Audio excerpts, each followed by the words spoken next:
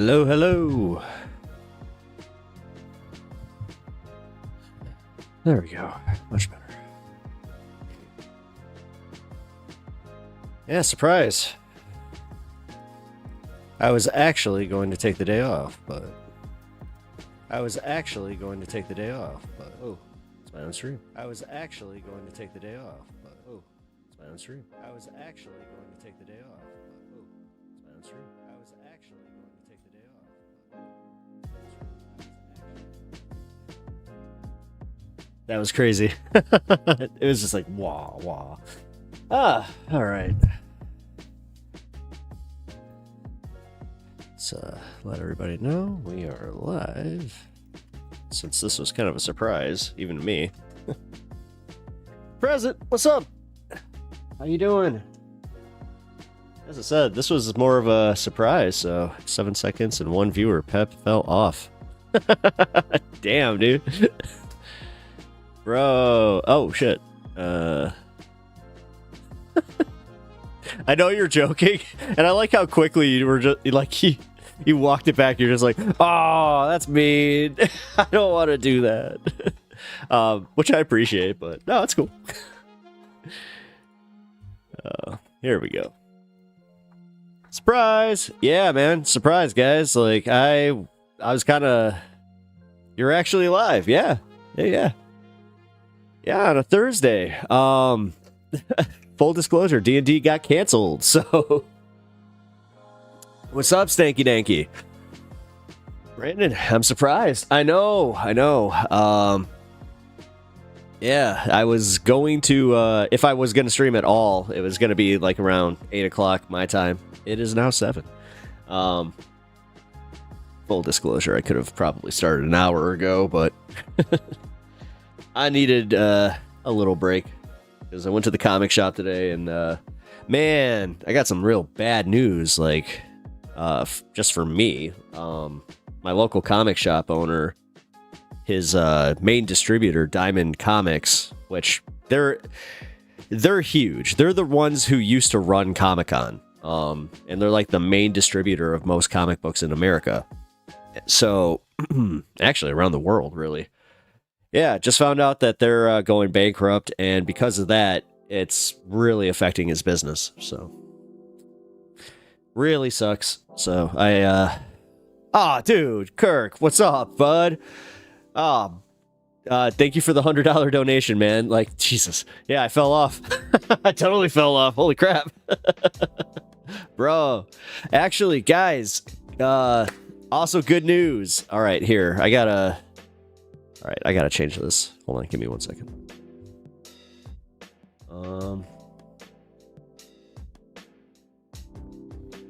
Is it not gonna let me do it? All right, so the bar is back. And I can just say what happened. I had a thing with PayPal where, for some reason, they locked my account, and they were just like, "Hey, we're not sure if." You got some shenanigans or something going on there. As far as I know, an AI, like their new AI system flagged my, like it just flagged it. So there was like, it was just bad timing. But it sucks that I have to go to bed in like an hour, but I'll rerun tomorrow. Oh, cool. Yeah, man. That does suck. That does suck, because we got some fun stuff to get to. I was just going to title this Chill Fun... a fun, chill stream, because I'm telling you guys, like, the stuff that I have to cover, I could barely, like, classify it as news, but obviously I want to talk about a little, bit of what happened today, which, I'm not sure if you guys heard, but the ceasefire wasn't exactly,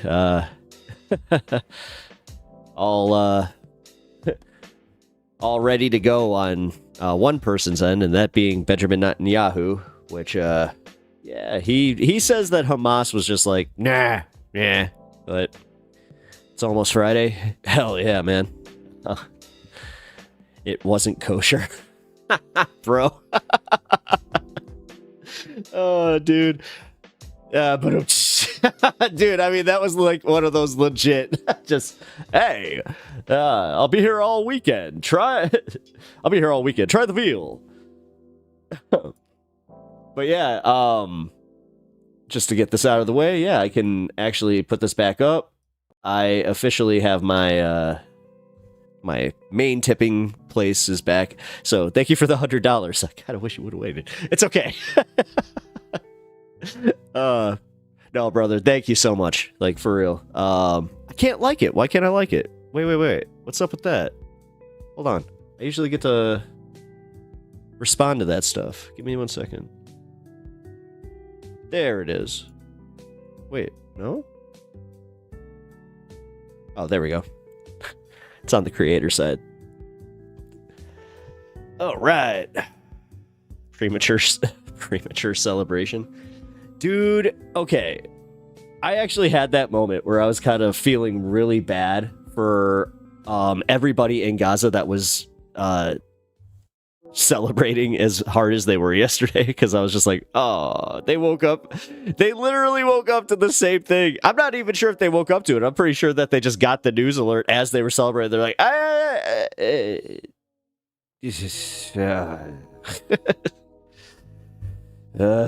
of course not. He broke the last ceasefire too. Well, yeah, I mean, I can't remember who said it yesterday, but they were like, how long is this one gonna last? And I think I even lectured him a little bit where I was like, let's not be so pessimistic.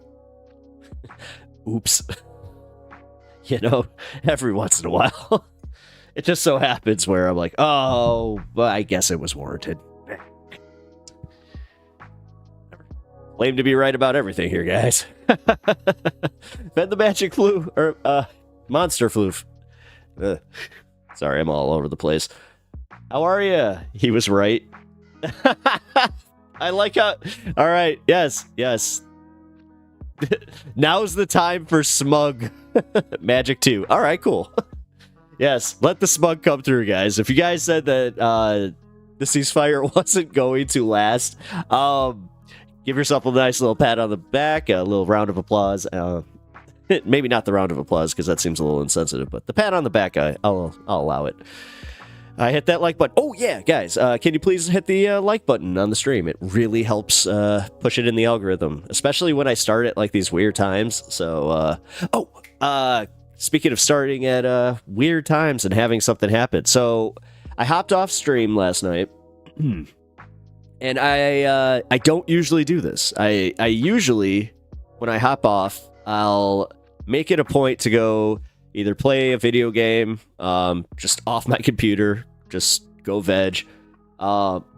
Sometimes I'll just lay with my dogs and read a book or go through the comic logs. Not yesterday, because yesterday I saw that they're on Modern Day Debate. They were having a live debate about flat Earth versus round Earth. And I was like, let's just check it out. Holy crap, guys. I mean, I want to go through some of the highlights on it, but there was something that really was really cool. Can you drop updated Streamlabs in YT chat? Here. So I'm going to try, because I want to... Here, I'm going to be completely honest with you. So what happened with the Streamlabs PayPal link, I'm not sure if it had anything to do with this. So if anybody has this answer, please let me know, because I know that a few of you guys stream too. So if I if I change that and I include this $100 dono that I just got, will that affect, like, does that read in, like, because whenever you guys do it through my link, it'll just update automatically. So I'm more so wondering, like, maybe that's why they flagged my account, because they thought I was trying to, like, commit some sort of fraud or something, because I was like, oh, I already have $10 here, and, like, I did, but it was on YouTube side. So I hope you guys get what I'm saying. Hey, what's up, Bloodstone? I hope you're doing really well. Those debates are too funny. They do bring up stuff that makes me realize I just trust the experts. Okay. Here, so Kirk, I'm gonna figure this one out. I hope I can get that 100 to just show on this side. Otherwise, I will just start a new one. And I'll just say it's a new goal entirely, because you've already you've fulfilled the goal. Like, the last 2 days, you have fulfilled the goal. So thank you, Kirk. You just bought my new camera. I appreciate that. Oh, not yet. Yeah, you're right. Yeah, you're right. Yeah. All right, we're getting close. We're getting close. Flat Earth for the win, baby. Oh, God. Oh, God. All right, guys. So, number one, these guys were sufficiently drunk while having this debate, which I kind of respect, but at the same time, one of the guys who, surprisingly, the round earther was kind of more of a dick, where he was just, like, blatantly being an asshole, and he was, yeah, he was just not being good, like, how could you be good faith, but at the same time, like, just at least be nice. Like, the guy just the entire time was being such an ass. Which, I mean, I get it. You need 100 more, drop the Streamlabs, LOL. Here, I'll just drop it.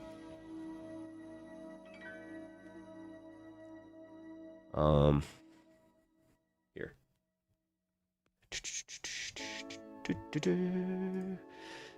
There we go. Oh, crap.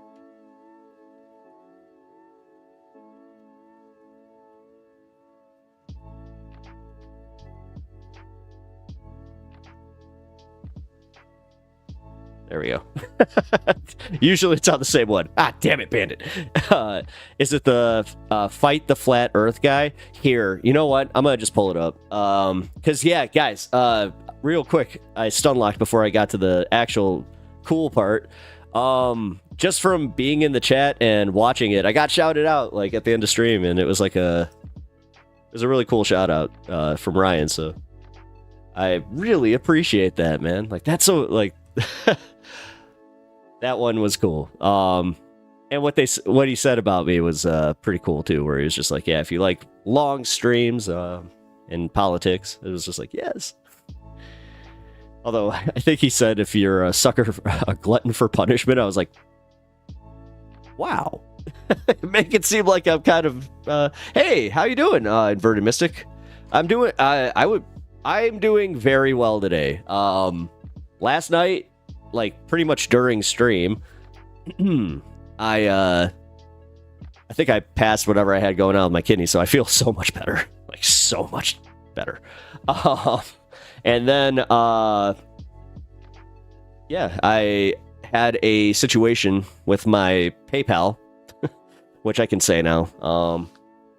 I was a little worried about if I, like, spoke on it too much, that it could cause some problems. So I had to be very coy about it. But yeah, something happened on their end, and they were just like, yeah, we think something's up. I was like, okay.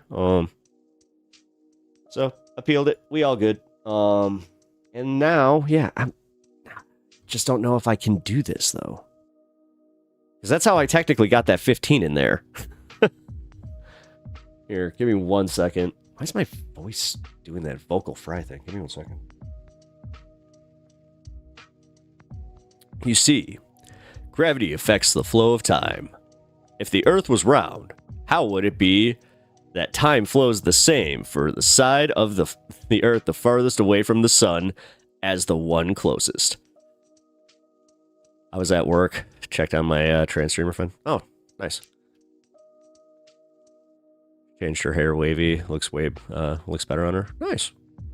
Dude, hell yeah. I always like when you find, like, dude, it's as simple as this. Like, when I started doing this, I was looking for something that didn't make my hair, like, if I let my hair go like this, I'm not a big fan of it. So yeah, I just did it to one side, and yeah, just that one little thing, I was like, hey, I got a new look. Look at that. And then that actually helped me with my logo, because I was just like, I really like how that was. Oh, shit.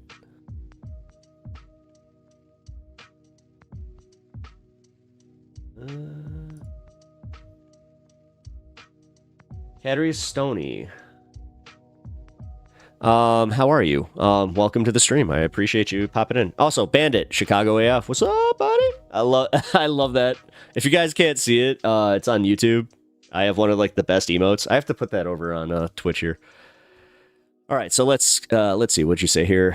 Sweet baby Satan. We're so effing cooked. Bro, people need to read books. Oh, dude. Well, I mean, I'll include myself in that one. You guys have kind of made me think, like, rethink my ways. No, I also found some good audiobooks that they kind of take care of some of the problems that I have with, like, theory, where they almost make it they make it entertaining for us. You know, I can blame my ADHD as much as I want, but I think it's just dumb American brain. So whatever. All right, yo, would you be willing to have a 20 to 24 hour 20 to 24 hour debate? I don't think so. I could debate maybe 2 hours on vaccines against me in like a half hour. Be honest, don't lie to me. Just be honest about whether you want to or not. If you don't want to, it's fine, but just give me a straight answer. I am an adult, I can handle it. And if not, could you recommend a worthy opponent? Yeah, I really don't want to talk about vaccines tonight. I popped on for a chill stream, so. And 20, did you mean like you want to debate for 20 to 24 hours? No. No, thank you. I'll pass on that. Okay, no, I'll pass. If I'm gonna debate, I gotta cap out at like 4 hours. A worthy opponent on vaccinations? I mean, you can ask the angry ginger. He might debate you on it. Here,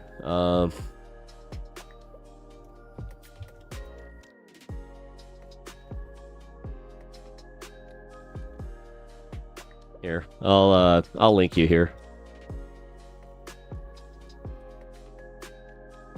Yeah, I was about to say, bro, and you want to start in let's see, what'd you say? In like a half hour? Yeah, bro. What? You want? Wait a minute, that's kind of wild. Can I just ask, like, why? Like, what kind of social experiment is that? Because that has to be a social experiment. Because a 24-hour debate in itself is crazy, but unprepared, not knowing like anything about your opponent, and you want to debate for 24 hours on it? That's kind of wow. You can get many things at the library. You can even get video games and tickets to national parks. I didn't know that. You know what? I have to check that because I have to go to my library. Although I might not be able to. I had a situation where I got blacklisted from my library because I couldn't find a book and I refused to pay for it because it was like $400 it was in late fees. I was like, I'd just rather never come back. I know exactly what book it was too. It was The Client by John Grisham. There's a hardback version of that. Maybe that's what it was. It was the hardback, and it was like a first edition or something, and they were just like, we need that back. Like shot up in value or something. I'm using the memes channel. Yeah. I need to get one and cancel streaming services. Such a cool thing. Yeah. I know that you can get your graphic novels there too, and they have the updated ones. It's really cool. There's too much vaccine disinformation out there with RFK about to be in Trump's cabinet. I feel like I need to dispel some of the rumors around vaccines in a long-form debate format. I just don't. I also feel like, okay, so like if you're already feeling that way, then we kind of agree. So like I wouldn't be able to debate you on something that we agree on. Especially for 24 hours. What are we going to do for 24 hours?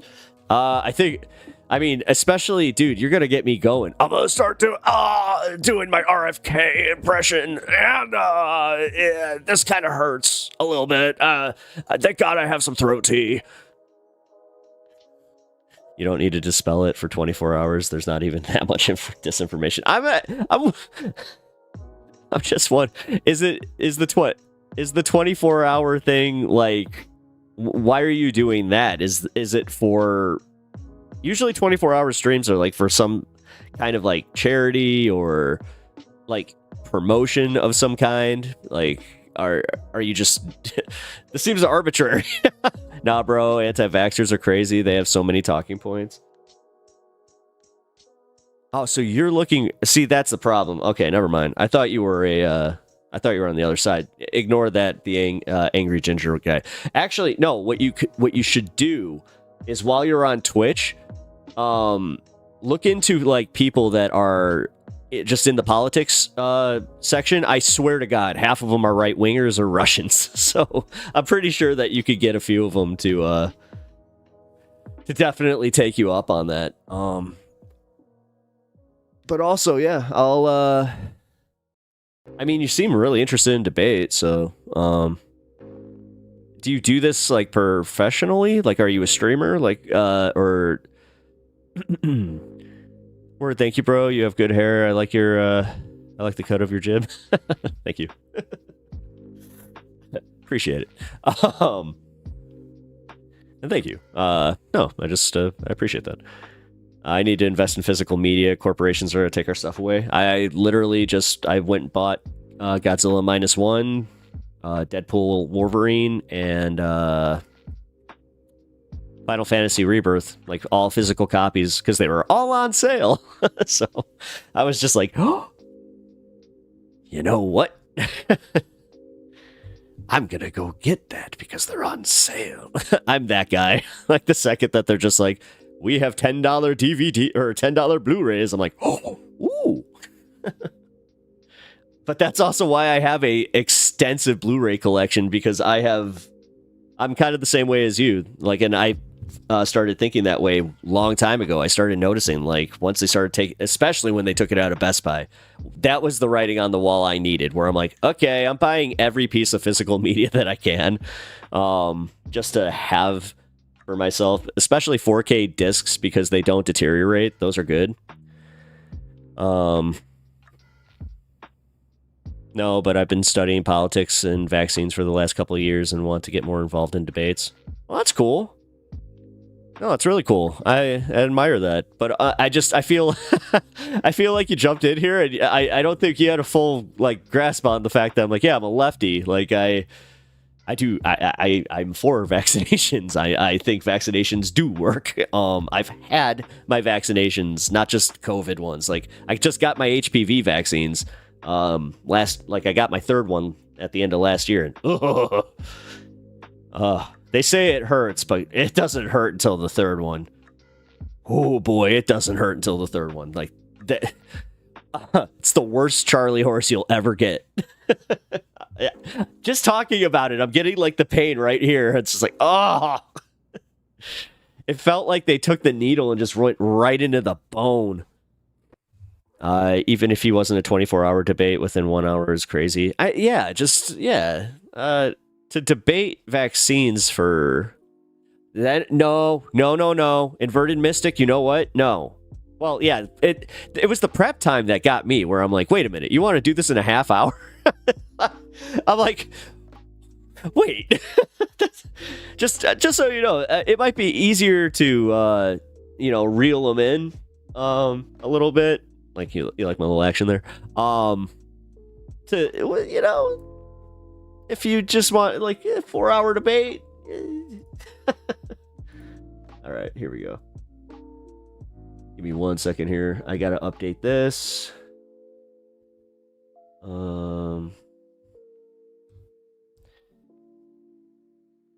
Damn it didn't work. Okay.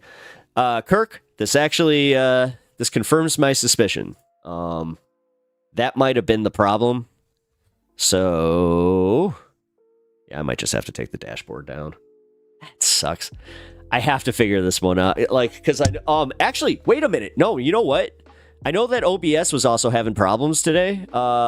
This I think has to do with the Windows update, because Vosh's chat didn't work today. So, yeah, just bear with me, guys, because usually this is user error, and I'll admit it. But this one's not that, guys. Like, this one's 100%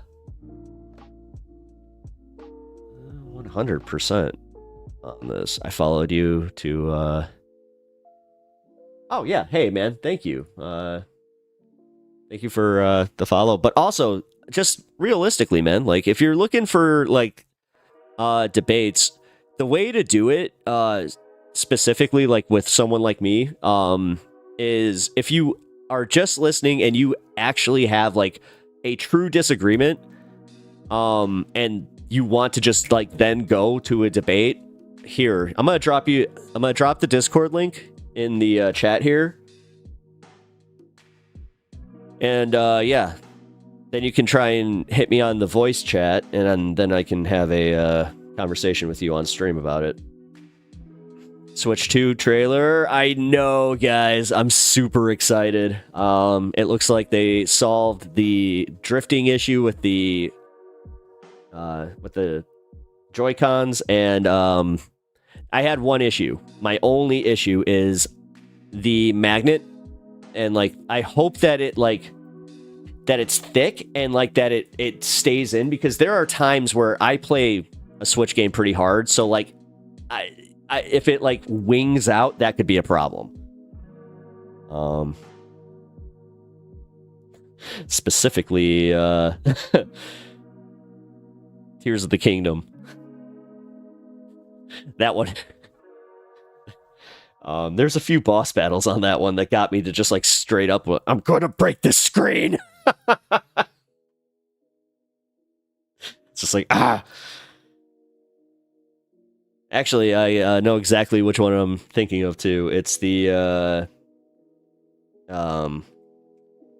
like the centaur looking guy on top of the mountains in the Gerudo region. He sucks. The Lycan? Yeah, Lycan. I think that's what it's called.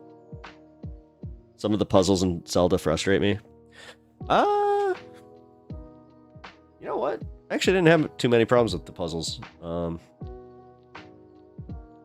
I've always loved those types of games though. Like I played Myst when I was a kid. Like if you never played Myst, like that's all it is puzzles. But it's built like a first-person shooter, so it's kind of weird. Like, yeah, and you have to go like through these really trippy mazes. Fun game though. It's not so much, well, it's not so much the puzzles, but the time. Yeah. I'll be honest, like platforms. It's my biggest thing, man. And I love platform games. Like Mega Man is one of my favorite games. Mario Wonder, I'm playing that currently. I'm also playing Sonic Frontiers. All of those have pretty heavy platforming, but I have the same thing with like timing sometimes, where I'm just like, Gah! I'm so bad at but then it's like you hit that perfect amount of being like zoned in, and also, you know, if you hit the Benjamin, and then you're just like, all right, join the Discord, peace out, bro. Nice, bro. I appreciate that. Also, yeah, I hope that you can find somebody to debate. I have an OLED Switch, yeah, same, for a while, but haven't played it much. Need to stick to easier stuff.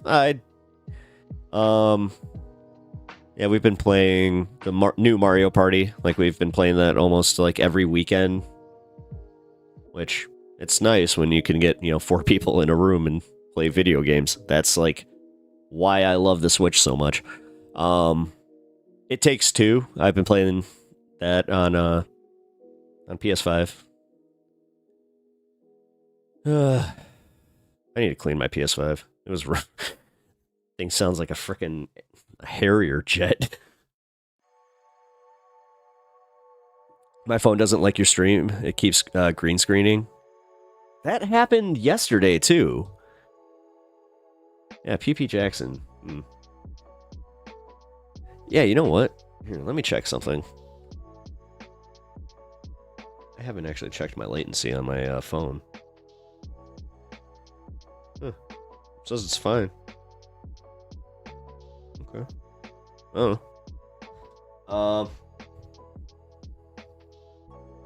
Also, over on Twitch, real quick, if you haven't followed, please do. But just as important, please take a journey over to my YouTube page and subscribe. I'm at 1099, guys. Who wants to be the 1100th sub? I'm actually dead serious. I saw that I got gifted a membership yesterday and didn't notice. Thank you, whoever gifted that to me. I believe that was that you, Bloodstone? I think it was you. I'd have to actually look. Oh, guys. Hold on. Oh. Alright, sub to your YouTube. Alright, cool. Thank you. I honestly don't think as many people are anti-vaxxers as people think. A lot of people are just worried about Operation Warp Speed, and like anti-vaxxer co-opted that. They were like, this is our chance, guys. Yep. No, I think you're dead on about that. Because, yeah, most people I know aren't full-on anti-vax. Especially like the older people I know. Anybody that was alive during polio, the second that you're just like, so you want polio to make a comeback, they're like, nah, no. It's like, okay. Oh, how about the measles? No.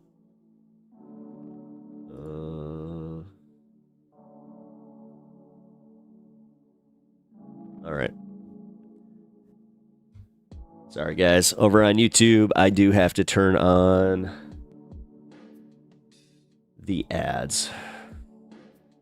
I just got a little like pop up from YouTube. It's just like, did you forget something?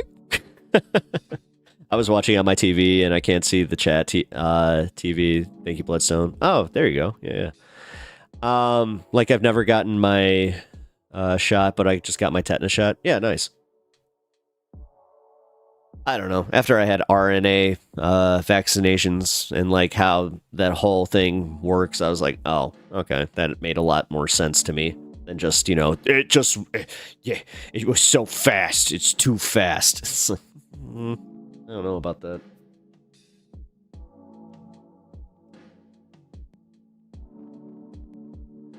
Okay, what the hell's going on with this?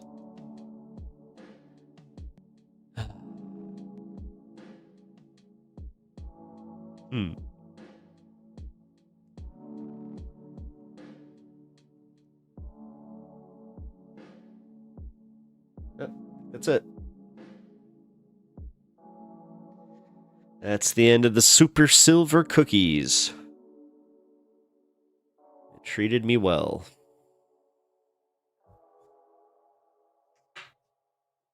Now we move on to White Durban.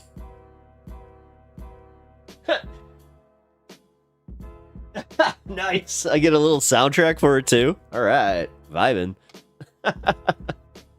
Nice. Yeah, I like me some Derbs. The Derbs is good. Oh man, maybe another one of the same types of cards. Damn it. I was kind of locked away, unemployment in my home for the entirety, so it's like, why bother? Plus, I didn't have transportation every.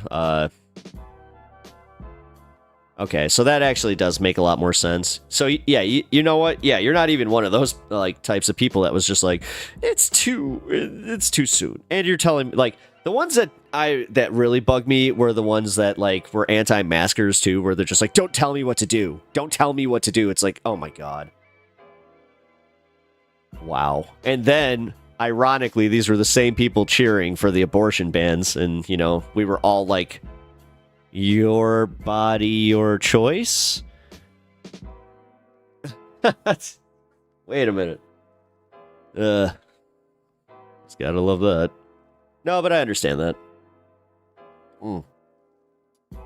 Yeah, we're gonna watch a video where it's just a reminder that Joe Rogan actually used to make sense. And just how badly COVID breaks people's brains. I just don't. Yeah, I watched a lot of those. The mask videos. Yeah. Although I had to deal with that a lot. Like, a lot. It was one of those things too where when you know that somebody that you're with is immunocompromised, you're like, can you not just Like, why? Why are you so invested in just being a selfish piece of crap? Although, you know what? I've been seeing it more and more, like on Facebook and stuff, where like these people are just completely mask off now, and they're even claiming it. Like there was this woman today. Kept getting called out by everybody just for being entitled, and she's like, you know what? I am entitled, and I own it. And it's like, oh, great. And she was one of those types where she's just like, this is my boyfriend. He treats me right. It's like, ugh, God. And they're literally one of their posts was couple goals where they're fanning each other with $100 bills. And like filter galore, by the way. Oh, hey, Leftist Mafia just went live. Look at that. I forgot that I'm technically doing this at the same time as them. Did you hear Mike Johnson doesn't want female members of Congress who just gave birth to be able to do proxy votes? Chip Roy said he doesn't give a hoot. Yeah, I saw that. So many people are entitled, especially boomers. They are the most entitled. Yep. They were hesitant to wear a mask and were quick to put on ear diapers. See, like, I'm so glad that we all just see it. Like, dude, and this isn't... They'd just be like, oh, what, were you watching MSDNC? Is that where you got all your talking points? It's like, no. We all have eyes, dumbasses, and, like, you look ridiculous. Like, at what point do you just admit it? Like, you suck. All right. Did you hear Mike Johnson is an effing freak? Yeah. Well, I mean, I've heard some things. I mean, I've heard things about every member of Congress, but yeah, I've heard things about him. The party of family values, quote unquote. Yep. Hey, at least they're consistent in their shittiness. Like, at least they're not like the Democrats that just try to, like, you know, sell us their whole platform when it's completely wrapped in garbage, you know.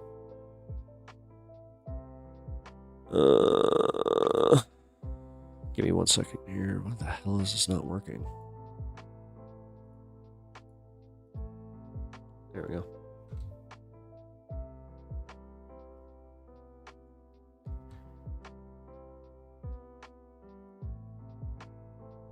This is why I'm non-affiliated. Yeah. I mean, if it wasn't such a monumental pain in the ass for me to swap parties, I would probably go back to being an independent, but it's a monumental pain in the ass in Illinois. Plus, most of the people that I want to vote for, they run on the Democratic platform. Like, we've had some progressives that ran on the Democratic platform.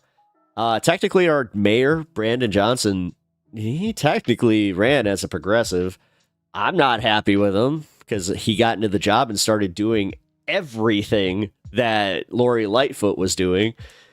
So, dude, what he's doing with CPS right now is just, woof. It's bad. I voted for Nader. Wait, you voted for Nader? Wow, you are older than me. Yeah, the first time that I got to vote was Obama won. There's no way that wasn't happening, guys. Trust me, the corporate Dem talk was not there. We were very excited to... Well, I was excited to vote for a Chicagoan, but everybody else was just like, I'm voting for the first black man. I'm like, okay. I was excited about that, but I was also like, that's not really, you know, making me vote one way or another. I'd like to point out that even if Trump gets the ceasefire through, his language has been very pointed and only demonizes Hamas. Or only demonized Hamas. Yeah. But it's also, I think that this whole thing is... The funniest part is Benjamin Netanyahu stepping in and essentially saying, you know what, this isn't good enough. He essentially stepped on Trump's dick there. Ow, why would you do that, BB? Come on, buddy. Why, BB, why'd you step on my pee-pee?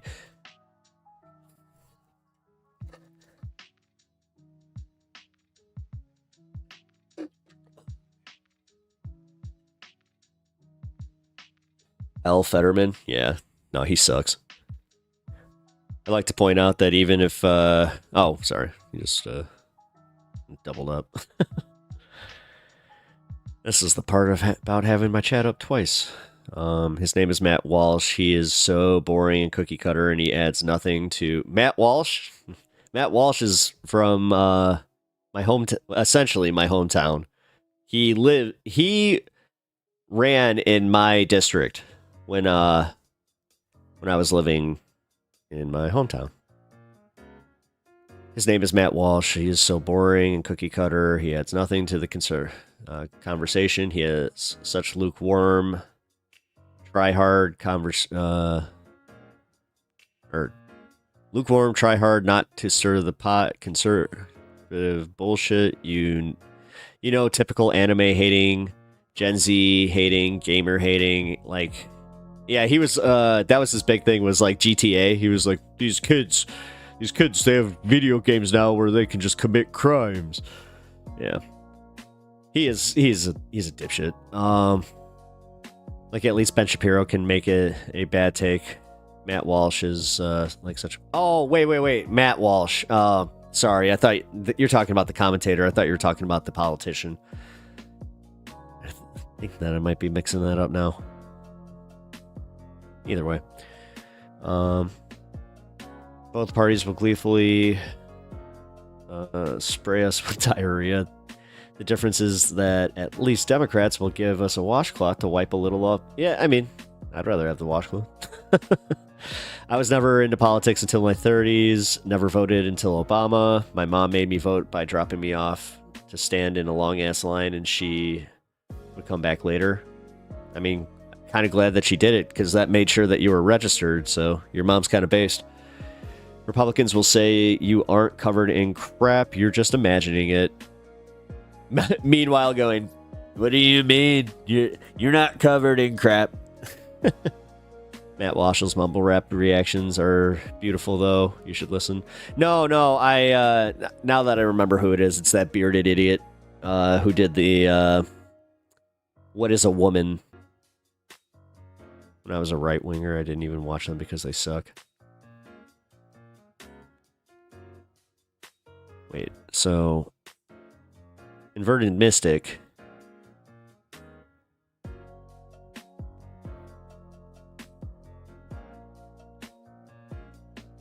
Wait, so did you... So were you like a Ben Shapiro fan, and like were you just like in that whole rabbit hole? And like how did you lead? Like, what got you to start going, yeah, this doesn't seem right, or like this doesn't seem for me? Because it's interesting to me. Come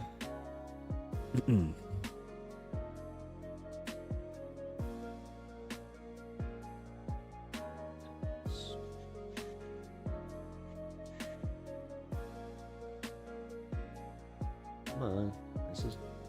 Come on. Update. Come on. Do it. Ah. Sorry. I was trying to get the bar to update again. Nah, I listened to him, but he's not like my favorite. I tried to learn from his perspectives, though. I always appreciate people that do that, man. Like, so many people will not even like give him the time of day just because like they're so reprehensible. Like, Ben Shapiro, admittingly, is the only one that I have like gone to his channel to go and be like, all right, what did he have to say about this? And just immediately I'm like, okay, just as bad as I thought. Usually worse. The one who has his followers call him Daddy Walsh, the one whose fandom is called the Sweet Baby Gang. Jeez. I enjoyed Shapiro quite a bit. Facts don't care about your feelings. We're actually going to watch something about Ben Shapiro. We'll watch that right now, actually. I listened to him, but... Oh, here, we got that. I never seen Matt Walsh happier than when he was cross-dressing in Lady Ballers. You actually watched that piece of garbage? He's silly sometimes. Like the time he said people will sell homes if sea levels rise. To who, the fish? He literally sold a plushie of a bearded him as a baby, generally the type of libertarian I wouldn't let around my imaginary children. I would argue that anyone who is anti-trans cannot actually be a libertarian. I agree. See? I agree. As someone who was in the pipeline, it was the QAnon that got me out. It's trash. Oh, wow. Interesting. Man, you guys got interesting stories. I always appreciate this. He has something to say, at least, though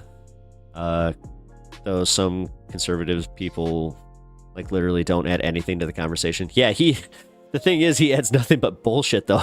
Well, okay, fine. I'll try to be fair here. That was Shapiro. That was Shapiro, the one, the sell your house bit. Yeah. That was. You're right. I remember that now.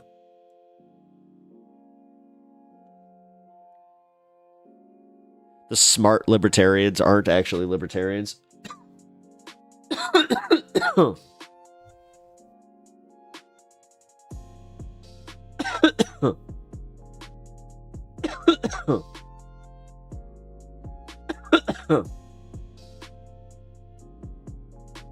Really? It marked Israel shill. Really? Libertarian slander, yeah. Here, check this out. So, we got a video. It's an older video of Joe Rogan talking to Ben Shapiro. I don't know why Adam Mockler has been going and looking up older Joe Rogan videos and farming them for content, but I'm kind of glad that he is, because honestly, it is almost refreshing just to see like the old Rogan and then unfortunately then go, oh, he really did, like, COVID broke this man. So let's take here. All right, let's take a look at this clip of Ben Shapiro on Joe Rogan, where Joe Rogan was an actual voice of reason. This is reported on by Adam Mockler. Yo, have you guys seen this clip of Joe Rogan just rolling through Ben Shapiro when talking about systemic racism within America? And I know that we don't like Joe Rogan or Ben Shapiro, but just listen for 1 second. After losing an Dude, come on. election, yes, it always sucks. I get you're trying to curate your audience, but damn. But right now, more than ever, we need to be doubling down and standing for our core liberal values, whether it's social Bandit, Rogan used to be reasonable. Yep, that's equality, or I used to listen to individual freedom, or just democracy abroad. If we can keep fighting for those things, and we can keep fighting for marriage equality, no discrimination based on race, gender, or religion, all of these things that seem up for grabs right now.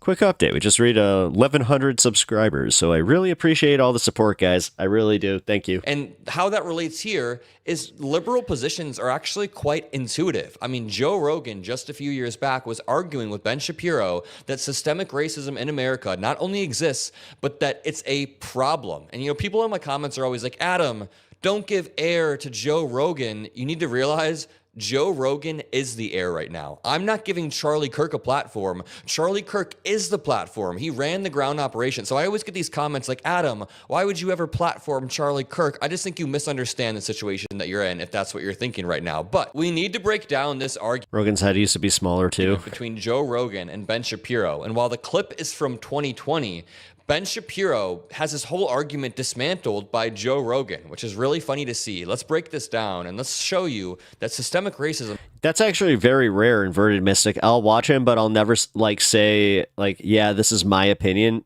Too many of the people that do watch him immediately adopt his opinions. That's part of the problem. Still exists, and people know that. White and black. Is there middle ground? If we look at 1776 and I can already tell you this was at his old studio, so we look at the Declaration of Independence and we look at America today in 2020, there clearly is some impact in the echoes of slavery, and then after that Jim Crow. There's clearly some impact in these deeply impoverished communities that don't seem to advance. Yes. So to make the argument about institutional racism, there's a couple ways you can read this. When people say systemic racism or institutional racism, I usually ask them to be a little more specific in what they mean, because there are a few. Is it weird? I want to hear what he sounded like as a child.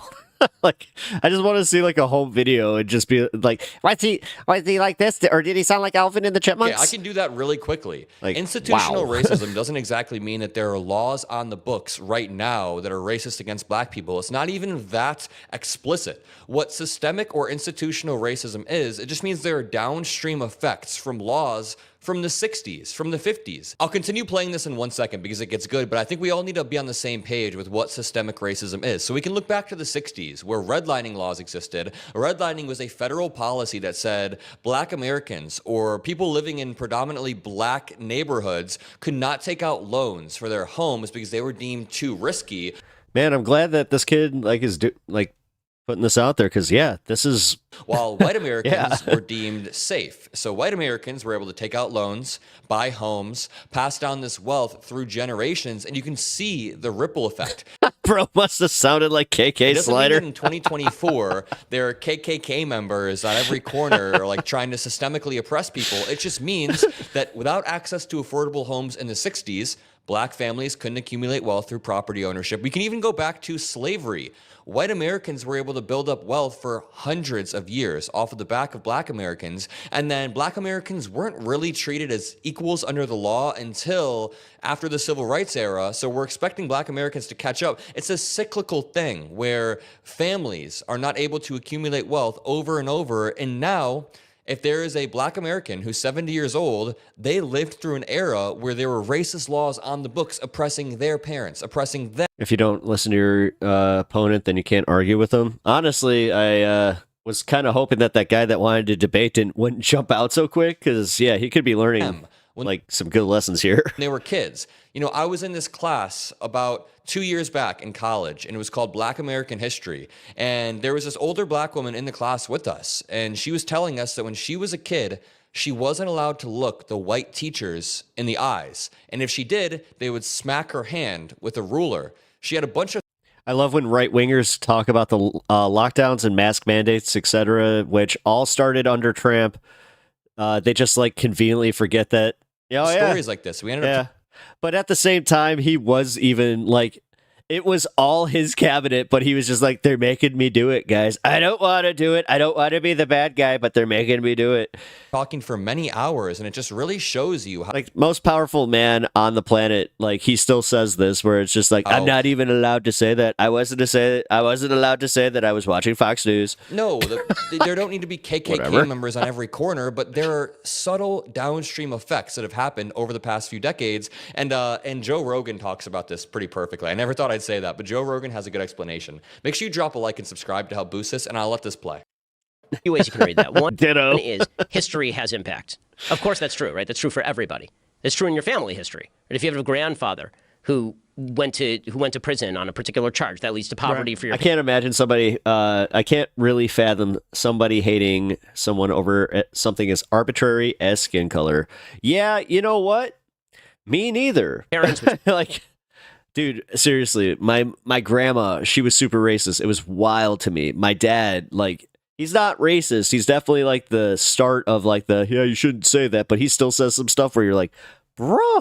More poverty for you, right? People have histories. Those histories are embedded in their life experiences, and that's true for societies as well. All of that is for sure true. Then there's the question as to whether the institutions today are racist.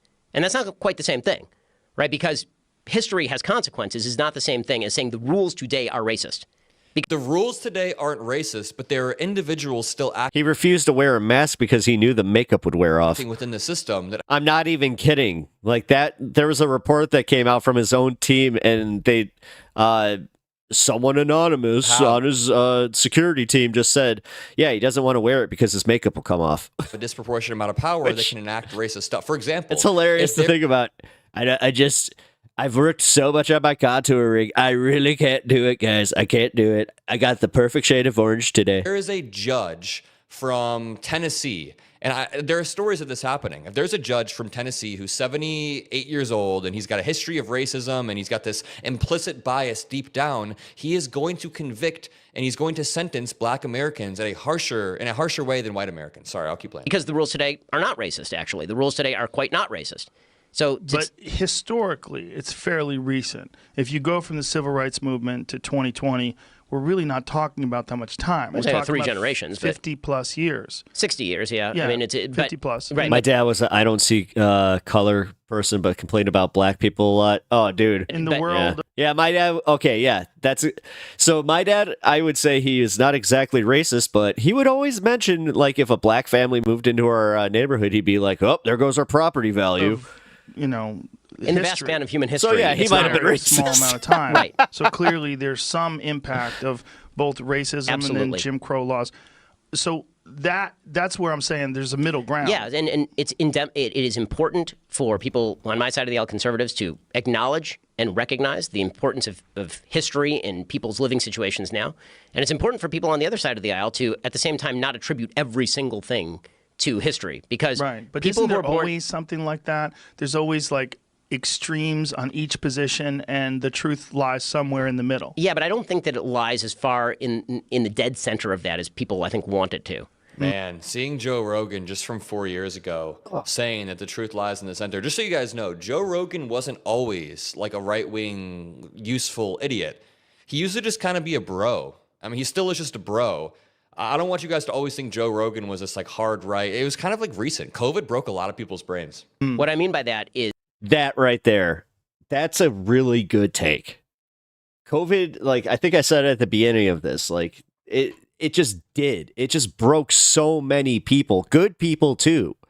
Like I know too many people in my life that just are totally different or think like politically different or just in general. Like they went a little nuts. Is the problems that have plagued communities in the United States, not just the black community. It's so easy to be like all Russians think this, but you should literally know that that's not true. It's such a childish argument. I mean, just look at your young neighbor. You guys don't agree on almost anything. It's but problems of racism or problems of sexism. The way those get alleviated is people making better choices over time.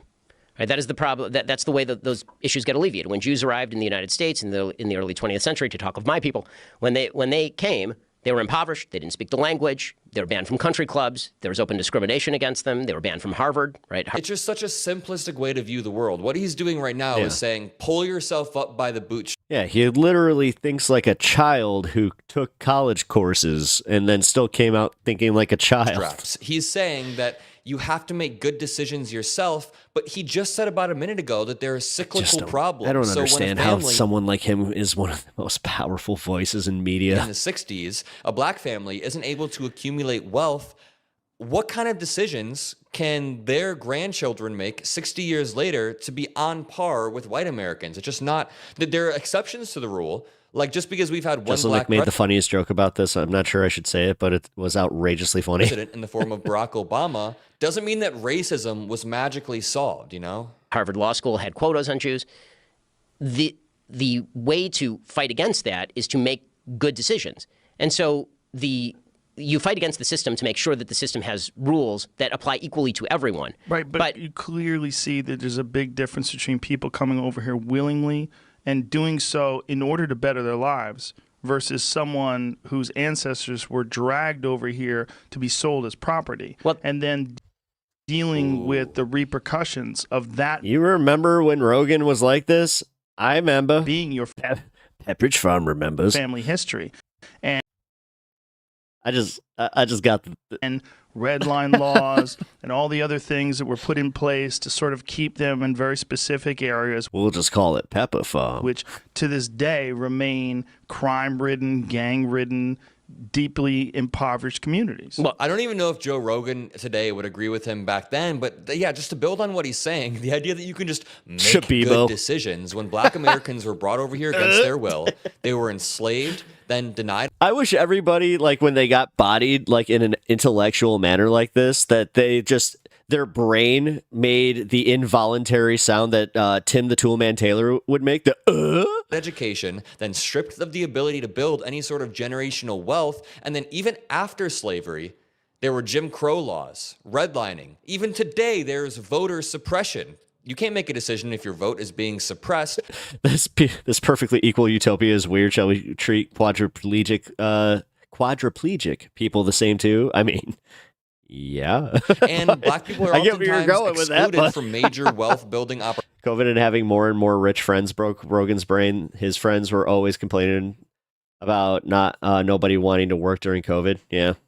Somebody somehow COVID screwed up Joe's mind of all his knowledge, like of all the this GI knowledge. Bill, Yeah. And that continues to limit their access to education. It's a simple argument. That's true, but the question is how much of that is historic redlining and how No, much of we that is an 18-year-old kid today deciding to pick up a gun and shoot somebody. But how much of that 18-year-old kid today deciding to pick up a gun and shoot somebody is based on him growing up in this Well, I mean, if you're saying it in the context of treating everybody equal, and I mean like legit equal, so the quadriplegic doesn't get any like special treatment, then okay, I see where you're going with that. environment? We don't want to treat them the same. We want to treat them differently to help them. No, dude, trust me, that's I what he understood that. Like as I was kind of playing that, like I'm like, wait a minute. Models where everything around him is crime and gangs. I saw and you where imitate you're your going. atmosphere, which what all humans do. Right, but the answer is Nobody wants to work anymore is such a BS right-wing talking point. There's only one- Yeah, but do you understand how many people jump on that? way to break that chain.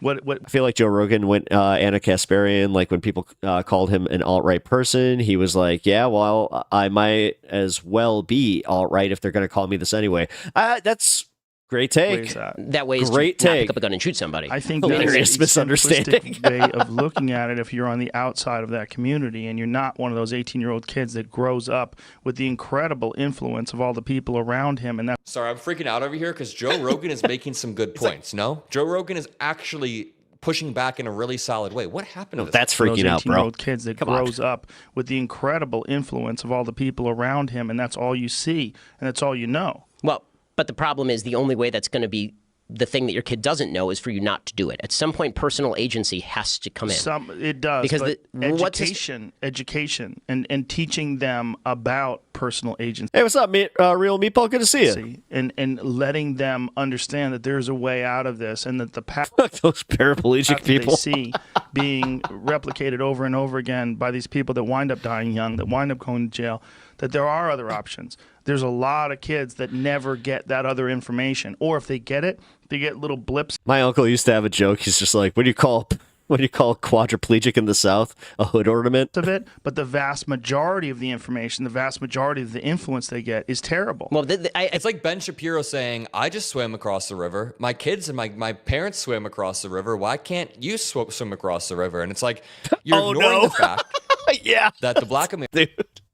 Notice how I wasn't like, Americans are shackled and thrown into the river with no boat, no paddle. no, my uncle is, you know what? We were talking about my dad. My uncle's kind of one of those old boomers that's like, yeah, he definitely locked into the, and no chance to even learn how to get across the river in the first place. Ben Shapiro was starting I got to go to work. Oh, hey, man. Thank you for stopping by. I appreciate with it. an inherent advantage in society. I'll be on And tomorrow don't at get me 4. wrong. I know that MAGA trolls in the comments are going to be like, Adam, are you saying that black Americans can't even learn these things? No, of course not. I'm just saying that white Americans have an inherent systemic advantage when it comes to certain things like education or housing. And I think I've proven that with multiple historic examples. and this is why I think Good the ones, worst too. thing that you can say to a kid is you're born behind the 8 ball, and no matter what you do, you're not going to succeed. Yes, I Right? That's agree. literally the worst thing you can That's say. got to a one kid. hour Saying no left, to matter be what honest. you do, we're just trying Nice. to have people recognize the Yeah, I'll likely still be here for that. So if you get off and you got nowhere else to be, barriers. Kid, what you should be saying is, look at how your grandfather was born behind the 8 ball, and look how hard he had to work in order to get ahead. And look at all the if opportunities. that's true, though. a couple of years ago, my dad was complaining about a gas station that was closed near him. He said the cashier at the nearby gas station told him nobody wants to work anymore. I told him it was BS. And that there is an actual explanation. He looked it up and discovered they had temporarily closed due to construction or something. Yeah, But if your grand exactly. But it fit the other guy's red hat narrative because he was just like, yeah, buddy, you seem like you like Trump. Yeah, nobody likes to work anymore. Look at me toiling around. I'm just so mad about nobody wanting to work anymore. father, what Why is everything so expensive? You know what? It's because of those immigrants. We got to get rid of those immigrants. A few years later, why are all these prices so high? I don't understand this. What do you mean we got rid of the immigrants and nobody? No, so you're telling me that no white people want to work? See, I was right. Didn't get ahead. If your grandfather was in and out of jail, if your father was in and out of jail, everyone around you is like that. If there's literally no influence that's positive. I do find it weird that people think 40-hour work week is too much. I'm sure there is an argument for it, but I'm just an ignorant conservative who thinks 60 hours is just hitting full time. Well, again, it should so if you're doing 60 hours, you should be getting paid like an ass ton of overtime for that. No, because like they've already proven that, was it the 4-day work week or the 3-day work week is actually way more beneficial and productive. Positive in your life. The labor force participation rate is undeniably down. The idea of saying to a kid like that, hey, don't pick up a gun and shoot somebody. Yeah, because nobody's paying so think of it this way, the construction rates. This is hard ass labor, right?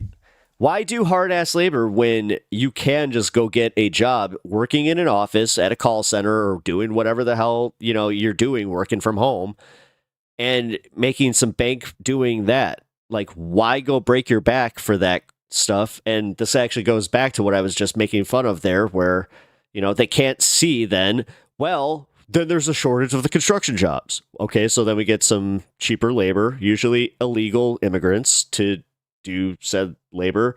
Then, the cost of the actual projects end up going down. People save money, and then, but no. Hey, that's way Can't too have that. We just have to lock ourselves into blaming the immigrants. Simplistic aversion of their future. People died for a 40-hour work week. Yeah. The problem is I don't see an alternative solution. Right, when you're talking about solutions. I grew up in the Netherlands where the average work week is like 30 hours. And they that's the other thing. So many vacations. We don't. I think an alternative solution is there. And the thing is, it is like it's a open secret in America where if you take your vacations, there's a good chance that you'll come back to your job not being like that. You'll come back and they'll fire you. It has to be. Work protections are not strong in America at all. Some sort of large and workers' rights are not that, that's why we are so adamant about getting more workers' rights. That's why we're pushing for more unions.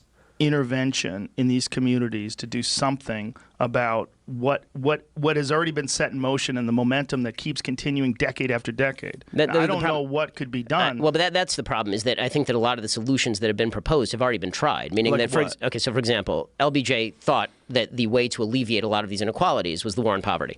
And he openly talked about this. He gave a speech very famously in which he said, we're trying to guarantee equality of outcome, not just equality of opportunity, equality of outcome. And you can't hold the race where somebody is starting 20 yards behind and then fire the gun and say, okay, it's an equal race, right? So you have to get the person who's 20 yards behind to actually get up to the starting line so that they're equal.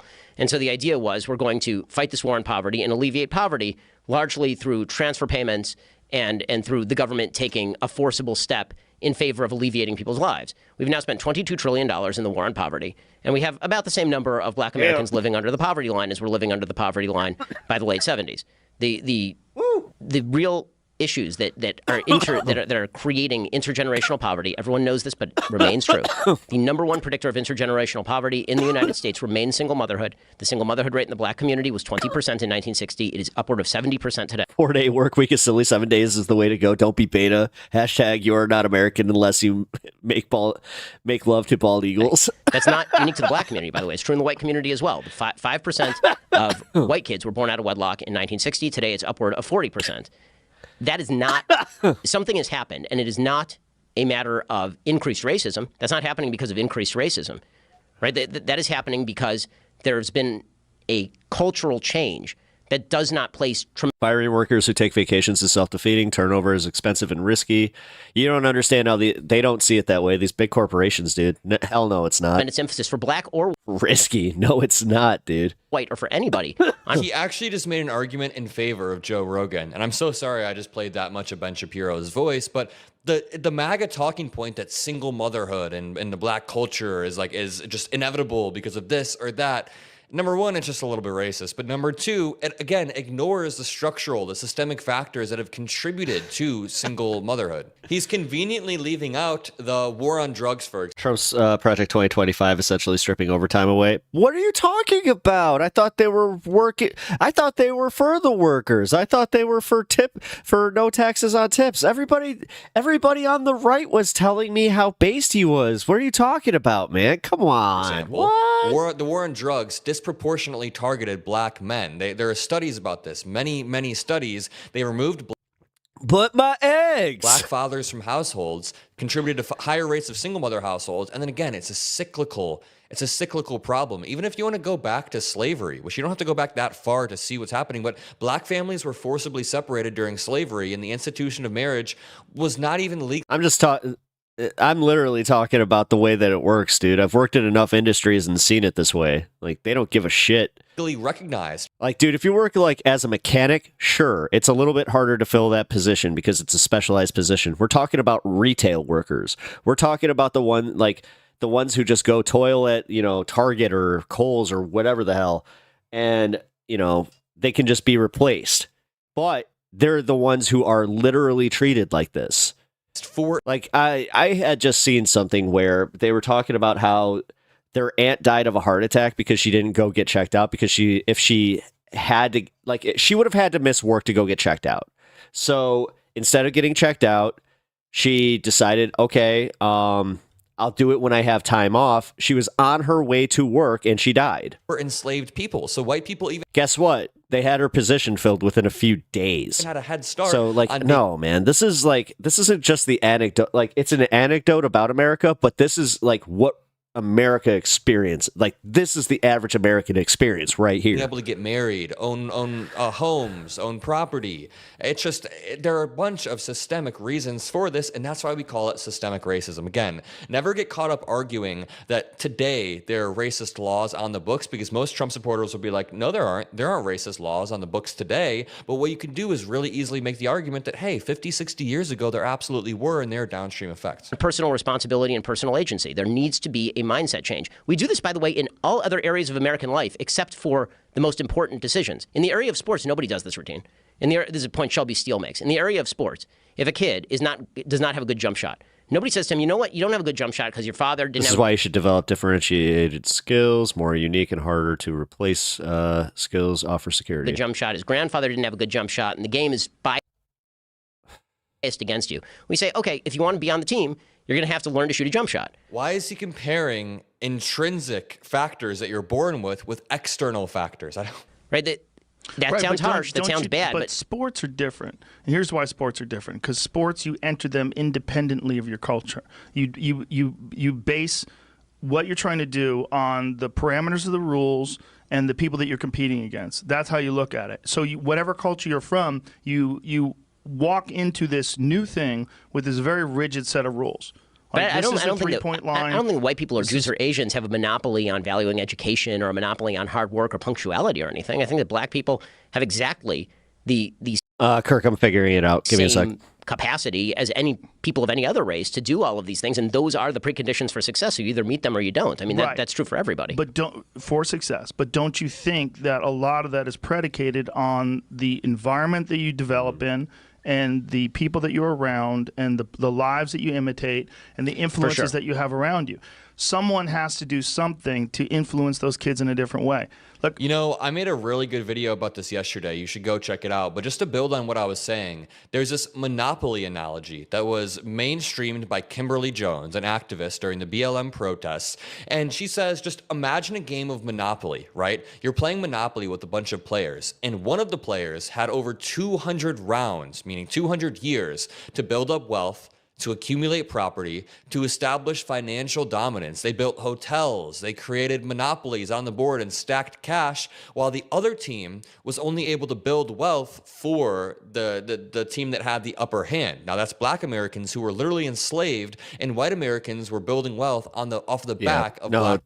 Yeah, oh my gosh, Shabibo's so racist. Americans. Yeah. So after player A is able to accumulate it's pretty generational obvious wealth, now. and player B is not only excluded, but they're segregated and they are building wealth for player A.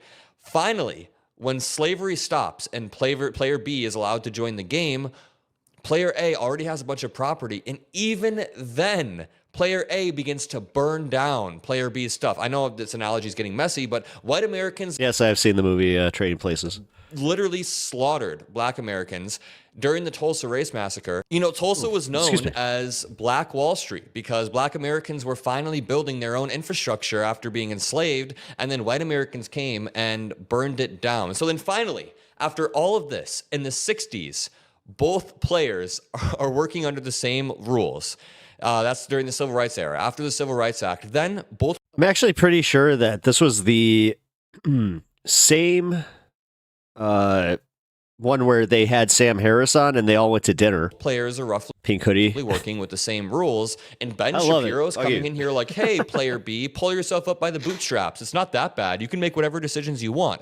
Ignoring that player A had hundreds of years to build up wealth. And a lot of people in my comment section yesterday were asking me a few things. They said, Adam, how come white Americans can have bad lives too? Are they affected by the institutions? And the answer is that yes, white people can have rough lives, of course. But white people's lives aren't rough because they're white. But black Americans, oftentimes their lives can be, or they can hit barriers because of their Kirk, I answered your question in Discord. skin color. Somebody also asked me in the comment section, Adam, how come Asian Americans are able to move over here and build wealth easier than black Americans? As you said it yourself, Asian Americans were able to move over here. And yes, they faced a lot of exclusionary systemic barriers as well, but they were not enslaved. And also there's a little bit of selection bias going on here. So when somebody moves over from Asia, they immigrate over here, that oftentimes means they have a richer family or their family is already more educated or they're coming here to pursue higher education. So this creates a sort of selection bias. I just actually, I was chuckling because I just had this thought where I'm like, this is like the most suburban, like I went to a private school take I've ever heard. If you want to say that, meaning many Asian immigrants to the From Ben U.S. Shapiro. already have economic advantages. And again, they weren't enslaved. They weren't enslaved. So I'm just trying to break dumb. down a lot of the comments I heard yesterday. I was very fortunate when I was young that I discovered martial arts, and it kept me from being what I could have potentially been a bad kid. It gave me something to focus on. And I didn't grow up in a bad environment, but it wasn't the best. There's a lot of people out there that grow up in horrific environments and they never have that thing. They never have something. They don't have a father around, or they don't have a mother around, or whatever bad influences they have are overwhelming. And they don't, it's very difficult for someone to just, air quotes, get their shit together. It's very difficult. For sure. That's why, to this day, there's so many books about losing weight. Don't you think everybody wants to lose weight that's fat? They do. Everybody who's fat wants to be thin. They do. But it's fucking hard. For sure. And that's nothing in comparison to changing your whole life. But you would say, Well, now this was filmed in 2020, guys. So just remember, this was before the Ozempic. about somebody losing weight, you know what's not useful here is lamenting how bad your family has had it with regard to losing weight. Like, at a certain point, if you want to lose the weight, you got to figure out a way to lose the weight. That's true, Now, but this is based on the information that I have. I have this vast scope of information that I've been able to absorb. If you're in these isolated environments and everyone around you People just used to come here. That's how this country was made. is involved in gangs and crime and drugs, it's very difficult to model yourself after something that you don't see in real life. Well, so totally true. Totally true. And that's why, again, more information needs to get into areas. I agree with a lot of the opportunities that need to be provided by education. Getting people to be educated outside their local public school would be a good change. I mean, being able to like move outside your crap local public school and go somewhere else would be good. The best influences for kids that grow up in these environments seem to be people that have gotten out and then come back and talk to them. Right. And tell them how to do it. But And none of this has to can do. be done. But to go back to the original. Is it just me, or is Joe Rogan kind of making Ben Shapiro backpedal on every single point? Ben Shapiro multiple times tried to pull that bullshit of, well, black Americans should just pull themselves up by the bootstraps, right? And it's like, Joe Rogan pushes back pretty effectively, and I wish he still was like that. And I just want to end off with the message that we need to be reaching out to these spaces. I keep getting all of these comments where it's like, Adam, why do you even talk to Trump supporters? Adam, why do you even platform Charlie Kirk or give him the air? And I just want to go back to what I was saying. I'm not giving Charlie Kirk the air. Charlie Kirk is the heir right now. Due to his efforts on the ground in Arizona and Pennsylvania, other states, Charlie Kirk helped Trump win both chambers of Congress and the presidency. So now the onus is on us to protect our liberal ideals and fight for them in certain environments. So I'm not going to back off and not cover Joe Rogan. I'm not going to be like, hey, I'm just not going to cover Charlie Kirk because our ideas are better. We have to prove that our ideas are better, or Charlie Kirk will continue being able to just dominate the narrative on every single issue over and over. So I'm going to keep covering this stuff. I'm going to keep pushing for our ideals. I hope you guys enjoyed this video. If you did, drop a like, subscribe. Have a great rest of your day, and I'll see you in the next one. Peace out. He does that so fast. I used to do that with all my videos where I'd actually do my outro, but now I'm just like, yeah. No, that was from 2020, Duke. I don't know why, but Mockler's been going through older Joe Rogan material. He went and found Candace Owens, and I think he's trying to make a broader point here that Joe Rogan really has fallen off, and he's just like, yeah, look how bad it is. Anybody who has listened to Rogan knows he's had a fall off. Even me, but you kind of do forget where you're like, oh my God, I didn't know it was that bad. This was bad.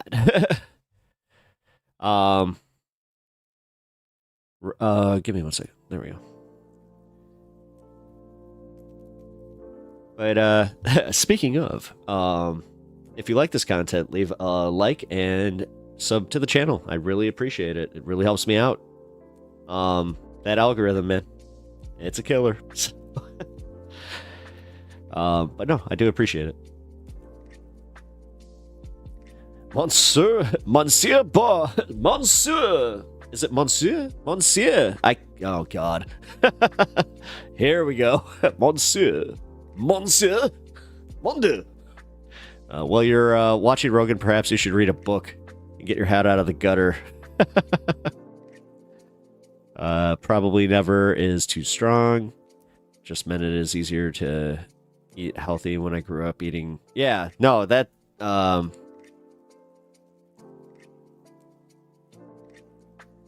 Meatball, I haven't seen any of your comments. I'm just learning about this comment thing. Oh, actually, yeah. Well, the neo-libs are out the door and peace has a chance. Hurrah. I mean, I just love that Benjamin Netanyahu screwed him over, and now he's just like, Bibi, come on, dude. What are you doing? We're trying to make Biden look bad. I was trying. You were going to make me look good, but now I look awful. What's going on here, Bibi? Come on, buddy.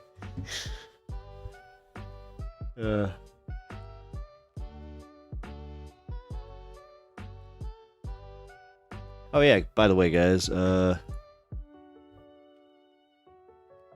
here.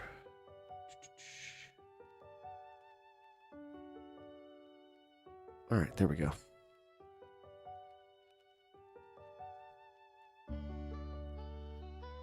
All right. Now on to the next subject that we had going on. And that...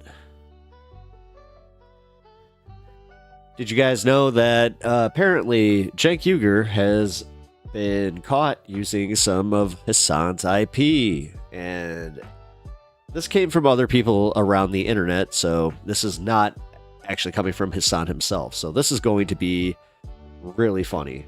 So let's check it out. I want you to watch this clip of Hasan Piker as he interviews with Sean O'Brien. And in this video, you will hear, and really honestly, you're going to see the hurt that Hasan experienced by virtue of his uncle, Cenk Uygur, at TYT. And in this video, you're going to hear how the business practices at TYT fell extremely, woefully short of being truly progressive. And I think that in this video, Anna called him out, and he was gonna be done. Oh boy, is he not done. You will recognize that there has been... Does Hasan care he lets random people use his IP on YouTube? I think that this is more than just like his clips. A problem I think that this is actually like taking stuff that he was doing while he was working at TYT. brewing over at TYT for some time. I watched this video and I'm going to play it for you. But more than anything else, I could see and I could feel the hurt that HASAN was experiencing even right then, having to discuss it. And I wonder why. You know, I wonder what the Fun fact, my mom is 44 years old. driving force Ow. is behind HASAN really putting Okay. all the information out that he's been putting out, saying all that he is saying, and how difficult it must be for him to have to say these uncomfortable and inconvenient truths about his own uncle, Cenk Uygur, over at the Young Turks. Take a listen in. But I started working with my uncle. That was a weird edit. And look, I think it might be a little Turkish of him to do this, but he definitely took advantage of the fact that I was his nephew in terms of, the pay structure that I worked So you under. definitely needed a union with a relative. Oh, 100%. Oh, Yeah. Exactly. Never work with family, guys. They actually did unionize the producers, but that was after I had left. But Cenk owns HASAN and his mustache. Oh, so HASAN's mustache account here is owned by Cenk. Oh, there was definitely a little bit of issues there as well, and I think that I'm old as hell. Thanks, was my Kurt. third I mean, dude, my guy just made me feel ancient. See, look, I got another. I have another white hair that just popped in. Like every time that he says something like that, it's just boop, boop. final radicalizing moment, I guess, was I had this IP, this intellectual property of the show that I like built out of for free that I did because I wanted to do it on the side. It's something I wanted, and I knew they were not gonna originally they were not gonna let me do it unless I do it for free, which is kind of lame. And this is your uncle's company. Yeah, it's my uncle's company. So I'm just like, I want to help. I want to be beneficial, and I also want to do this thing. I'll just do it. I'll just do the extra work for free on the side and maintain this thing so that I can prove that it's good. And so I did that. But it blew up. It got very popular. And instead of giving me additional funds to be like, here, let's build out the show more. Let's give you a writer. Holy crap. Because I did this in the supply closet, basically. I put a green screen up there and I started filming myself. Yeah. They were like, oh, yeah, we're going to take this IP and we're going to give it to all the other hosts so we can make more of the same type of videos without spending any extra money. And that's when I was like, damn, I have no ownership over this. I have no control over my hours. Yeah. I have no control over this IP, this thing that I created, right? This thing that I put a lot of thought and effort into and I did for basically free. I don't control it. You can really see the pain, or you could hear the pain in HASAN's voice. He's not comfortable talking about his family like this. Yeah. It's not easy. Well, it sucks because it sucks to admit that you've been taken advantage of by your for family. him to do this. In fact, I can tell that it is taking a lot for him to come out and say these things. Yeah. You got to keep in mind, these things happened many, many years ago. In fact, I remember the IP, the intellectual property that he's talking about. I remember when all of a sudden there was a new format that was being presented and it featured HASAN. And then that format was featured by another person from TYT. And then another person. That was many years ago. And like so many of us, HASAN has sat on that story and has not shared that story until now. Out of respect for his family member, yes, but also I'm sure he was doing that. He did not share these stories until now out of respect for TYT as an institution, what it represented in progressive spaces. I can tell you one thing I know about HASAN just by listening to that brother on the occasion that I get a chance to listen to his stream is that he is genuinely a progressive. He's a leftist. And I know sometimes the left, the right dichotomy, that it can become almost meaningless and it becomes, sometimes a badge, but he really stands on the values that he believes in. He really represents that. He doesn't always get it right. There's a couple of instances that he's gotten things wrong, but who haven't? Who hasn't? Who amongst us has not made a mistake in our reporting and our coverage and what we say and do? But at the core of what Hasan does, I truly see a person who truly believes in what he says and stands up for it. And so you can see and hear the pain in his voice in this video. He doesn't want to do this. And it makes me ask the question, why is he doing it? Why is he being so honest here? And why is he being so honest now? He's not doing it with any level of malevolence. I think he's not doing it with any level of attack. He's not going after TYT. He's not going after Cenk Uygur. He's not going after Anna Kasparian. He's reluctantly sharing stories that reveal just how he's sharing stories that reveal just how bad the business practices and how unprogressive the business practices of TYT truly were underneath the leadership of Cenk Uygur. It really underscores what so many other people have been saying, including myself. A lot of us who left TYT, we left quietly. We may have had our issues in the background, but we left and said nothing about those issues because we wanted to protect TYT. We didn't want to attack the big, not out of fear, but out of the need for that institution to be here. Yeah. And to do something on behalf of progressive voices who were trusting in them. Yeah, they actually believed in like the message of TYT and like what they were doing. And at that time, it was a little bit easier because they were kind of the underdog of like the media ecosystem. So, but 2 out of 2 cases, yeah, that's what dirty, Hasan is though. talking about and what several of others, including myself, what we've talked about, really demonstrates a pattern that's been long-standing. And I don't really even want to talk about TYT so much in this clip as look at what it does. Look at, and I know maybe we shouldn't, there's no need for us to feel sorry for Hasan. He's doing quite well. He's doing tremendously well. What he's doing on his own rivals what TYT does as a collective company. His reach goes so much further than TYT. So I don't say this in order for anyone to feel sorry for Hasan Piker, but you can see, you can hear in his voice that this bothers him. Mm-hmm. I can't imagine this really having does. to You get can on tell the internet and share these things about a family member of mine.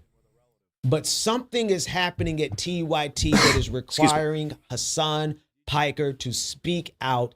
And while he's not speaking out as a means of attacking them, he's sharing his truthful experience.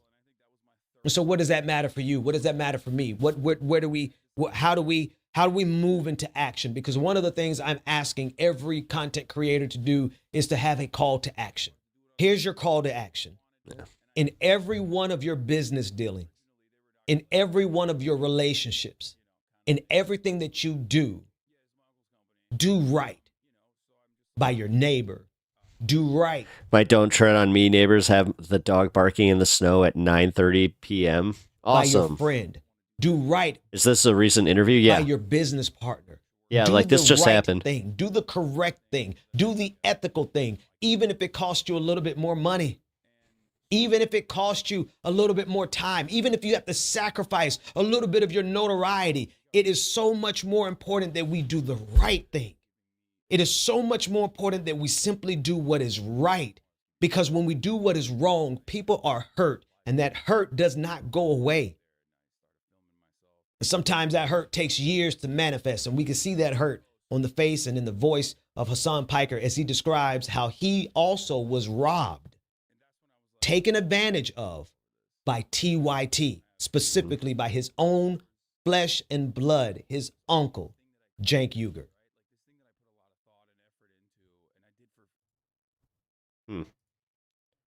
Again, that was an odd way to end that, but hey, you know what? You got the information, and he's right. That was, yeah, as I said, that wasn't just him like stealing content. He was like, I actually kind of know exactly how he feels about that. I've worked with family myself. It is, it's rough. It's definitely rough. So, as I said, like I wasn't joking. Don't work with family. It can turn into that real fast, and then you start realizing the power dynamics, and you're like, well, hey, I'm doing something that's worth so much money, and they're just like, yeah, but you're my kid. It's like, Jank your gear. Very odd way to end. Yeah. Jank you gear. Chunk yogurt. What was the other one? Shaky Gurga. Like, I love all his little nicknames. They're so funny. All right. Let's go into the next one. Bill Maher getting cooked. They say they feel like they're abandoned their cause to the beautiful people. Who are the beautiful people? I'm guessing it's not us. He's wearing him down. God, Bernard, do it. Do it to him, Bernard. He's wearing him down. Do it to him, Slowly but Bernard. surely. He's Do doing it. a decent job at it. All right, I gotta pee. I'll be right back. All right. Bernie Sanders was on Weeby's favorite TV show, Real Time with Bill Maher. Let's take a look at some of the takes. You were advocating at the Supreme Court, I think it was last week, right? Because, or maybe it was this week, that the Supreme Court is looking at Biden's giveaway to people who own debt. Giveaway is your term, not my term. Well, they have college debt. Okay, and we're going to give them money. We're going to forgive debt. Well, we're arguing about the same thing, but there was no argument. We're giving the money. Okay, so I just want to read you this. And again, this is against why people sometimes, I think, question some of what you're saying. This is a survey student loan forgiveness recipients. 73% of applicants say they are likely to spend their extra money on non-essential, including vacations, smartphone, drugs, and alcohol. They admitted that. Oh my God, he is so right-wing, dude. He is so incredibly right-wing. First of all, smartphone, drugs, and alcohol. Like, why did you put smartphone in there? Smartphone, drugs, and alcohol. The do you mean? Smartphone is like everything. Drugs and alcohol. Extra money on non-essential, including vacations, smartphone, drugs, and alcohol. What do you mean, smartphone? It kind of makes no sense. Yeah, no like, people will spend money on their smartphone. I mean, who cares? And who cares ultimately? Like, what does this take? Like, oh, well, you know, if you get debt relief when school should be free in general, when college should be free already, if you get debt relief, if you get a little bit of financial restitution from that, and you want to spend it on whatever the you want to spend it on, like, oh, that's not allowed. Like, you, I hate it. I hate this argument when people are like, people are buying steaks with their EBT card. It's like, what? If you're poor, you're not supposed to eat steak? Like, what are you talking about? What the are you talking about? Especially when it's some dumbass like Bill Maher who like does everything. Like, this dude still goes to sex clubs and shit. Bro, what? Is it only for you because you hit the lottery and got lucky enough to make it in Hollywood? So only you get to have fun? People should be able to have fun. If they want to buy shit, they can buy shit. I hate that. He's reading a study, bud. Yeah, I'm already undermining the inherent reactionary take here that, like, people have to spend it on things, okay? Things that people have to spend it on, like, essential things if they get debt relief. When school should already be free. So it doesn't matter, okay? 44% said that they would actually spend the extra money on the smartphone. 43% said investing in the stock market. 42% said gifts, gaming system, wedding, drugs, alcohol, gambling. None of the, by the way, oh my God, this study is so bad. The more I find out about the study, the more I realize, like, it is so stupid. Wedding, non-essential things like a wedding. Non-essential things like, gambling, fine. Drugs and alcohol, fine. That's a classic trope. But the idea that, like, or a gaming system, the idea that, like, investing in a stock market, smartphone, and weddings are considered, like, non-essential is really stupid. Smartphone is absolutely essential. A wedding could be essential in this regard. Anyway, not only that, the study is already like sampled horrifyingly poorly. So that's hilarious. But even then, it doesn't even matter. It does not even matter. Because if people want to spend it on non-essential shit, they should be able to spend it on non-essential shit. 4 out of 10 say that student loans haven't negatively affected their lives. Dude, this study is awesome. All data is from a survey commissioned by Intelligent.com and conducted by, in total, 1,250 Americans on the survey platform Pollfish. It's a Pollfish survey. That's insane. The sample size is completely insignificant because it is a Pollfish survey. Are you joking? I could conduct the survey in this chat right now, and so many of you would write the dumbest answers. That does not mean it's an adequate survey. It's a web poll. It is a self-selecting web poll. If you use this to guide any kind of legislation, you are the dumbest person I've ever seen in my entire life. But some of you are so motivated to keep up this unjustifiable system that you will use this idiotic survey. Not only is the survey idiotic, not only is the survey itself idiotic, but the contents of the survey are stupid as well. Like, these numbers don't make sense. 45% said that they would spend it on food, but we shouldn't have a say in where people spend this kind of money, this additional money, because half the time, for example, people will go out and buy a car, right? Yep. Now, you might think it's non-essential, right? You can make that argument. They're like, oh, what the f*** are buying a car? It helps the economy, you idiot. That's why you do debt relief. If you want to talk about it from like the higher level concept, debt relief is good for the economy. It gives people more purchasing power. It feeds back into the economy immediately, especially when a lot of these people are spenders and not holders like wealthier people are. Poor people immediately cycle the money back into the economy, whereas wealthy people will invest it, okay? Will park their assets. So them purchasing stuff is kind of... Yeah, we covered that yesterday. Like, that's the whole problem with the billionaires, is they're not reinvesting. The point of why they do debt relief, especially when you realize that the main reason for why this debt even exists is fraudulent. This debt should not exist because public education should truly be free up to the college level. So yeah, I don't care. I think it's an overall good thing. I don't give a shit what you do, okay? And even if you are going to gamble it, which I would say don't do that, obviously, okay? Obviously, don't gamble your student loan debt relief. It's not up to me, or that is not what I would cut policy off of, when you shouldn't have gotten that kind of debt anyway. That college should be free. They admitted that to the pollster. Who is this pollster? NBC News.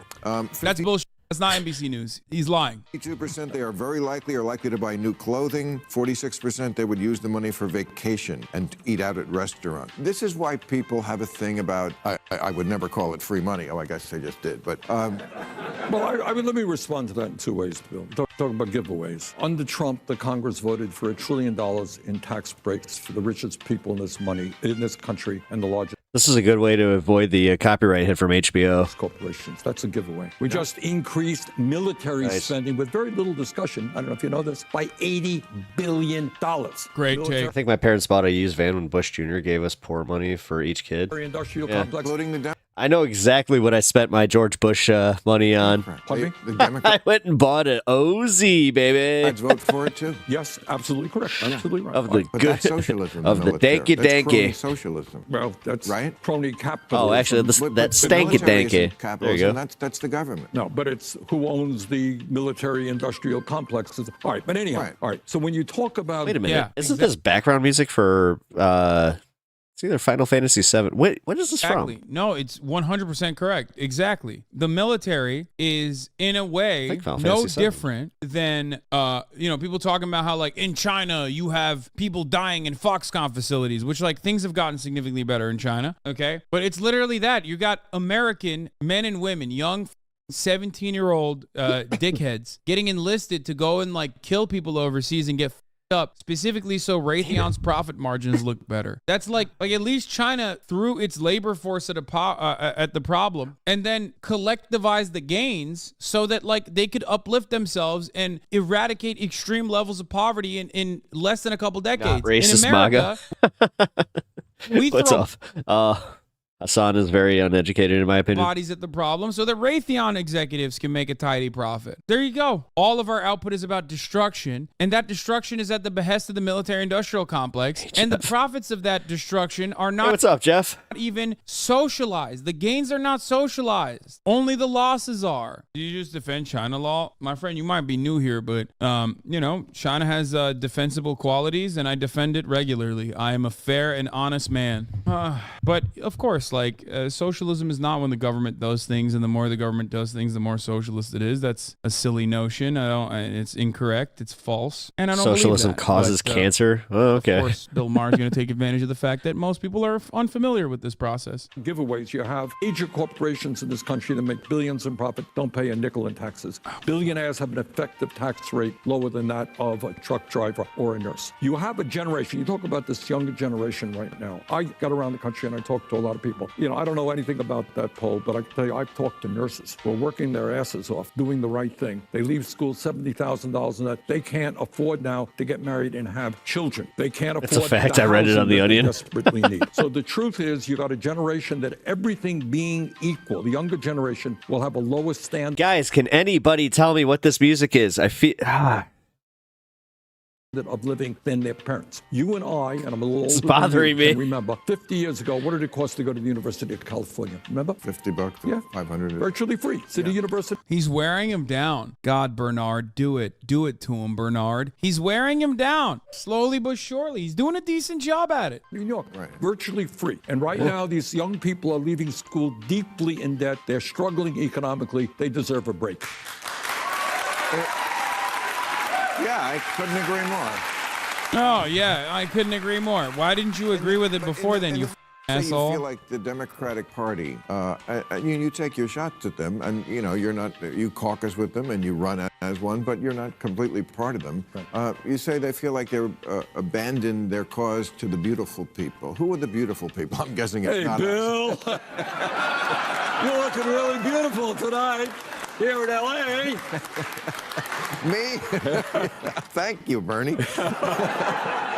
Here's the point. The point that I was making is when FDR was president, when Truman was president, even when JFK was president, you go out on the street and you say to people, which party represents the working? Does anybody know the status of the Onion taking over Alex Jones's stuff? Yeah, it's happening. Like it already went to the appeals court and he lost.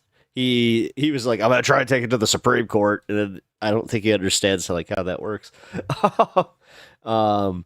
It looks like they are finally moving all the assets. I think it's by mid-February or something like that. Class of America. Most people, I think, agree would have said the Democratic Party. Correct. All right. Today you go out on the street, and that is not the sentiment. In fact, the Republican Party probably has more adherents than the Democrats. How did that happen? I'll tell you how it happened. It happened because 30 years ago, the Democrats said, hey, Republicans are getting all this corporate money. We want it too. Let's go out and get it. And let's forget about the people who are working 50 or 60 hours a week. So you're sitting out there somewhere in the Midwest. You can't afford health care. Maybe your job went to China and you're earning half of what you used to make. Your kid can't afford to go to college. And you're looking at people on television doing all of their stuff. And you are saying, who the hell gives a damn about me? All right? Who cares what my life is about? Who's addressing the crises facing my life, the pain that I'm experiencing? We have something, I don't know if you're familiar with the expression, it's called diseases of despair. Of course. All right. And what the doctors tell us, Oh, we damn. have a life expectancy. Hold on, guys. We actually have an update on this.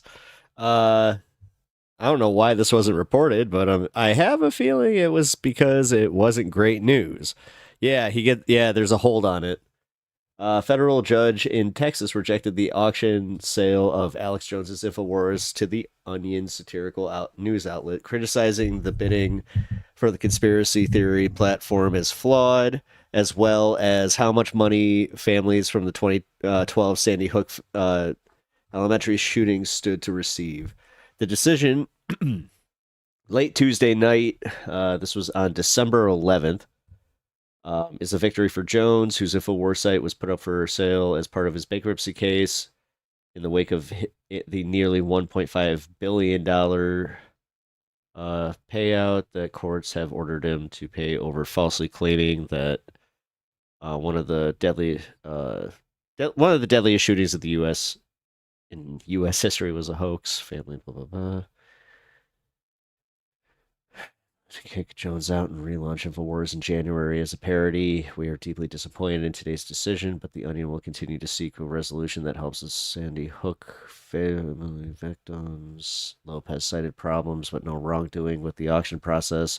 He said he did not think that those involved in the auction acted in bad faith and that everyone put their best foot forward and tried to play by the rules. Still, Lopez said, dude, this is just a blatant, they didn't like the outcome and now they're just trying to, it's like, hey, can I get one of my friends to just do something about this?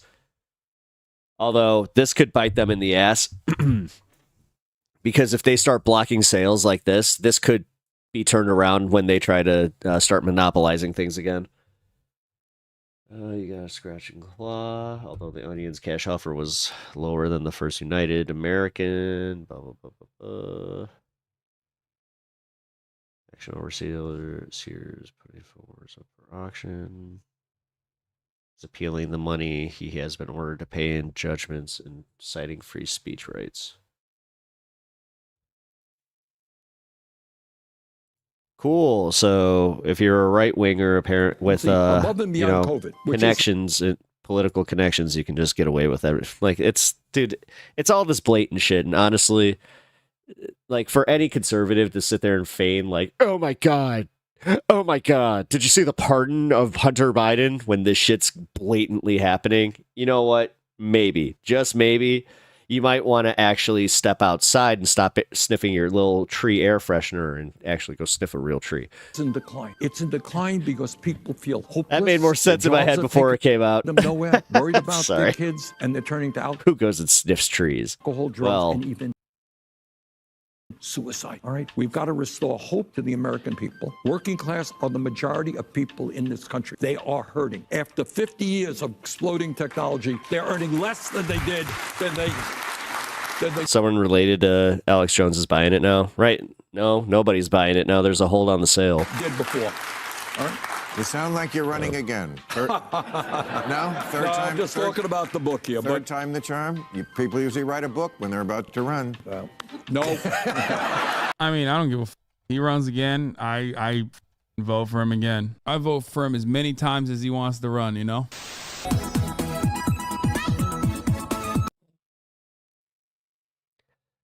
TikTok dates.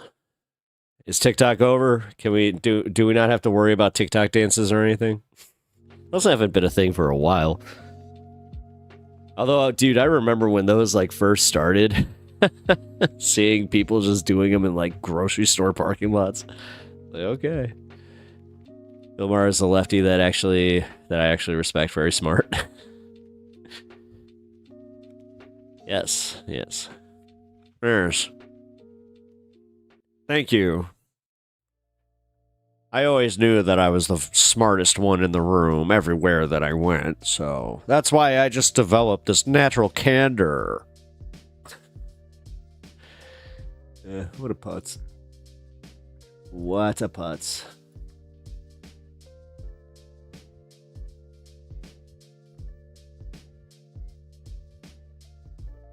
There should not be one billionaire in America. None. Preach. And I'll tell you why. Because there is nobody that works hard enough to earn $1 billion. And my argument is this. The two jobs I did in my life that were physically the most demanding and mentally the most difficult that I ever did paid me the least amount of money. One was going through buds, and I challenge any billionaire to put up with 6 weeks of that at $62 every 2 weeks, you know. And the second was right before I went in the Navy. I had a job with the Minnesota Highway Department, couple bucks above minimum wage. I worked for the bridge crew, and you know what my job was? I worked a 4-day work week, 10 hours a day. I was in underwater demolitions. So I could have Friday, Saturday, Sunday for the weekend. You're 18. Of course you're going to do that. But I worked 40 hours in 4 days on the bridge crew, and guess what I did? Ran the 80-pound jackhammer. I challenge any billionaire to run the jackhammer for 40 hours 1 week. Yeah. See, I was kind of saying this at the beginning of the program. And tell me he works harder than that. No, he doesn't. That's why I believe there should not be a billionaire in the world. Former wrestler and Minnesota Governor Jesse the Body Ventura was preaching here. The video is courtesy of Fandom's Potlight on TikTok. Ventura wouldn't be done, though. Let me make this statement. There shouldn't be one billionaire. There should not I guess you're right. Yeah, I just found the story. Be one person worth $1 billion. And I know that's shocking hearing it come from me. But the older I get, the more flaws I see in capitalism and the more good things sometimes I see in more socialism. And let me explain on this. What can one do to earn $1 billion? Once more, He would go over his days running a 90-pound jackhammer and follow that rant up with this. Okay, no, that's just the article. So no, they're still in litigation over this. So the judge said no to the Onions one, but then also said no to just outright being able to offer more money, because that would be antithetical to the actual, the auction process, which they are holding to. So it looks like the Onion is expected to make a new offer. And when was this? January 14th. When is the new? I'm just looking for the new case. This is a bunch of just like rehashing everything that it was. Under the agreement, families. The deal needs to be approved by Lopez, the bankruptcy judge. Okay.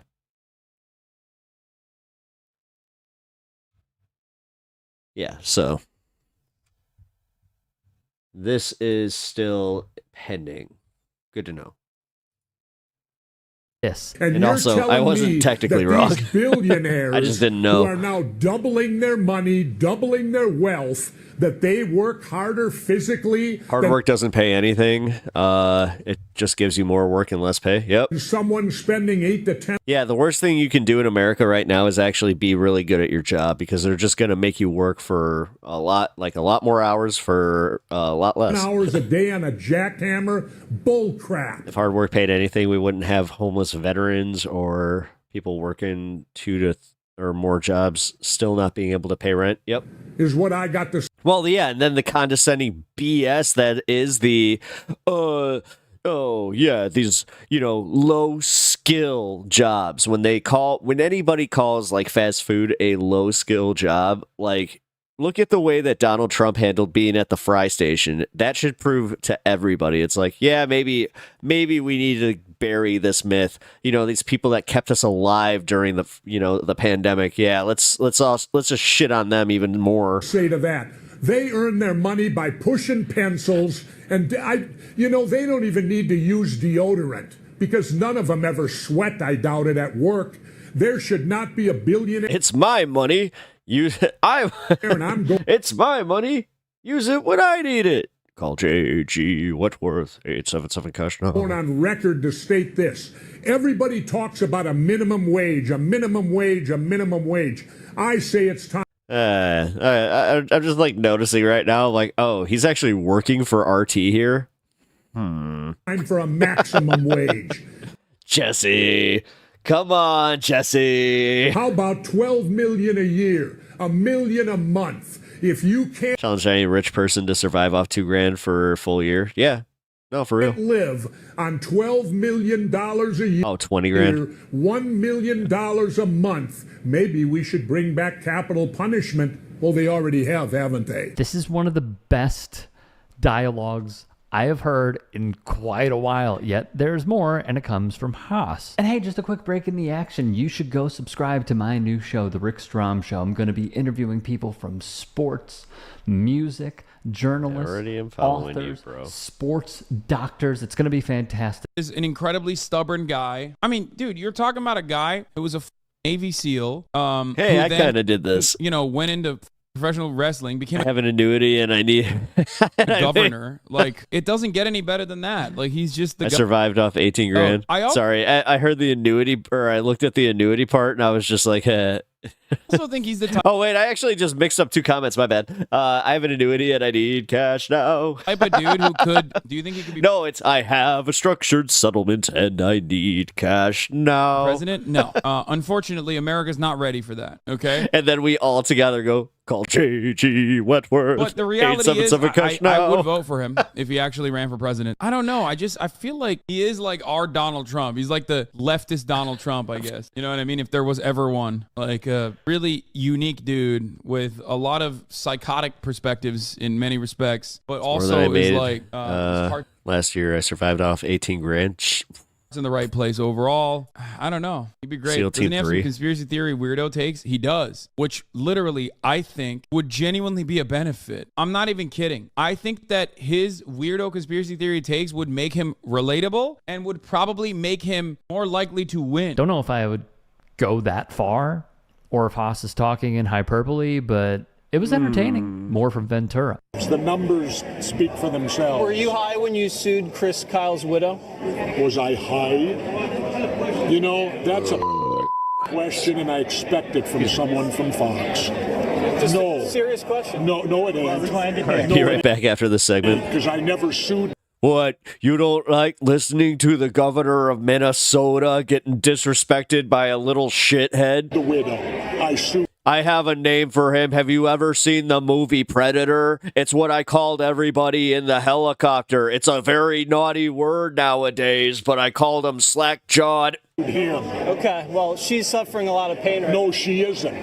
How do you know that? Because insurance pays for And it's all because I'm a goddamn sexual it tyrannosaurus. all. She hasn't paid 1 cent. How do I know it? It's my case. So you stand by that? The case got overturned because the truth came out. Nah, he's my great uncle, so it's touchy for me. Are you for real? Insurance Wait a is minute, paying really? for Is Jesse Ventura's your great uncle? All Wait, of it. what? Or Waters? Which one's your great uncle? Because I got to be honest, if it's Jesse Ventura and you're dead serious, what? It isn't costing You realize I'm not joking when I'm saying he's one of my heroes, not just like politically, but his family a cent. oh, really? That's the way legal works if you do your homework. Would you apologize to her? No, she should apologize to me for the lie that her husband told about me. Why would I apologize? I didn't do anything. You only apologize if you've done I ain't got time to bleed. something wrong, Pat. By the way, this is Ow. what it looks like when a troll is hired to represent. Dude, I'm not making fun of him. I love this man. Are you call a kidding me? He's one of my news favorite people on the organization. planet. Hulk were once good. That's his name. Jesse isn't his real. I kind of got that. Yeah. I kind of got that. But the fact is, he have to legally change it to Jesse Ventura to run for governor. What's I the thought that was the case. likelihood of that ever being repaired? Never. I know that that's also the reason that he just like straight up owns it. What? Can't trust him.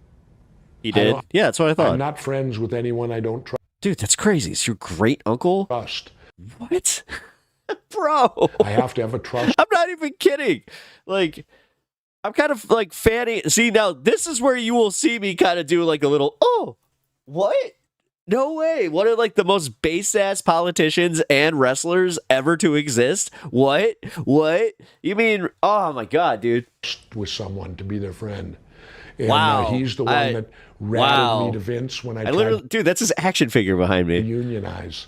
I found that out I on got the a favor to ask you. federal deposition Just when kidding. Vince was put under sworn, and he didn't hesitate at all. No, legit. He's one of the people I want to meet more than anybody. Like, that's Told crazy. my lawyer the story, and in deposition you could ask about anything.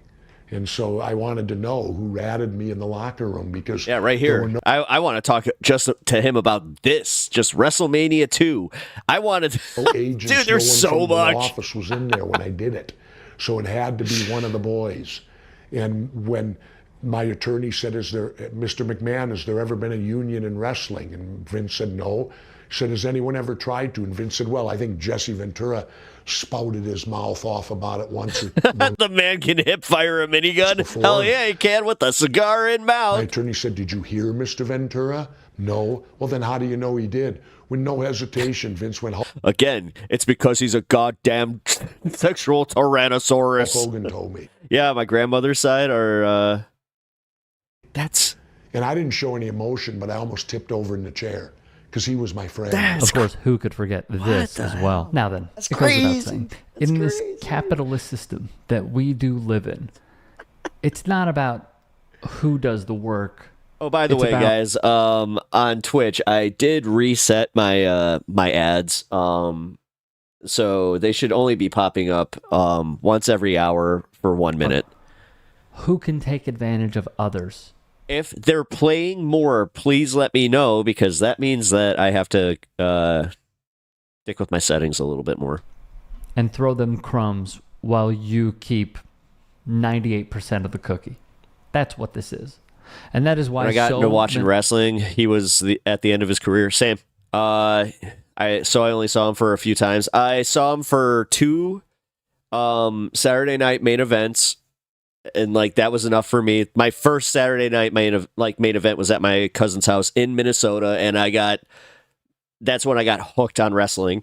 1992, and then my uncle took us to Blockbuster, and we rented SummerSlam from the previous year. Many Americans are fed up, but why they also continue to make the wrong choice. Because you see, we believe as we are at where we are at right now in the year of our Lord 2025. He's a whack job, let's be real. Yeah. But he's like, Kirk, my aunt's not famous, but she's very much like Jesse Ventura. Very eccentric, but I love her. Is that you need to like, pick she's red the best. or blue when... They also, interestingly enough, are Native American jackets enthusiasts. In reality, almost said I've said many times over now, it is about... It's not even that bad. I mean, we literally grew up with Indians, and then it's just so funny to literally find out where it's just like, wait, they were never actually Indians? What the hell? Having class consciousness. How did we let that one just seep into our entire youth of the 90s? And seeing a working party unite amongst the people. We do not understand as a cohesive how much power we... I think he actually might have been one of the first wrestlers that I ever did an impersonation of, because I took a lampshade, put it on my head with some sunglasses, and I was just like, I'm Jesse Ventura. I want to interview you for something. We truly do. You're seeing it with TikTok right now. There are people that are deleting, not just deactivating, deleting all meta platforms. Yeah, which I'm only keeping it, as I said, I'm deleting it off my phone, but I'm keeping it on my computer so I can at least have the events, because unfortunately that's where we kind of do most of our planning. And it is, as has been reported many times over, the 3.5% rule. But no Instagram for me, baby. Of society were to band together. Yeah. Blue Sky, let's go. Follow me on Blue Sky if you haven't already. And peptalks.bsky.social. Take action against a company, against a provision that has been passed by withholding our attention, our eyeballs, our... I actually just thought about this. If you guys do follow me on Blue Sky, you'll actually make me use social media. So if you want me to be more active on socials, this would be the way to do it. Scrolling, then it can That's cause... what I love about Blue Sky, by the way, is the fact that it doesn't really lend to doom scrolling. Like it is so wholesome in comparison to frickin' X. Serious change. And I think with a lot of Americans downloading Red Note in an act of defiance is quite telling. But can we do it for a greater purpose than just saving an app? I don't know. But everything Ventura says about... I'm keeping it because I don't live near family. Well, yeah, Ruben, I mean, yeah. I did the jackhammer. And I'd love to see Elon Musk do the jackhammer. Like, we know what would happen. The difference is... It'd be funny. Oh my God, to have frickin' Andre the Giant alive, to just stand behind him and look, noodle arms. Noodle arms. He was born on third base, maybe even between third and home, by coming from a rich family in apartheid South Africa. And he used that money to leverage himself to being boys with Peter Thiel until Thiel kicked him out of PayPal because they couldn't work together. And then he kicks out other founders of companies and claims that he's the founder. This is such a rigged system for the rich. And I really, really wait for people to come together to say, you are not my enemy. The top 1% is, because truly at the end of the day, they are the ones that are making our lives a living freaking hell. If you can and are willing, please become. Oh my God. I just realized, guys, like a paid member here at TYD Sports. If you can and are willing. I need to get a hoodie that color. Like, I just happened to make my hoodie that color on my logo, and I realized, like, just looking through them, I don't even own one that color. So I was like, oh, whoops. Andrea Legend, goat in the movie Princess Bride. Hell yeah. Anybody want a peanut? Oh man, I love that movie so much. Again, another Chicago staple movie, because in the beginning, Fred Savage, when he's in his bed there with getting told the story, it's all they're set in Chicago. So again, it looked like my bedroom where it was Michael Jordan, Bears PJs. It was man, growing up in the 90s as a kid in Chicago was the best, man. Because I felt like every movie was just kind of like, oh, it's about me, where I'm at. Like, so Home Alone was just like here, this is how you can do this. Protect your home in suburban Chicago. This guy's hoodie is that color. Yeah, that's what I meant. That's why I was like, I need that hoodie. I saw that, and that was my first thought. I'm like, huh. Made me realize I need to go buy that, and like I need to find. And again, I was just using some Copic markers, and I happened to find like a nice light shade of purple because I wanted to make it kind of look like Macho Man's colors, but I didn't want it to be like, dark purple. So yeah, I think it's actually more of a cobalt. Which, by the way, guys, if you do any sort of physical art and you have been having problems with markers, check out Copics. Copics are the best. They're a little expensive, but they are the best. Dude, all right, so I've been saving this one. I think we checked out part of this, but I want to watch this one because it encapsulates it so well.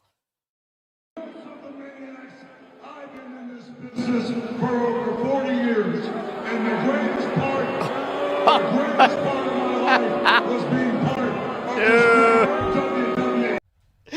This is so bad. I've had all kind of tag team partners over the years, but Hey, Unimundo. I'd say Macho is more of a royal purple. It is. my greatest tag team partner, because you guys have stuck with me through thick and thin, folks. I've got a new tag team partner right now. I got Hulk Hogan. All right, usually, like, when you go to a concert, right, your audio does not get picked up by your phone and it doesn't know justice. This, oh my God, because they on TV definitely messed with the audio to make it seem like they piped in crowd noise. It did not sound this bad.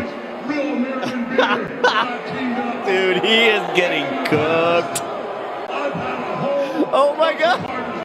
You can hear it from the other side of the arena. Oh my God. Bandit, why are they booing him? Because Isaac Goes Insane just said it. F Hulk Hogan. Or as one of my other just like favorites outside of wrestling, like just any interview with the Iron Sheik is gold. Fuck that jabroni, Hulk Hogan. Oh, how dare you? How dare you? Macho Man just did that. He just did an elbow drop in his grave. Just, ooh, I knew he'd be telling lies about me. Yeah, Hulk Hogan's nothing but a liar. Yeah, Brother Love and Hulk Hogan, two peas in a lion pod. They are. Yeah, only can fit two there. Brother Love makes up for two. I've had giant-sized partners like Andre the Giant, but the was little when I took her to see pro wrestling. We could see over the curtains when they would walk out. She said, "They're giving high fives, Dad. I think this is fake." Oh, she had such an organic break of kayfabe. That's brilliant. Dude, the fact that they're still going like this entire promo, and poor Jimmy Hart, bless, you know what?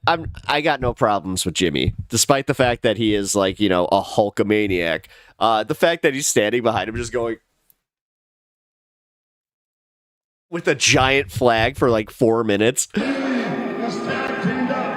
Isaac goes and says scumbag, yeah. He snitched on Jesse Ventura when, this is very well known. His politics are the worst. Yeah.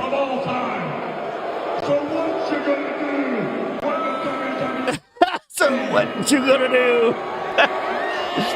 When the WWE Universe boos at you. Yeah, brother. Oh my God, legit. Macho Man would love this. He would just be like, look at this. He's ridiculous. Hulk Hogan. Here's the situation. There he is, my man. Oh, and this is when he recorded his Be a Man record, which I actually have the physical vinyl of. I'm so proud to own that, by the way. We've been acquaintances at... Not a bad... It's, for being a rap album featuring Macho Man Randy Savage, you'd think it would suck. It's actually all right. Best. Never been best friends. Never been friends. Just a business type thing on the television. But sometimes what goes on... Gabriel Iglesias behind the scenes is stronger than the soap opera on the video. Fluffy is a wrestling fan. Fluffy. I called him Fluffy. I liked his first two specials. He hasn't had a funny special in years. Rest his soul. The Macho Man Randy Savage spoke on it, and his analysis is quite telling. Yeah, this is when bike chains were super in. I was dating a younger girl at this time. Yeah. My beard might have been a little gray. That's why, shoe polish had to do for had to make shoe polish because just for men was kind of starting to grow out. An interview captured by James M. Thomas. He actually did do that, by the way. That's not just a joke. Years ago. And by the way, it wasn't just them. Mick Foley. No, my other favorite. So did The Undertaker. Ooh, if Taker's coming out and he's being like, nah, he's an ass. Sid Vicious, The Ultimate Warrior, Bret Hitman Hart, to name a based Foley. But yeah, Hitman. Savage. And he disrespected me and my family through the media waves, Instead of you. You know what he's talking about. Yeah, he's talking about Elizabeth. Yeah, I haven't talked to her in a little bit. Yeah, little bit on the pills. But back then, she was my girl, you see. Yeah. Wanted to get with Miss Elizabeth. I was always a little suspicious. Now this just makes it known, yeah. Having a problem with me, you call me to the side, man to man. We talk about it. We agree to disagree. We have a fight. We have an adult beverage, whatever. Right. Man had a little too many adult beverages, yeah. And the man. Got charged an arm and a leg for a hotel stay. You know what I'm saying? Mano y mano. Okay. That's not the way he does it. Yeah. He's a wuss. You see what I'm saying? He goes on the airwaves and he disrespects me. He gives me a shot over the radio, gives me a shot over the TV. He gives me a shot over the internet, here and there, but nothing face to face. You mean Bret Hart? Bret Hart has nothing nice to say about Hulk Hogan. Nothing face to face. There's more to the story. Face to face. As Savage would explain. I don't know why I'm doing more macho than he is. Like, he's not even doing his gimmick right here. But And just a quick break in the action. You should go subscribe to my new show. Rick Strom. Good guy. Rick Strom Show. I'm going to be Based ass politics. Follow.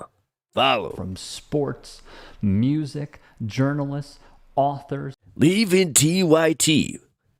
No idea why that would be. No, why would that be, guys? Not because Chuck Huger challenged my man here. sports doctors. It's going to be fantastic. Please go subscribe. Thank you. So I challenged them 2 years ago to all the money, all the proceeds, all the pay-per-view revenue, Oh, yeah, the all boxing. the merchandising. You know what I'm talking about, Gorgeous George? Everything going to this is when he was with Gorgeous. Yeah, okay. Gorgeous George, yeah. Not sure if you know who she is. I'm Gorgeous George. It's not the wrestler. It's the porn star. Yeah. charity. Definitely got me into a new style. Yeah. The Children's Hospital. Undertaker then comes out rocking my style. Yeah.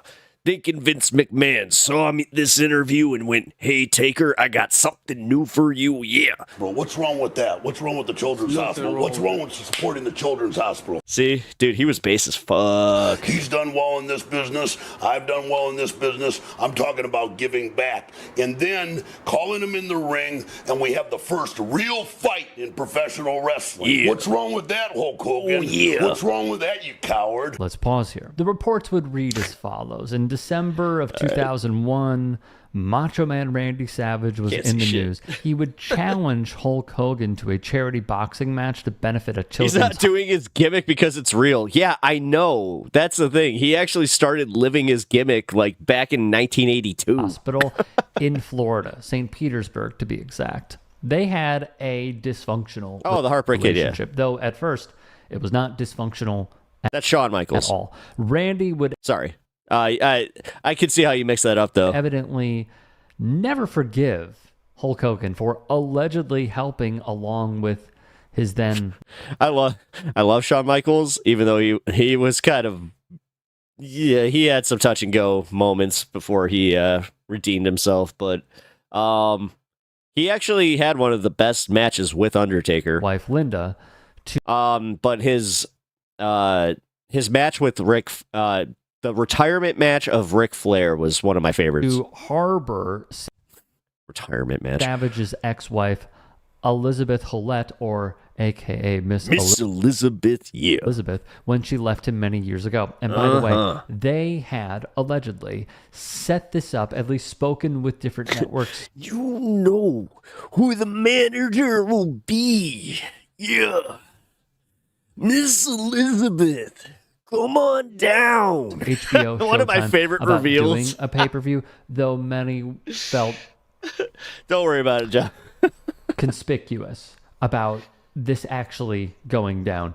The fact that you remember him. Like the fact that you remember Heartbreak Kid. So Many wrestlers did donate money Sweet to chin Macho music. Man's cause. So there is that. Though Savage, of course, was not alone in his criticisms. And that's Warrior. really one. So you get all right. Well, take this one with a grain of salt, guys. Part of the problem that He kind of had some. I don't mean to speak ill of the dead, but Warrior had some issues. Okay, Terry has. He never had especially room with the in his truth. heart or mind to believe that people were fans of the other characters other than Hulk Hogan. I know you. And you know I know you. You know that I know the real you. Cut a You promo. know Cut a But I know promo. that when you think about the rest I feel it from parts unknown. wrestling world, in your mind, there was only room for Terry Bollea and nobody else. On the other hand, you have a long-running reputation for being a liar and a Pot, meat, kettle. fraud and a phony. Warrior dishes on Hogan as well. When And Vince they wrestled Shawn Michaels and also had a God. very complicated relationship where Hogan went on the record saying that Warrior was a one-trick pony. And he only, according to this post, he only could wow the crowds with what he did prior to going into the ring with the ropes. Not awesome, obviously. And then there was a story that Sid Vicious told that I transcribed. Yes, Sid. And Oh, rest in peace. I believe Oh, he's wearing the hoodie. Like, it hey is, guys, I need this hoodie. potentially copyright infringement. So I'm just going to read what I transcribed He's also got sick ass music taste because that's one of my favorite Most Def from albums. that interview. He would go on to say this is a true story for whatever reason that happened. And I'll leave a link in the description box below for all of you if you want to go check this out. And it's via the Hannibal TV. One reason it all went down the way it did, he says, was Hogan's run was over, and it wasn't that I was any better than him. It's just I was a new face then. Vicious would go on to say, you know what? Actually, I am and was better than him. So He when was. they Yeah, Sid Vicious, like that, it could have gotten over, man. swerved him like that, Yeah, they swerved him bad at WrestleMania. they thought they were going to start booing me. In New York, they didn't boo me. That's how it works. So Hogan came back, and I'm not kidding you. I'm not trying to be mean to him or anyone. He is putting on his quote like a woman, and he's screaming in the back going, Vince, you MFer. Like Vince planned for him to get booed. And so You can't just say a spoiled brat, just because that's what he's doing. He's coming back. Why are they cheering for me? I'm the good guy. Vince, you put so much money into I me. just went into Vince's office. I said, this is Vicious telling the story. Vince, I can't work in a place where a grown man acts like this. So I had my hand See? to Vince. I said, I'm going home. I'm done. I'm not too I said, far because off. everything you told me has been a lie. Not a lie, just hasn't come true. And I've lost a lot of money being here, so I'm letting you know I am done. Per Wrestling Inc. This occurred in 1992. Oh, After the that's the one. This is literally the year that I got into wrestling, guys. This is amazing. Royal Rumble. I love it. Sid would go on to say, that time wasn't any fun. Yes. But I think there's a theme here for many people. Okay, guys, this literally means that it's run back all the way through all of the time that I've been into this. To lead as a main takeaway. And it is this. Hulk Hogan wanted professional wrestling to be about him, according to his competitors / co-workers, who were also big names at the time. And it seems clear even now that the diehards who pay attention to this stuff and have seen this stuff throughout the years booed Hulk Hogan, whether it was in person in LA, in their Netflix debut. And this wasn't like, NWO Hogan, when Hogan like announced booing him for that fun. he was partnering with the WWE for real American beer. And as we've covered previously, check it out on demand. I don't recall which one did the that would be Jake the Snake. We all, you got it. We all watching that, and my friend grabbed his girlfriend and did it. There are some suspicious people who have shown up to those promotions that they have put on throughout the country, and even some comedians named Robbie Roadsteamer. No way. I can't imagine that. Just like, hey, come here. Bow. Check out as well on demand. But the diehards know all of this because they keep tabs. They pay attention to this stuff. And to couple that with what Mark Henry said, how after the N-word tape and lawsuit came out, he reached out to Hogan to try and just help him The Snake was one of my favorites as well, yeah. rehabilitate himself. Kinda sounds a little bit like Macho Man, but just more gravelly. He wanted no part of it, didn't do And I'm anything. not as crazy, man, yeah. Any of the work. When it comes to him using a racial slur multiple times. It's one of my favorite stories in wrestling is when they had the match between Jake the Snake and Macho Man. The whole spot was that at the end, Jake the Snake pulls out his python, who he was devenomized or whatever, but he still has fangs, so it was like a legit bite. So right before they go out, Macho Man goes into the locker room. He's like, hey, man, I need you to do something for me. Yeah, I need you to take the snake and you need to get bit by it. I will not go out there and let it bite me. Yeah, unless I see it bite you first, man. He's just like, are you serious? It's like, yeah, I'm not doing it, man. So he had to take a bite. He took the bite. So I guess he was really pissed off about that. So Jake the Snake, like, he kind of when he did the spot, he kind of wiggled the snake, and he knew it would piss off the snake, and he would bite harder because he was so pissed off at Macho Man. So Macho Man is in legit pain. As we learned, yeah, I in the saw that Gawker snake lawsuit, bite. Yeah, to him backstabbing Jesse the Body Ventura, who says, "I thought Hogan was a friend," in a such a Graham nerd. Bensinger interview because Ventura tried to unionize the fighters, and Hogan ratted him out to Vince, and much, much more. It shows that there is just a theme here, a constant throughout time since Hulk Hogan has been in professional wrestling, and it is that he is just a bad guy. he sucks. He's always sucked.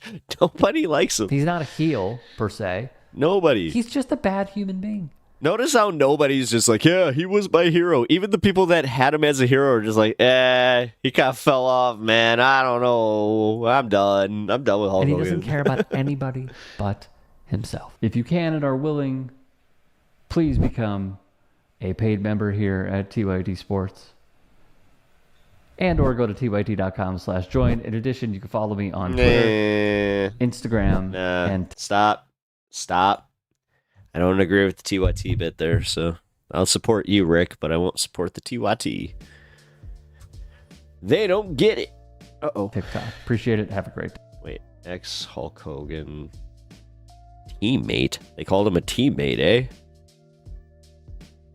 Let's revisit Hulk Hogan and the boos heard around the world. All right. The fact that he made this a whole, series... WTYT take. Again, this is barely TYT at this point. This is Rick Strom. I follow Rick.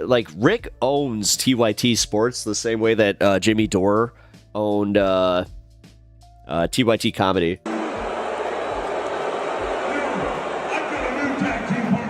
Oh my God, it's a new angle, guys, and it's not any better. Oh my God. Oh my God. All right, guys, I'm only freaking out like this because there's wrestling heat, which there's booze, right? And it's more like we all know that we're having fun with it. So we're just like, boo, boo. This is legit screw this guy. Boo. Dude.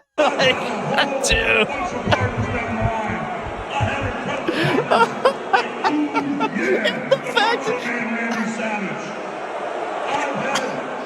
just keeps trucking on.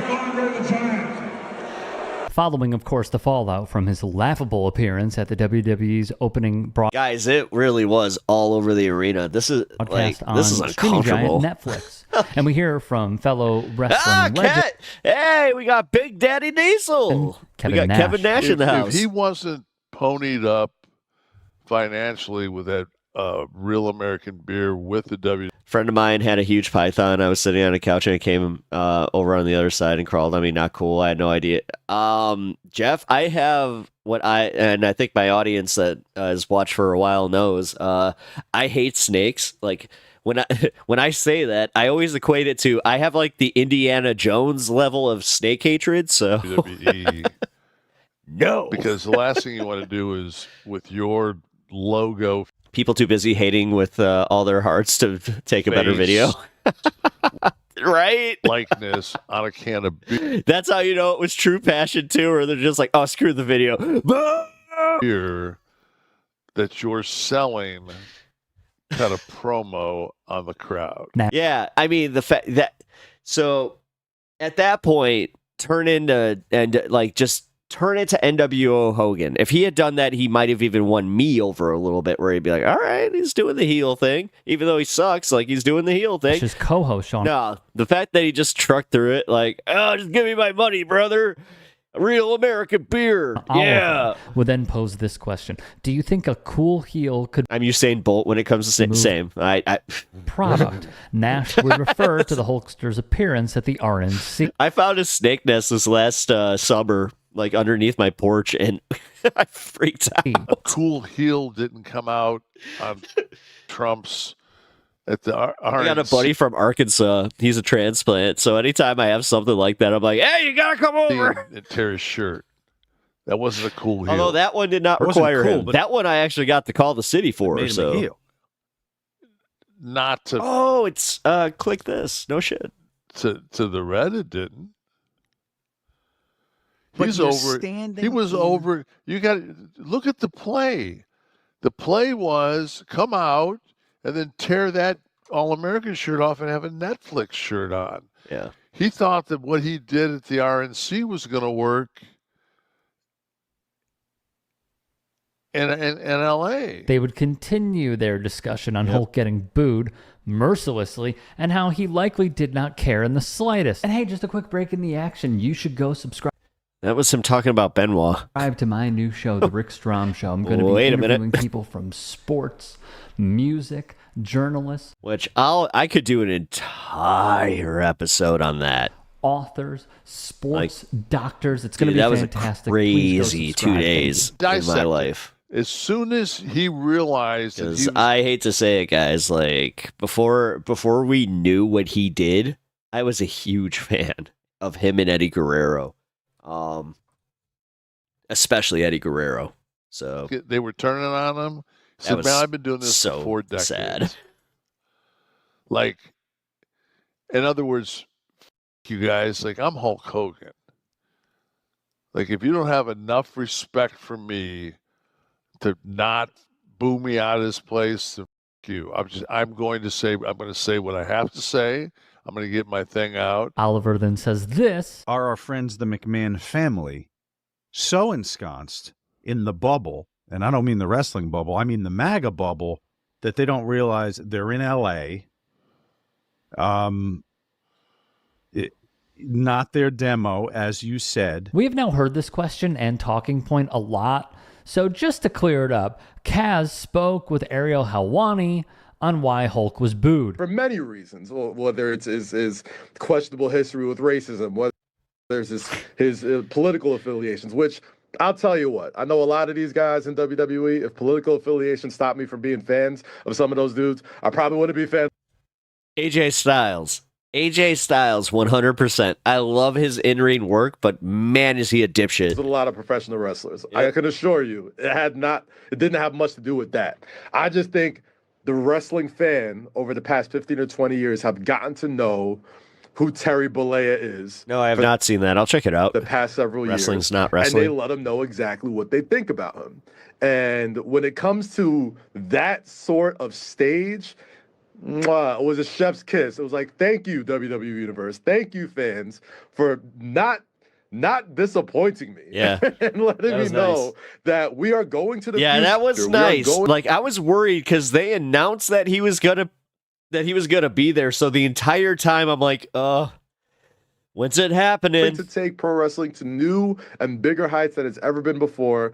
And for everything that Hulk... I mean, CM Punk is like my favorite wrestler of all time. And I can tell you right now, he's one of the basest wrestlers of all time. He's not going to Saudi Arabia for any of the shows. That's in his contract because he does not agree with them. But he is not... Actually, I take that back. He's not the basest. Sami Zayn is. Actually, he was just at a event where somebody had a Palestinian flag. He was caught going, raise it up. Raise it up. Hogan has accomplished. We are totally okay. South Park showed us what wrestling is. Mighty fine wrestling. Mighty fine wrestling indeed. That was very mighty fine. Without you. Can't get more succinct than that. Kaz would continue. That was some of the finest wrestling I have ever seen. If you're asking me specifically as a fan, I've been booing Hulk Hogan for the better part of the last decade. Based on the things that he's said in actual... Yeah, it's not exactly a hot take to go, I do not like Hulk Hogan anymore. Although I grew up in an era where when you did say that, you got made fun of mercilessly. Documents that have been proven for him to... Like me. Just, not really care for people who look much like me. Let's pause here because there was another influential voice who echoed this sentiment. Hulk Hogan got booed out the building. I was one of them. I'll show you the video. Really? Oh, yes! Me, Eric, Andre, and Wale was giving it to him. Absolutely, bro. Yeah, I don't, But why, though? So if you don't mind me asking, but why? The hating. Okay. The racism, bro. Yeah. It's just hard to forget how detailed that rant was. I hope you get. And if you look up his rant, Yeah. it's very, it's very detailed. And, I miss Sammy and Shinsuke, the headbanging entrance. Oh, yeah, that was so much fun. I get a lot of people online who are like, oh, well, he would be mad if he found out about that whole generation. Yeah, well, when I find out, I'll be mad. O'Shea Jackson Jr.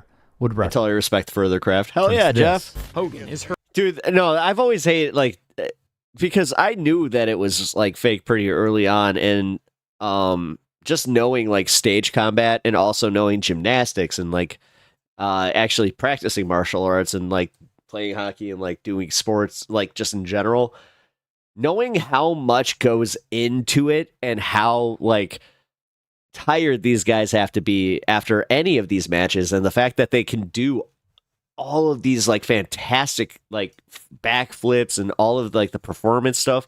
I'll admit, as a wrestling fan, I wish there was less of the fake punching.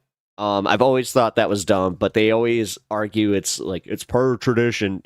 Well, yeah, it's dumb. Heard on the tape, which was recorded in 2006, talking about his daughter Brooke, who he accused of sleeping That was Dustin Rhodes. with an African American. Dustin Rhodes tried to reinvent himself as Goldust. Dusty Rhodes. I mean, he had polka dots. Yeah, yeah, daddy. A racist to a point. But then when it comes to nice people and whatever, then says, I mean, I'd rather if she was going to I'd rather have her marry an 8-foot worth $100 million, like a basketball player. Guess we're all a little racist.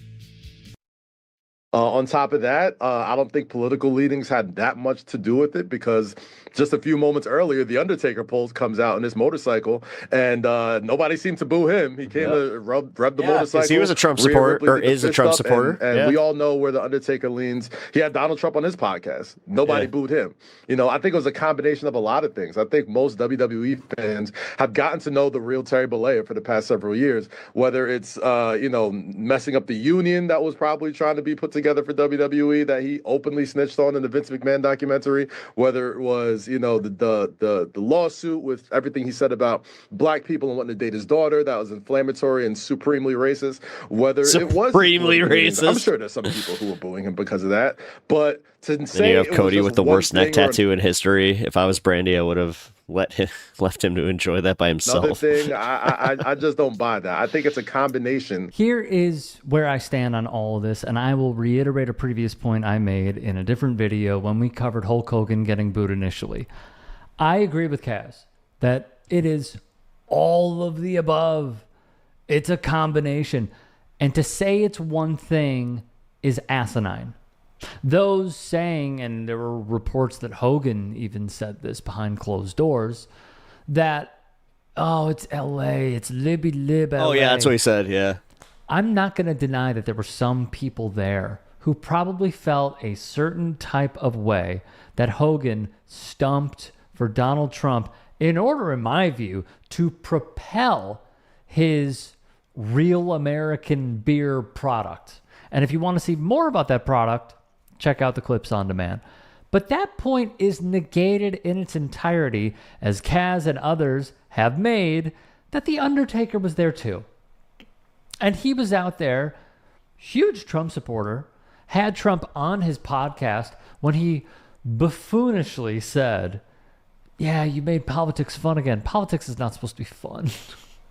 This is not supposed to be fun. This is supposed to be legislation that helps people, but it's not supposed to be reality TV, which is largely, in my view, what the Taker was talking about. Regardless, the point is negated by The Undertaker being a humongous Trump supporter, not getting mercilessly booed.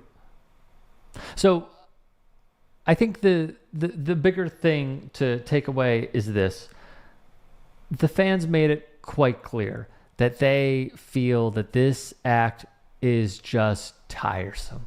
The guy coming out and Well, it's just the fact. Okay, it's the fact that everybody like Do-rag and the stash and ripping the shirt and blah, blah, blah. Yeah, everybody's sick of that, but it's also the fact that like they keep trying to shove him down our throat as like this nostalgic thing where it's like, remember? You guys remember? He was the biggest wrestler. Remember? We're just like, yeah, you can stop now. We've seen it. We've done it. Yep. It has reached its closing. Yes. Do they retire Hulk? No, because there will always be fans who love to see him, but it really feels like in the grand scheme of things, they're probably at the end. If you can and are willing. My dude must really like that sweater. I mean, it's like how I really like this sweater. So, I mean, I'm not attacking. I'm just saying I am making an observation. Remember when he chokeslammed Mankind off the, yeah. That's like that's the one that everybody goes for. But yeah, I watched that one live. That was fucking crazy. The question before the justices today.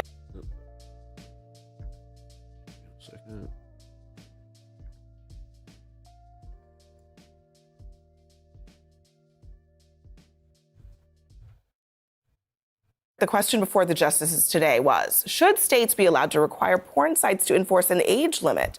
A Texas law does just that, and the site argues that it's a violation of their free speech.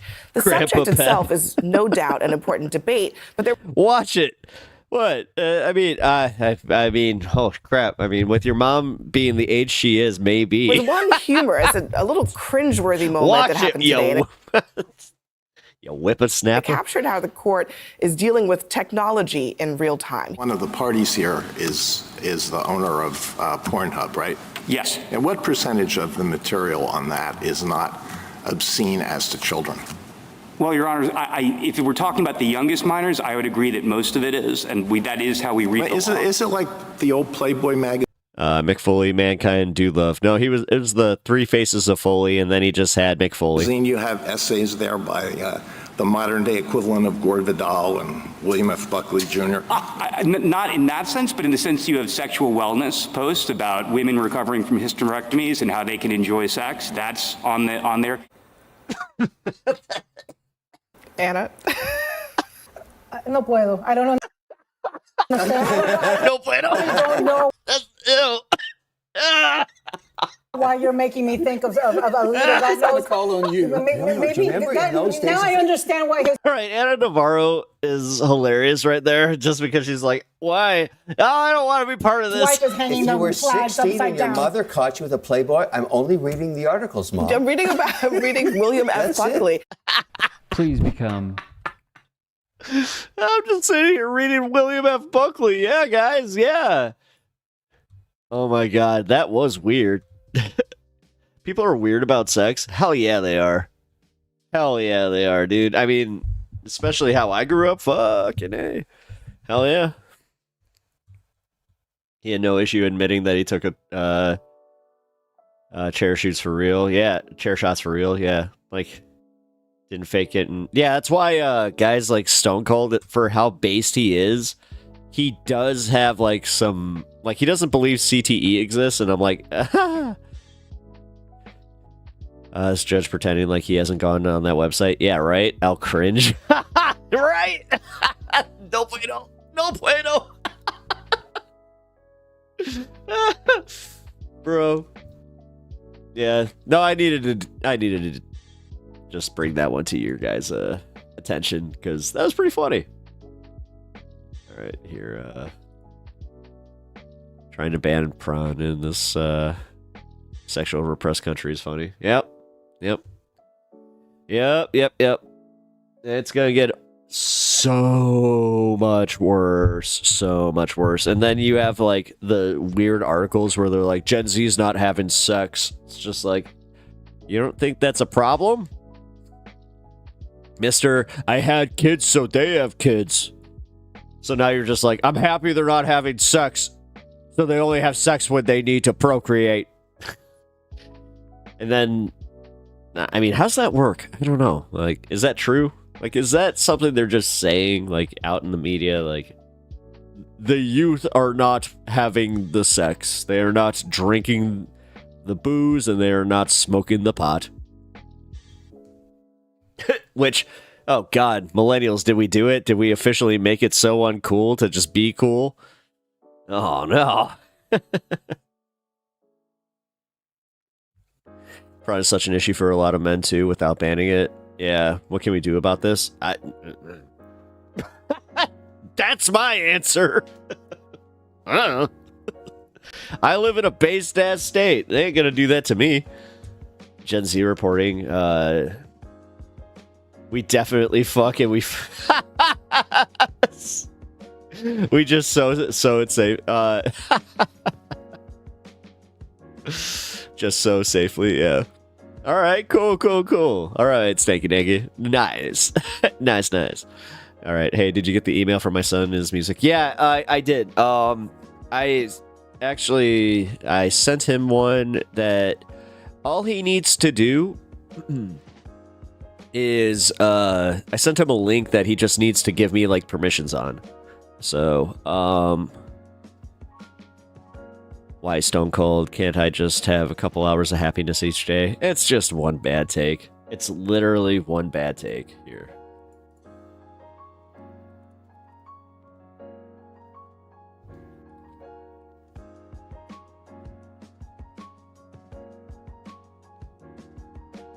Hulk Hogan has reacted to Stone Cold Steve Austin, calling him out after he was booed on live air at Raw's Netflix debut. Hulk Hogan's recent appearance at Raw's sounds like an AI channel. Netflix premiere was met with a distinctly negative reaction from the I live hate AI audience. channels, A sentiment that has only intensified.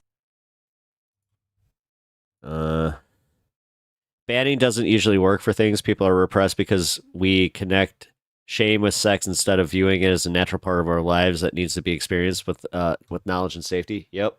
Following wrestling star Mark Henry saying that Hulk didn't want to make amends for it. Now, fellow wrestling legend Stone Cold Steve Austin has weighed in, offering a critique of Hogan's approach to his past controversies. The boos directed at Hogan served as a stark reminder of his past use of insensitive language, an incident that continues to impact his public image. This situation was amplified by Mark Henry's public disclosure of an offer he made to Hogan to address these issues. Henry revealed on January 9th that he had personally proposed a plan for Hogan to make amends. With the social climate and the things he said and done and his lack of effort to try to fix it, people are going to come down on it. He detailed his offer, saying he offered him the chance of a tour involving meetings with black colleagues and visits to law schools across America, providing Hogan with a platform to explain his past actions and engage in meaningful dialogue. Hogan declined this offer. Steve's commentary on the situation came in the form of a comment underneath a video of the TMZ interview featuring Mark Henry talking about Hulk Hogan. Steve decided to share his thoughts on this by saying,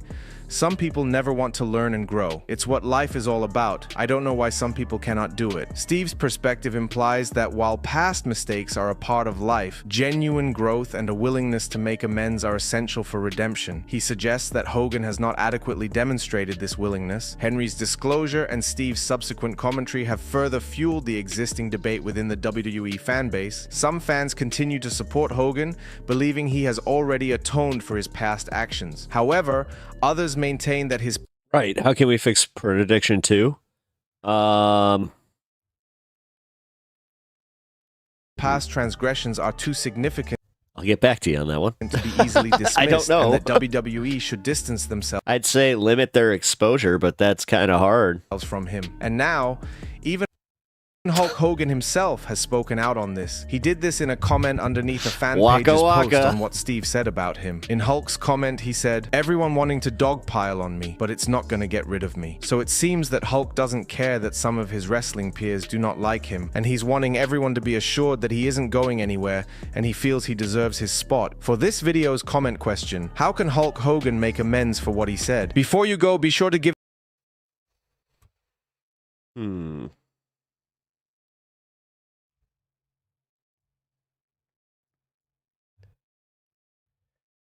All right. Ugh.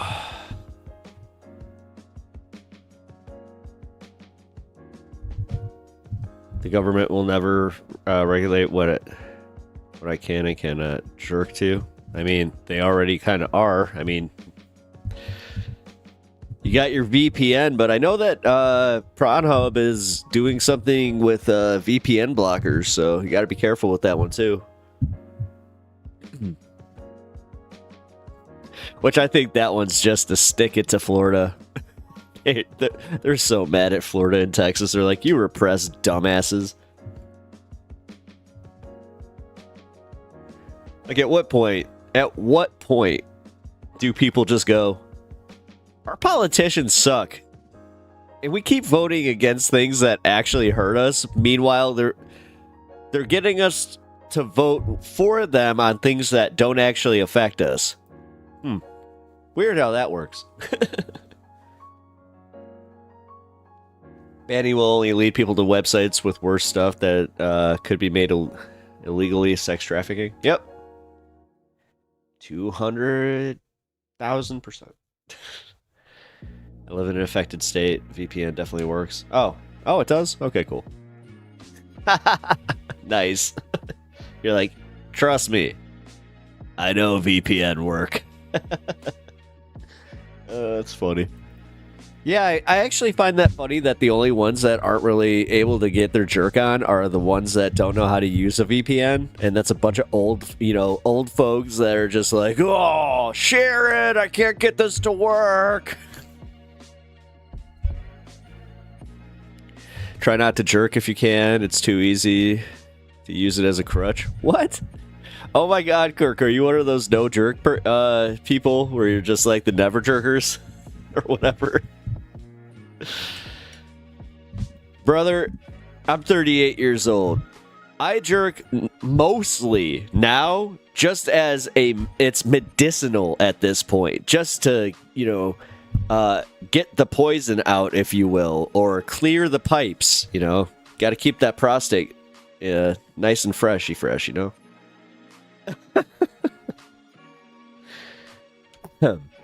can't stop human behavior. You can only try and teach people, make it healthier choices. Medicinal. Trust me. You know what, Stinky Dinky? You can sit here making fun.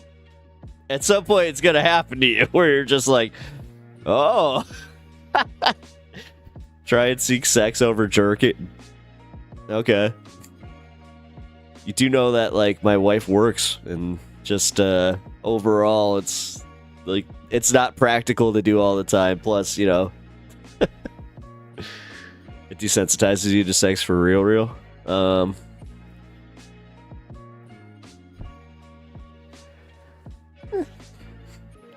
I don't agree with that. Bro thinks it's an either or situation. Yeah, that's kind of what I'm thinking. Like, I mean, it may be for you because, Kirk, the difference between me and you is I'm not an addictive personality like that. Like, and I am not shitting on you in the slightest, brother. I'm really not. I'm just saying, like, because I was made aware of this with my own family, where my dad and my mom, because they made, like, my mom and dad met at an AA meeting, okay? So I had it pretty much instilled in me from the very beginning. You're gonna have this. And I was like, oh, okay. So my entire life, I was just like, I would always actually misconstrue like my ADHD and like my hyper like fixations as being addicted to things. And I was just like, oh, I must be addicted to this. Uh-oh. And then I'm just like, oh, no, that's just hyperfixation on like, because my brain is like, oh, no, I'm very interested in this. I mean, yes, for a short time there, I did become very hyperfixated on jerking, but what 13-year-old doesn't? I mean, for real. Although, did you guys hear about the school? I think it was like in North Carolina, where they had to put like a bulletin all around the school to tell like the kids to stop jerking off at school because I guess their pipes is not, their pipes are not made to contain that much semen. I was like, interesting. Men have to go to therapy first because women kind of don't want to date anymore. So for now, jerking is just fine. Yep, Bloodstone.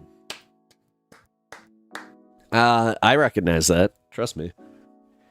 That's why it's so funny when I like just openly mention my therapy. Like I have had women just be like, "Why you talk about this?" Or I'm like, "Yeah."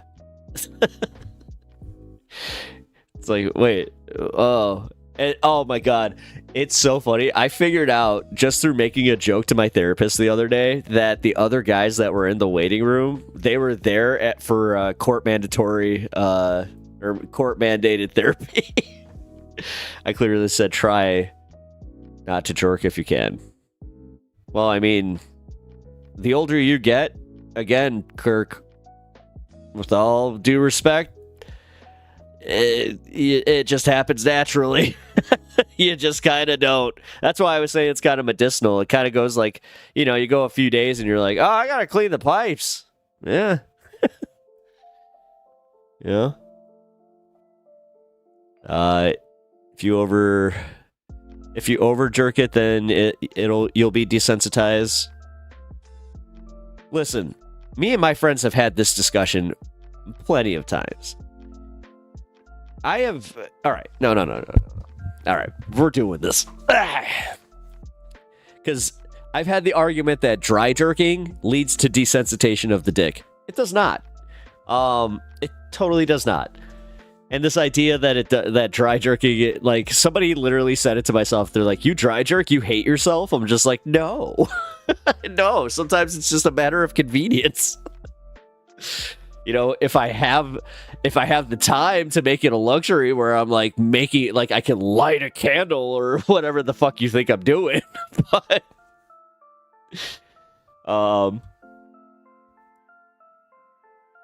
wait a minute, but it is about moderation and seeking help if you need it. Sex therapy can be really helpful for some people, but they can be really hard to find. Oh yeah, that's true.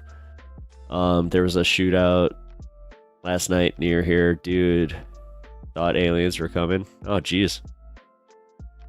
I'm not against it. I'm just bringing up the actual dependency men have on it. Well, dude, what do you think is more of a problem in America right now? Their dependence on jerking off, you know, to not get violent towards women because that has been proven to be a thing if they don't, or DraftKings. This is America, man. We will jerk. Jork. We will jork. People who have a problem do it multiple times a day. Now that, I mean, okay, I've had days that like I'm feeling a little randy, but if it's like becoming a thing where that's becoming like the norm where you have to do it multiple times a day, that's a little bit much. LOL, I don't think it's that big of a deal. We just talking about it. I think y'all I think y'all not reading my comments. No, we are. I mean, I think that we may be misreading them purposefully almost. I mean, I am because it's fun, but I'm kidding. This is the subjects I want to cover. Yeah, usually I would make this a members only stream. If we're talking this stuff, usually I should probably do that. Just to be safe. But whatever. Go be these men's friends. That's more of the problem. Men won't initiate friendship easily with other men and use women as their social crutch. If you're jorking instead of eating or sleeping, then you might have a problem. Yeah. It's literally. Hey, Tanner, how are you? I'm good.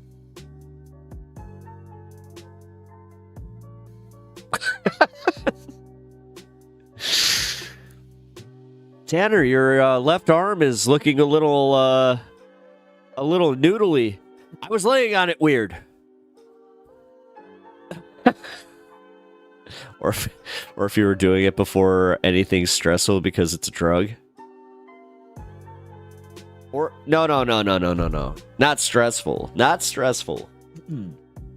The times that you do it are the times that you know that having the coom in you is going to make you dumb.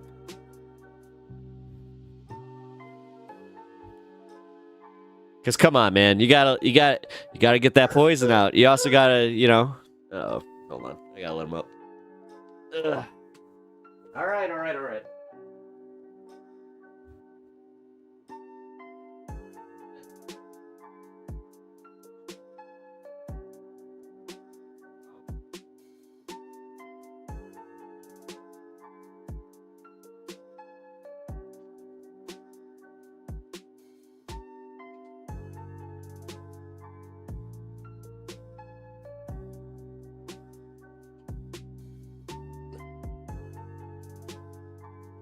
You're only reporting on the bans and not your fault. This is American politics.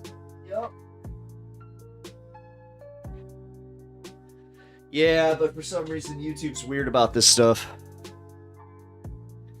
I jork to be free.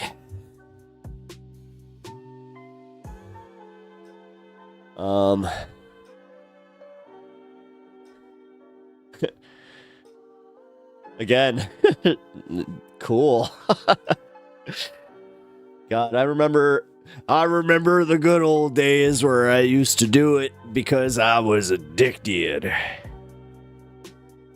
Get it? Addicted. Where am I? Oh, no. I tangled up my freaking cord and I don't know how to get it. There we go.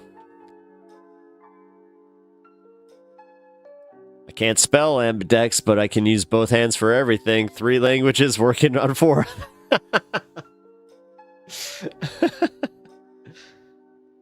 I mean, come on. Don't ruin it, man. I mean, this is one of the best parts about being ambidextrous, which I am. My mom trained me to be right-handed because she thought that the world would be cruel to me if I wasn't right-handed because doorknobs. Like, that was her... When I asked her why, she said doorknobs. And I was like, oh, I guess you're right, but...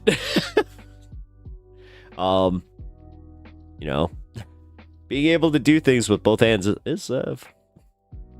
like beer pong and hockey, it's been very useful, so... and giving strangers. See where I was going with it? Oh! Waka waka. I'm just going to do that from now on. Just waka waka. Were you born in 1912?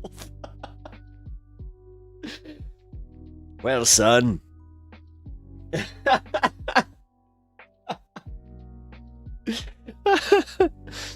In 1 hour 15. Thank you for that.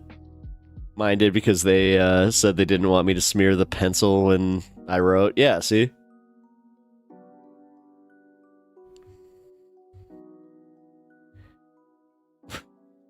So I born in 1912. No, my mom apparently was just very, old school. Obviously.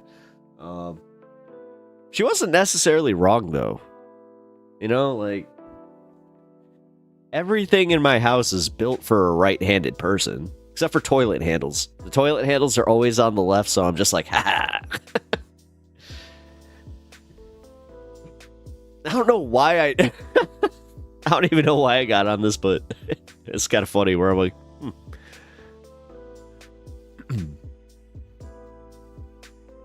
I hope you guys enjoy my weird-ass sunlocks. What else we got? Went from bro to unk just like that. It's alright, brother. Sorry. Or should I say nephew?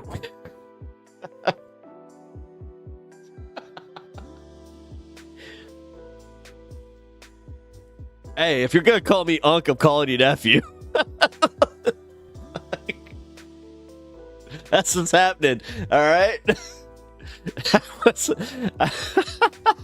I was a front row nerd in college, and professors noticed I was writing with both hands. I told them hands got tired and they shouldn't talk so much.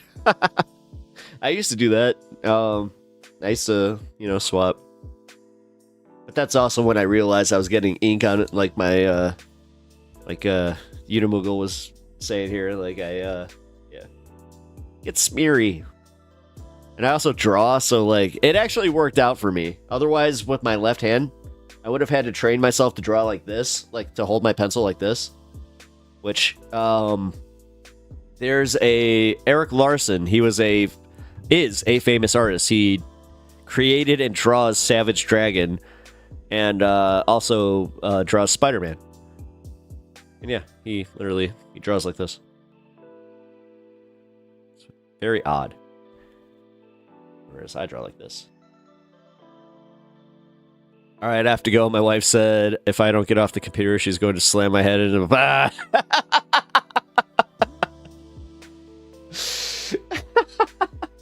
All right, you're on point tonight there, bud. Jesus. Tell her not...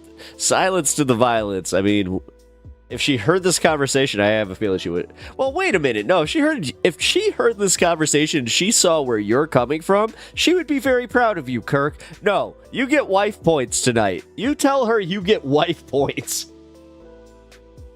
All right?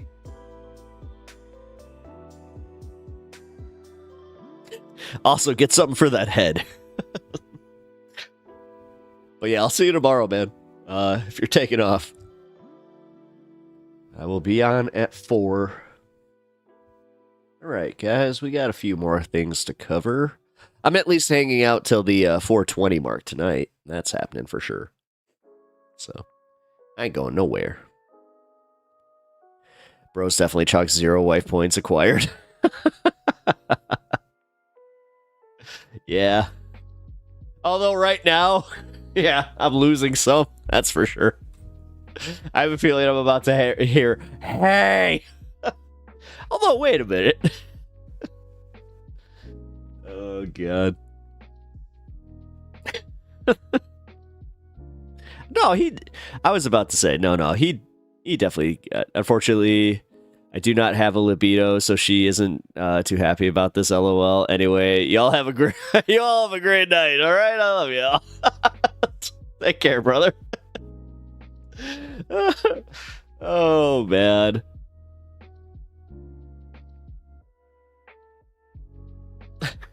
My wife.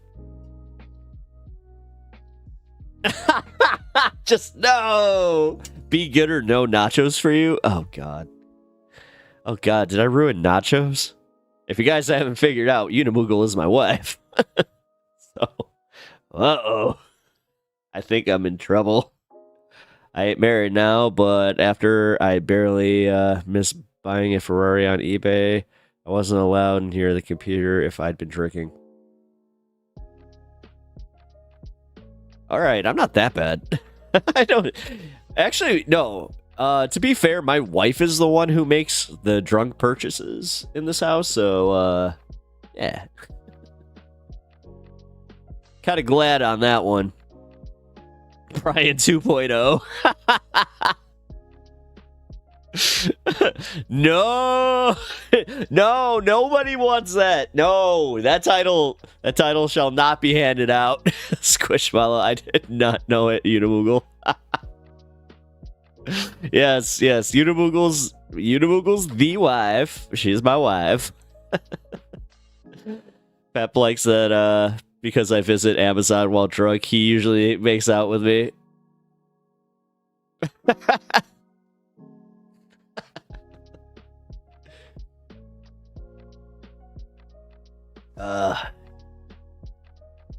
Yeah, guys. I let it go. Oh no. No, honestly, I've actually caught myself like slipping a few times where I'll like be talking to her and chat. I'm just like, oh, you know what? Screw it. It's much easier if you guys know. So, but yeah, the wife is in chat, guys. So be good. All right. Don't get me in any damn trouble. No, I meant make out with stuff. Damn autocorrect.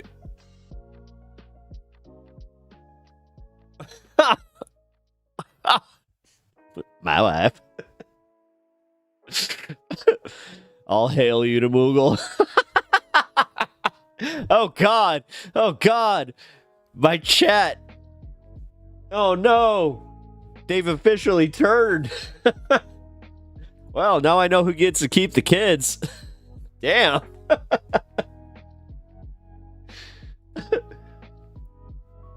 I love you guys. You're too funny. Squishmallow Dragon gets points. No, we do not need a Brian 2.0 though. Going back to that. It's a nice catch. Just literally caught that with my knee. Yeah, he is gone. Remember, kids, touch the glizzy and you'll burn for eternity. Dude, I'm not even kidding. So I got my glasses when I was 12, and my dad took me for this ominous car ride where he was just like, I need to talk to you about something. I'm like, Dad, is this a talk? He's like, this is the talk. I'm like, oh no. And then he's just like, so, you know, I noticed that when we went and got your glasses, that you might be, you know, touching the noodle, you know? It's like, he's like, you know that if you touch it too much, then that's what happens. My gullible ass totally believed that shit. Dude, it took me telling my friend at like a, you know, one of our sleepovers or wherever, where I was just like, hey man, is this true? And he was just like, are you dumb? You're certifiably one of the dumbest people I've ever known. Yeah, I never got the talk. I was too busy getting my group home girlfriend pregnant. Jesus. Well. I mean, yeah, you know what? I lost my I lost my virginity at a disturbingly young age, so it was definitely something that I look back on. I'm like, I don't know what I was trying to prove, but I did. Once I got my glasses, I too began to touch my noodle.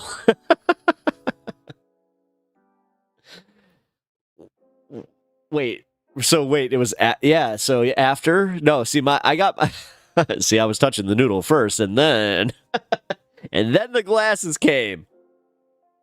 It's true! Guys!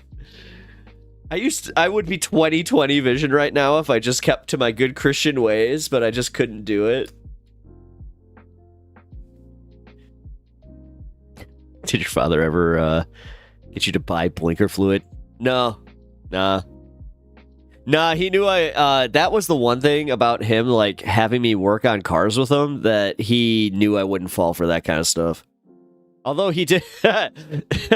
No, there were other things. I mean, God, you know what? I'll do an entire stream just talking about, like, my dad and the shit that he would fucking put me through, as far as, like, my dad was actually a pretty good dad.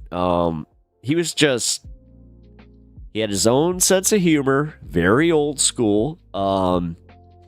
Never, ever said I love you or anything like that. So, like, the best I got, you know, was the term of endearment, you know, numbnuts. My dad would call me numbnuts. Your dad seems really cool. He is actually pretty cool. I hate to say it, man. My dad, like, when I say watch That 70s Show, and Red Foreman and Eric, like, that's me and my dad. Like, that's us. I hate the fact that I have a sitcom dynamic, but it's us. He said that to me one time, because when it was almost like the joke wrote itself, because Foreman, it was the one where he catches Donna and Eric making out on their car. He's like, yeah, dumbass. And my dad just happened to walk in on that. He's just like, huh, that's a good father right there. I'm like,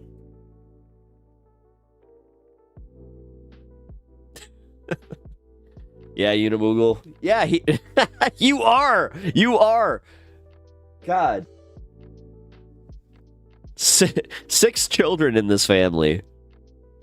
And somehow, the one that marries in, my dad is just like, you're my favorite kid. It's like, what the?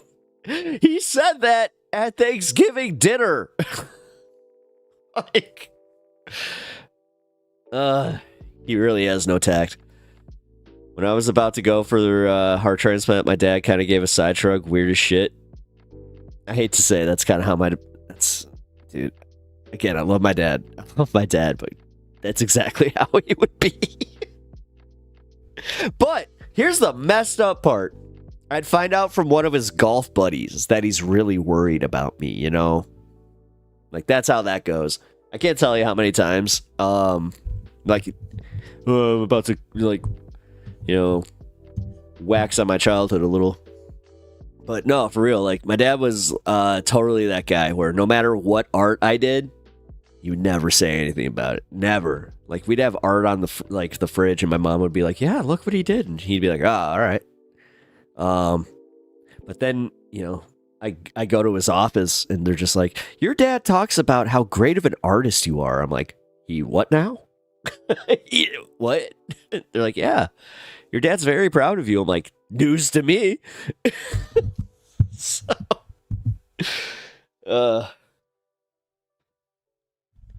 yeah, might be reasons that I'm not exactly gun-ho to, or was gun-ho to, like, go have kids, where I'm just like, same type of dad, and ended up, he was closeted. Oh, that'd be wild. No, I don't think my dad's closeted. I don't think so at all. Nah, it's actually a miracle he and my mom ever got together. They are polar opposites. It is like, it's scary how much they're opposites. And there's two of us, you know, like, yeah, me and my mom, as far as my mom and my dad, like, they only had me and my sister. But I got a whole bunch of siblings from, you know, step shit. I was waiting to see the doctor today. Some old buddy was there. She was one of 22 children. I was like, I love you.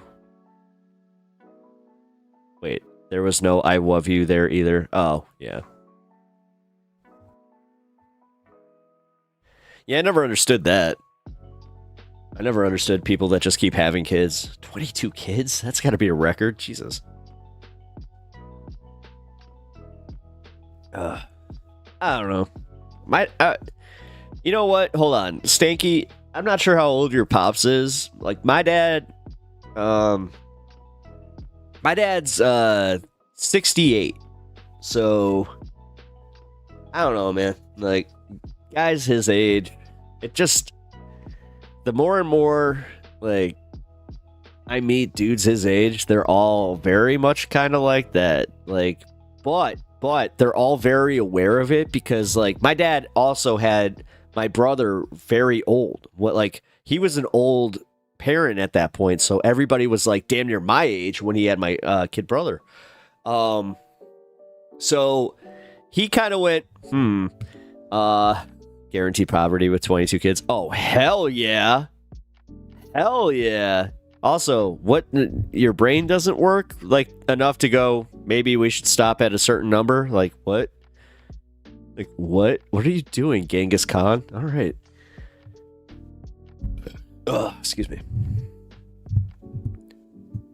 Yeah, I read your comment back that it turns out your dad was closeted. I don't know. Like, listen, my brother, he's not exactly fond of gay people, to the point where, like, I kind of started questioning it, where I'm like, but I don't know. I also don't want to make that kind of assumption, so I am just putting it out there that I did, and I feel bad about it, so. That's a football team. It is. I mean, dude, that's bigger than any hockey team I ever played on. We had 21. That's insane. 22 is that, like, that's with 3 goalies, or like you have a second, you know, or like a coach player. I had that once. That was fun. Having a player coach was a lot of fun. Definitely made for interesting games.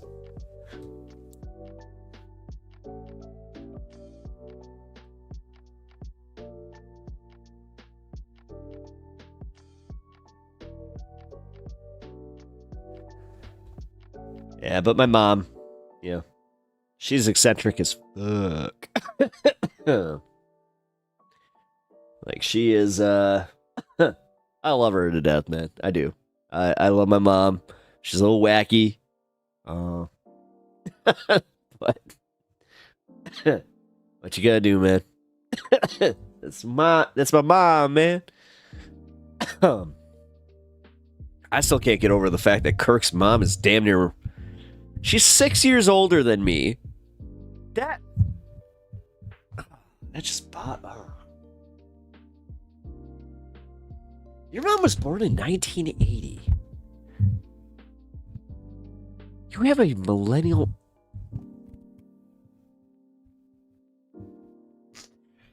Guys.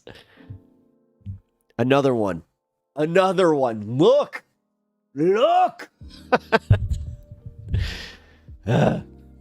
Retirement plan that will become a doctor. Wait, what?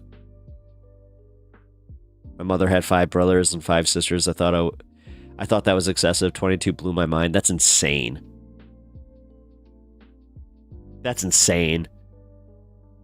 was a single dad of 2, raised them myself. I don't get offended but when I hear single dad jokes. Like, what do you mean single dad jokes? Oh. Like, I don't know. You're old, I tells you. Shut up. Shut up. Knock it off, you. Yes, I know. Trust me, man. You know what's wild? Like, when you don't have kids and, like, you just... Time is a construct to me. So, at some point, I am like, it's what year? I'm what age? What happened now? Oh, no. Wait, your kid's how... No, the one that is happening to me is, your kid's how old? Yeah, that messes with me. I've never ever heard a single dad joke in my life. What is that? Like, no, dude. Like, I haven't heard any, like... Yeah, actually, now that I think about it, most of it's, like, deadbeat dads. Like, I got single dad jokes as far as, like, stories, maybe? Like... Like, one of my favorite things that happened when my dad got... Like, when my mom and my dad got divorced... My dad grew his hair out, and like he had this nice like sick wave that's like, kind of almost rivaled my own hair, dare I say, except for it stopped right about here. Yeah, he looked fly as hell. He started dating younger women. But he not like younger women, not like in their 20s. Like he would go to like maybe 25. Like I think that was like the youngest woman he dated. But, yeah, man, I don't know. Like, he had some interesting ones. Most of my stories, like, consist of, the guys my mom dated, because she dated some weirdos that were also, like, I don't know, they tryhards, I guess, for lack of a better term. But, yeah. I don't know. I don't really have jokes outside of, like... A lot of Hamburger Helper and a mattress. Like, my dad never had, like, he didn't have a bed frame until he met my stepmom. Like, I thought that just having, your box spring and your mattress on top of it was normal. If you're 38, then 20 years ago you were 18. Yeah, I know. Thank you. Thank you, Sean, for that quick math. I really appreciate that. Jesus. Thank you. That's another one. What are you doing to me? I'm gonna look like Gandalf by the end of the stream, you dick. You shall not pass. Yes, I know. 20 years ago, I was 18. 20 years ago, guys, you want to know something crazy? 20 years ago, I met my wife. Well, no, I started dating my wife. We met when we were 16. Used to sell her ex-boyfriend weed. Bandit, also 38 here. Nice.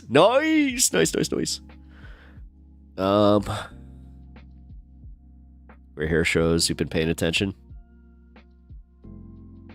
Sean Baker. Nice. There we are. Hey, look at us. Look at all of us. We're all the same. Dude, that's kind of wild. We're all the same age. That's cool. 86. What's up? Unk, I've been 7. No, bro. I can't even call you bro anymore. Nephew. My nephew, no. I'm 28, popcorn. Yeah, technically. All right, get your damn popcorn. Whatever. You got 10 years. All right, fine. Whatever. What's up? What's up? I saw Jurassic Park in the theater. I did. It's like, that was my first PG-13 movie I ever saw. God, how old was I? Let's see, that was 93, so 6, 7, 8. I was about 6 or 7. Oh my God. Unk, I'd been 7. Yeah, when I was 7, I saw Jurassic Park. That math just came organically. That's great. He's a kicker. The guy Trump wants to run the Treasury. Used to work with George Soros. I have lots of gray hair. I found out the fix. It's called divorce. Jeff. Damn.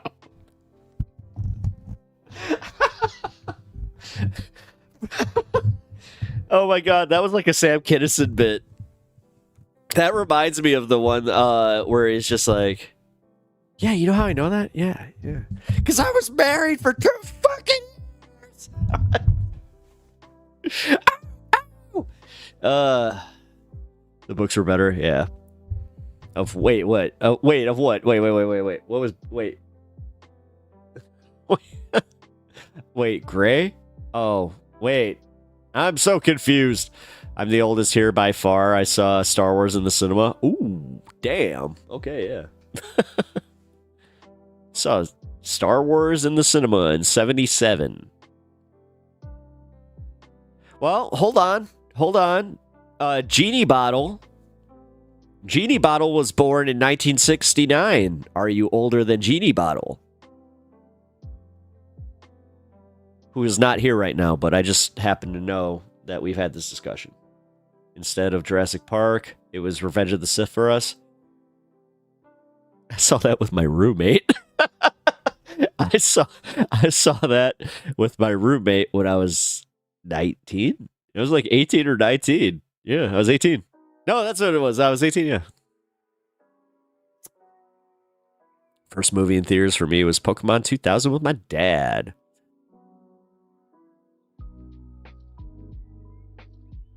I'm just gonna shut up right now. I don't want to do this anymore. This was fun for a minute, but now I'm like, I don't like this. I'm feeling like I need to go get a cane. I saw E.T. at the drive-in. Oh, no shit. No shit. I'm not being funny, it's true. No, I know. It's just funny. Even though it's true, it is funny. Oh my God, I love playing this game with you guys. I remember hiding behind the theater seats watching Jurassic Park. Yep, me too. Yeah. Oh, dude, especially that raptor scene. Yeah. I watched that whole thing like this.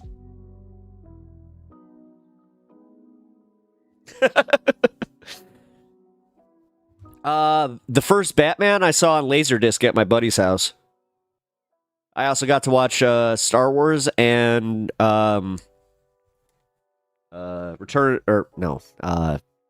Empire Strikes Back on same Laserdisc. We had to flip it. It was cool. You're 53? That's not that old. Honestly, Jeff, one of my best friends is about your age, so I wouldn't be doing this without him. He got me into Howard Stern, and he also he worked in broadcasting, so I kind of like he was like a big brother to me, so I always wanted to be like him. And yeah. So nothing wrong with that. I saw Wizard of Oz in Moving Picture House. Simply Steve, if you're dead serious, then you're almost dead. What's going on there? I saw the Charlie Chaplin film. Did you know that they had 1968 for fuck's sake? It's not that bad.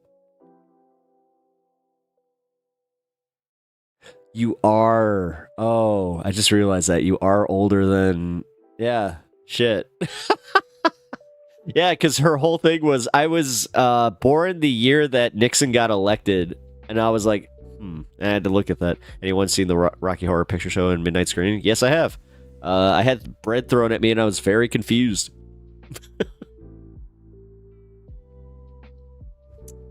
But not midnight screening, like the midnight screening. I've just seen it at we have a theater here that does like dine-in kind of stuff. It's really cool.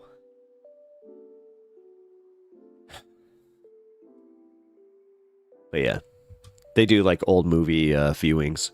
I saw Terminator 2 in theaters recently. Well, recently, it was like 10 years ago almost, but I didn't get to do that when I was a kid, so that was really cool. Like, that meant a lot to me. Like, that's one of my favorite movies of all time. I got to see when Back to the Future came back into theaters. I saw that twice. No, but your name makes me think of Tim Curry. Oh, Jeff Curry. Yes.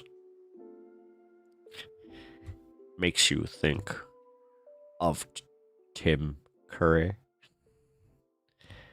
Back to the Future. It's my favorite movie. It's literally my favorite movie.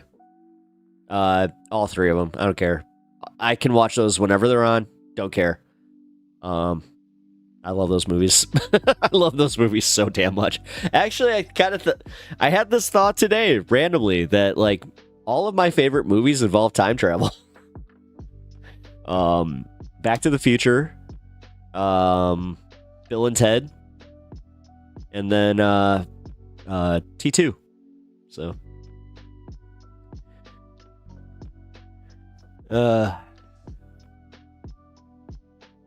space. Oh god. Speed. Yeah, Speed's another one. Although that's not a time travel movie, but that's one of my favorite movies. I love the movie Speed. It is so damn good. It is just such a good movie. If you haven't seen it, like, for real, watch it. I know that there's a few people that might not have seen Speed, so you gotta see it. It's got Keanu. And and Dennis Hopper in what I would argue one of his better roles because like he hams it up so well. He's so good at it. I'm trying to think. I saw Back to the Future when I was in university, drunk off my skull. All right, yeah, you were in university when I was being born. All right, woohoo! Full circle here, Stanky. I think it's Stanky Danky that said it, right? Yeah.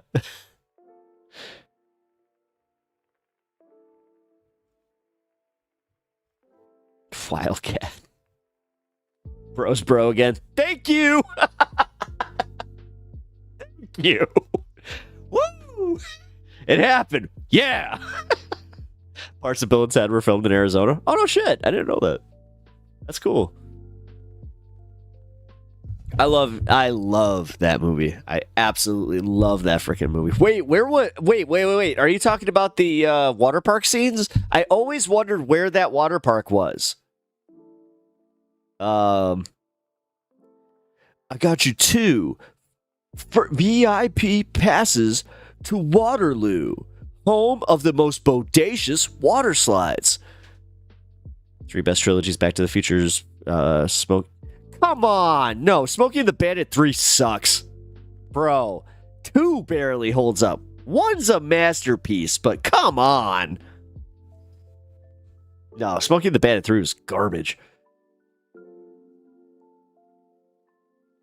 I'm sorry. I got a 18 years ago. I was 38. Ugh.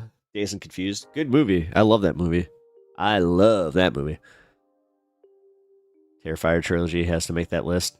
You really are young. Shout out Chris Jericho for being the mortician in Terrifier 3.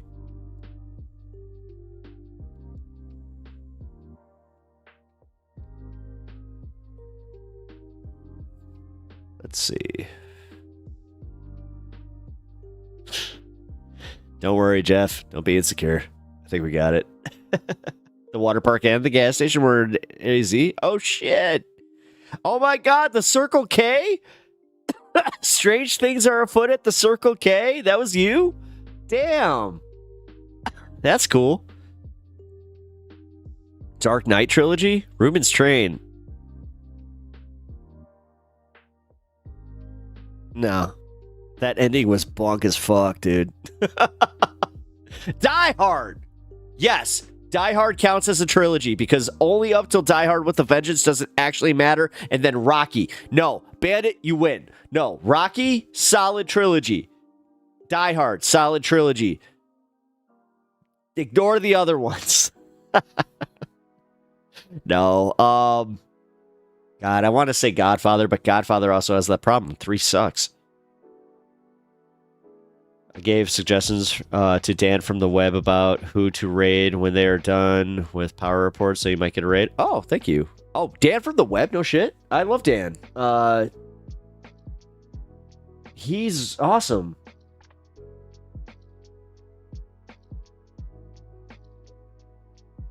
You at least got me to come, 11. Hey, what's up? How you doing?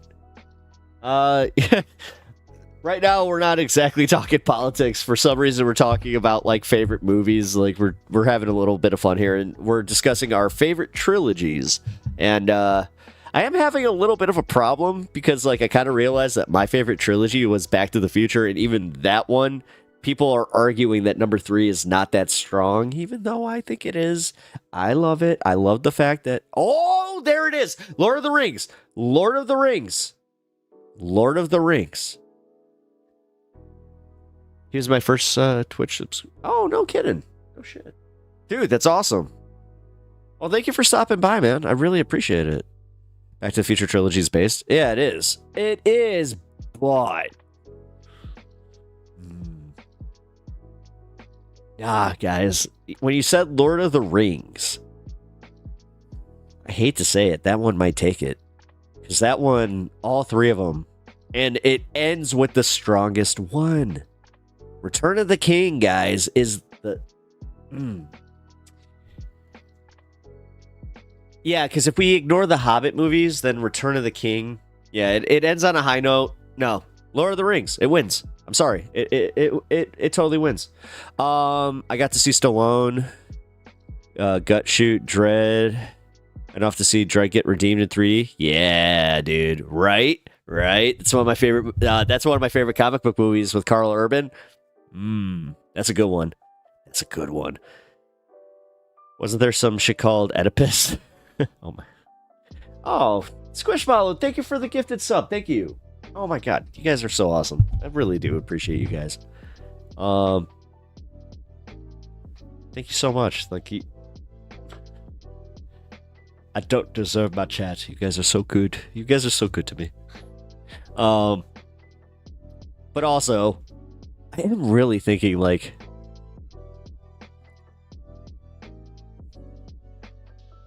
Back to the Future. It holds up to me though. Like I get it, because somebody said it like about like how it goes from 1 and 2 are similar in tone to the Wild West is just kind of, it feels off, but in the context of the story, it made so much sense. I don't know. I love it. So I'm just gonna say, I mean, I could make this easy. Well, no, I can't, because like I just realized Terminator isn't a good trilogy because Terminator 3 sucked. Equalizer. That's a good one. That's a good one. Soviet Mind. That's a good one. I love the Equalizer trilogy. That is a very good one. Number 3 is a little bit, the pacing's a little off, but I get it. It just seemed like I don't know. I do remember making the comment where I'm like, I feel like this movie was made so Denzel could take a vacation to Italy. You know what I mean? But it's still a good movie. I actually really, really like it. Back to the Future is a very unique series, and it always will be because it's not going to be remade. I love that. Zemeckis was just like, nah. Why time travel if you can't go back and be a cowboy? Thank you! You get it. You totally get it. Like, dude, I hated the fact that, like, the time travel was only to the future and to 1955. Why? Why wouldn't we go back to, like, an ancient time of some kind or the Wild West? Thank you. That's also why I like Bill and Ted 2, even though they're technically dead. They technically go more places where you're like, that makes more sense.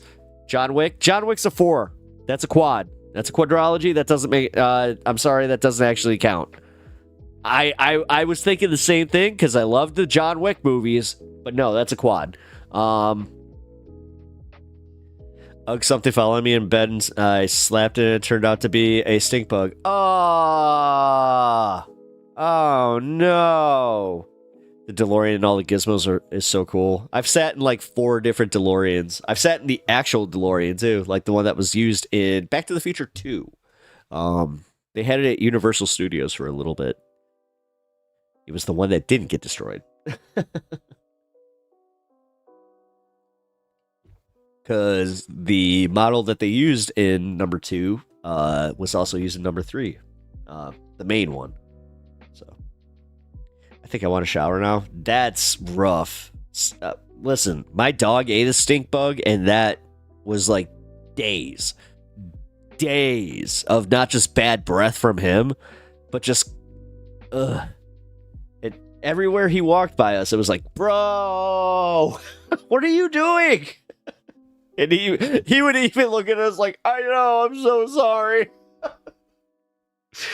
It's all right. It's all right. No. Let's see. Lord of the Rings is definitely a good trilogy. When you said that one, I think you won. Oh wait, I haven't seen Sonic 3 yet. Sonic 3 actually, I know this sounds stupid, but Sonic 3 actually might do it. Because the first 2 are A-okay to me. The future in Back to the Future was 2015. Yeah, I know. Trust me, I know. I didn't get my 3D shark, or I didn't get my flying cars, whatever. It's all right. Not salty at all. I just got Biff Tannen running the future. I mean, whatever. I just...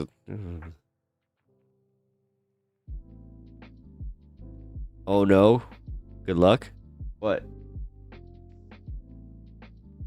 Oh no, what'd I do? Oh no, what'd I say? What'd I do? I didn't see it, but I saw the actual death car on Bonnie and Clyde. That was weird and cool. Well, hey. Yeah, there's an auto museum right by me that actually has like a bunch of like the vehicles and stuff that were used in these movies. It's very cool.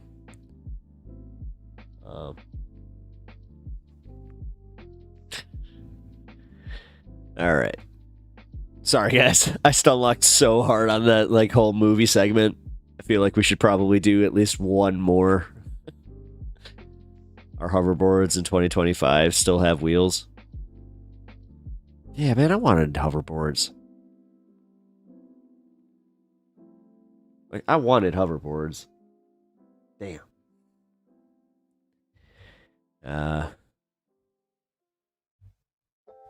Here. Ooh, we got some Kyle Kalinske.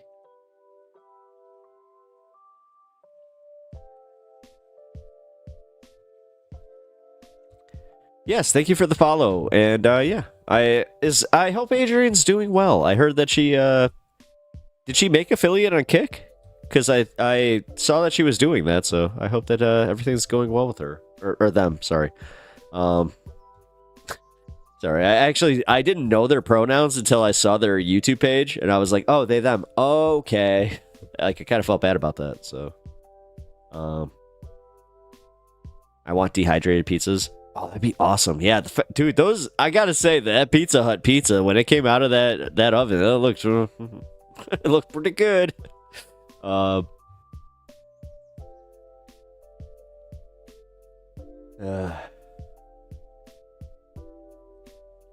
right, so we're gonna cover this Kyle Kalinske story real quick. Spy Kids dehydrated, McDonald's look better. Oh yeah, I gotta check that out. All right, guys, it's time to have that conversation. I haven't seen that movie in so long. That conversation. My bad. Who the hell is the leader of the Democratic Party right now? Who is the leader? I don't know the last time it has been this wide open when it comes to that question. So we have a new poll on this from Suffolk. Let me walk you through it. Number one, when asked who's the Democratic Party leader, number one is don't know, 30%. Don't know gets the plurality, 30%. Then we have, this is crazy. I agree with that, Stinky Dinky. It's going to be AOC. Nobody is at 19%. That's number two. Even though she has 2%. Yikes. So basically, a total of 49%, basically 50%, half of Democrats either say, I don't know who the leader is or nobody's the leader. Wow. That's why. Holy shit. All right, so then you get to the actual people. Ready? Number one is actually Kamala Harris at 10%. Number two is Hakeem Jeffries at 9%. Then you get Barack Obama at 8%, Gavin Newsom at 3%, Pelosi at 3%, Schumer at 3%, Biden at 2%, AOC at 2%. Okay. So don't know. It's just... By the way, let's also point out how embarrassing for Biden, how pathetic for Biden. He is still the president of the United States of America, and only 2% of Democrats are like, yeah, he's the leader. There's nobody else could be in this position and get that low a number. This is a direct result of his age, cooking his brain, and making him very clearly incapable of doing the job. And even Democratic voters being like, yeah, you're sort of incapable of doing the job, bro. You're sort of incapable of doing the job. I mean, that's humiliating, bro. That's embarrassing. 2% and you're the sitting president of the United States of America. Holy shit. He never, ever, ever should have said, oh yeah, I'm going to try to run for a second term. Jesus Christ, he screwed the pooch so hard on that. Who is this jackass? Look, beyond that, this is Kyle Kalinske. He's pretty based. Man. He does look like Slater. I mean, this whole list is sort of pathetic, isn't it? Like, I understand saying, oh, we think Kamala's the one who leads the party, but here's the problem. Since she lost, she's been gonzo. She's been nowhere. It's one thing if she was out there telling us, I think correctly, that Trump is an authoritarian, Trump is a fascist, the stuff he wants to do is horrible. Okay, so if you say that and you really believe that, then after you lose, you don't go anywhere, right? Look, after Trump lost in 2020, he was fucking still right in everybody's faces. But you lost, and then you're going gonzo. Well, I'm sorry, I can't consider you the leader if in a super crucial moment like this, where we need people to stand up and fight back against MAGA, you're nowhere to be found. So I can't say Kamala Harris. I can't say Hakeem Jeffries, because if I'm being honest, somebody who has his position of power and authority to be this absent, be this incapable of generating headlines, right? Like, what percentage of Americans even know who Hakeem Jeffries is at this point? Even though he has a crucial leadership position.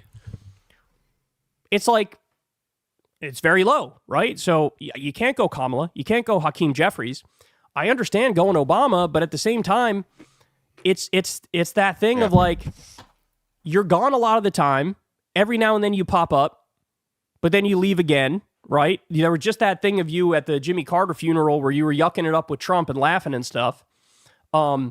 He's really not providing any ideological leadership in any way, shape, or form. He does the classic, like, elder statesman role of being a former president who basically tries to stay out when somebody is running the White House.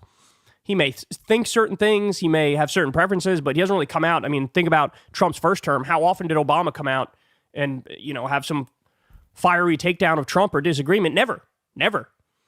So even though I get choosing him, he also doesn't really make much sense for him either. And then we get to these ones. Newsom, Pelosi, Schumer. We already discussed Biden and AOC. Of these two, I think the only ones there's even a stretch of an argument for is AOC and Newsom, right? Newsom has a lot of downsides and a lot of flaws, but the one thing he has that very, very few have is he's willing to fight. He's willing to debate. He's willing to be front and center. He's willing to argue. He's willing to be out there and put himself as a figurehead, right? He was scrapping with MAGA on Twitter just the other day because there's all these lies about the LA wildfires, and he's out there like, no, you're full of shit. No, that's not true. Here's the reality of the situation. Here's what we're working on. Stop lying about us.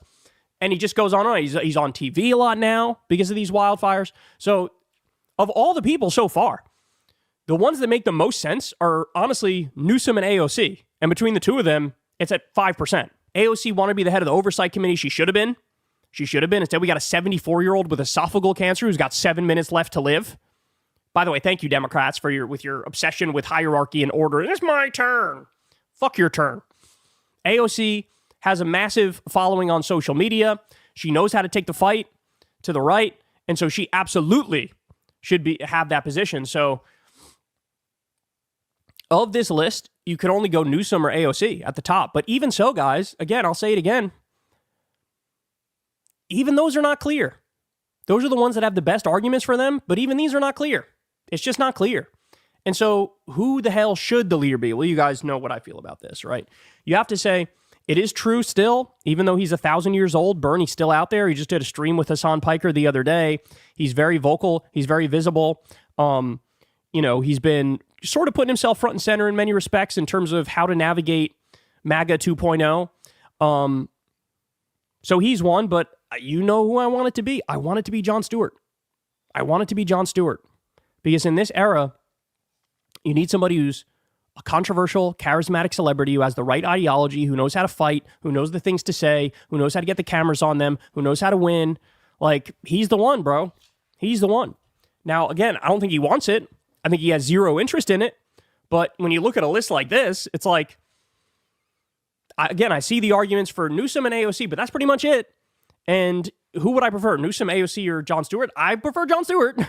I hate to say the Jon Stewart one makes sense to run against like the Trump contingent because like they value celebrity over any of this. And Jon Stewart has good politics. He's not necessarily wrong that like because he doesn't want to do it, he would be great. But I also have a problem with what you said about Bernie being like 1,000 years old, where it's like, yeah, you said the same thing about Biden. So it's like you can't do that now. Right.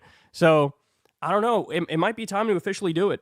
It might be time to officially launch a draft Jon Stewart thing, right? Draft Jon Stewart to run in 2028 because I don't want to fuck around anymore. I want to roll the dice on some overly cautious, calculating, manipulative politician, some inauthentic stiff. I don't want to do it. And I don't think if you dye your hair, you should dye your beard. I think the bench is as deep as a lot of people think it is. I do think Trump might screw things up so bad that any Democrat with a pulse could end up beating the Republicans in 2028. That is certainly possible. But let's not squander the moment in terms of real change, real thirst for populism. You want the populist left? Yeah, there's a guy by the name of Jon Stewart who can provide exactly that. So who's the leader of the Democratic Party right now? There is none. The number one response right now is the correct one. I don't know. Who's the leader of the Democratic Party? I don't know. But that mantle, people are waiting for somebody to take that mantle. Somebody will emerge. Somebody will take that mantle. The question is, who the hell is going to do it? Right? And so that's why I say, John, come on, man. Get out there. We're all waiting. We'll back you. We're excited for it. So people are right when they say they don't know who the leader is or nobody. Those are the most correct answers. And then outside of that, Newsom and AOC are the closest to having an argument for them. All right, y'all. That's the show. Love y'all very much. Everybody do me a big favor. Click like. Subscribe. In the Western governments who have armed and facilitated Israel's genocide for 465 days as I speak, knowing full well the horrors being inflicted every single day. By they, I mean the Western media outlets who have legitimized Israel's war crimes, who have failed to frame their coverage around the explicitly and repeatedly stated genocidal intent of Israeli leaders and officials who have airbrushed atrocities, failed to hold their governments to account for their criminal complicity, and failed to even show a modicum of solidarity for the Palestinian journalists who have suffered the biggest slaughter of media workers in the history of human civilization as they risk their lives every single day to bring the world the depraved, hideous truth of what Israel is doing to the Palestinian people. Which brings me to this devastating speech. It is a speech by the Palestinian journalist Abu Bakr Ahmed, who is from Deir al-Balah in Gaza. He's only 22 years old, and he has already done more important work than countless Western journalists combined will ever do in their whole careers. And he has done so while risking his life every single day, every single hour, every single minute. It's a press conference, and it's addressed to the Western media. Please listen and listen carefully. These are not my words, but the words of every single one here, standing here, after 459 days of the most well-documented and first live-streamed genocide in history. For these days, we've been reporting tirelessly, extensively, and thoroughly on this genocide. It's indeed That tie-dye. That tie-dye here says my family's in the pizza business. a genocide against us, which we've been documenting in makeshift tented camps and workplaces. They are really the places we've taken shelter since day one. You've seen us shedding tears over our loved ones, colleagues, friends, and family members. I'm doing the poll right now. You've seen us My bad. killed in every possible Kind of an way. ADD moment. We've been immolated, incinerated, dismembered, and disemboweled. And recently, we've been freezing to death. What more ways should you be seeing us killed in so that you can move and act and stop the hell inflicted upon us? There are no words to describe what we've been going through, because you've seen our bodies, how they've become fragile, skinny, and fatigued. But we never stopped. We never stopped to tell you the truth, to narrate our stories, and to tell you that we are being genocided, to move your dead consciences, to help a population that has seen every sort of torture and tasted every type of death. Today, we're all standing here after Israel's impunity against us. And we don't know how many journalists should be killed so you can really act and stop Israel's impunity against us. Our message is very clear. We are journalists, and we are Palestinian journalists. We have been let down by the international community, particularly the international media organizations. We haven't seen any sort of support, a single word of support. Even the press vests we're wearing right now mark us as a target. They do not protect us at all. But yes, because we are Palestinians, maybe if we were Ukrainians or of any other citizenship with blonde hair and blue eyes, the word would rage and rant for us. But because we are Palestinians, we have only one right, which is to die and be maimed. Finally, we are just documenting a genocide against us. It's enough after almost a year and a half. We want you to stand foot by foot with us, because we are like any other journalists, reporters, and media workers all across the globe, no matter the origin, the color, or the race. Journalism is not a crime. We are not a target.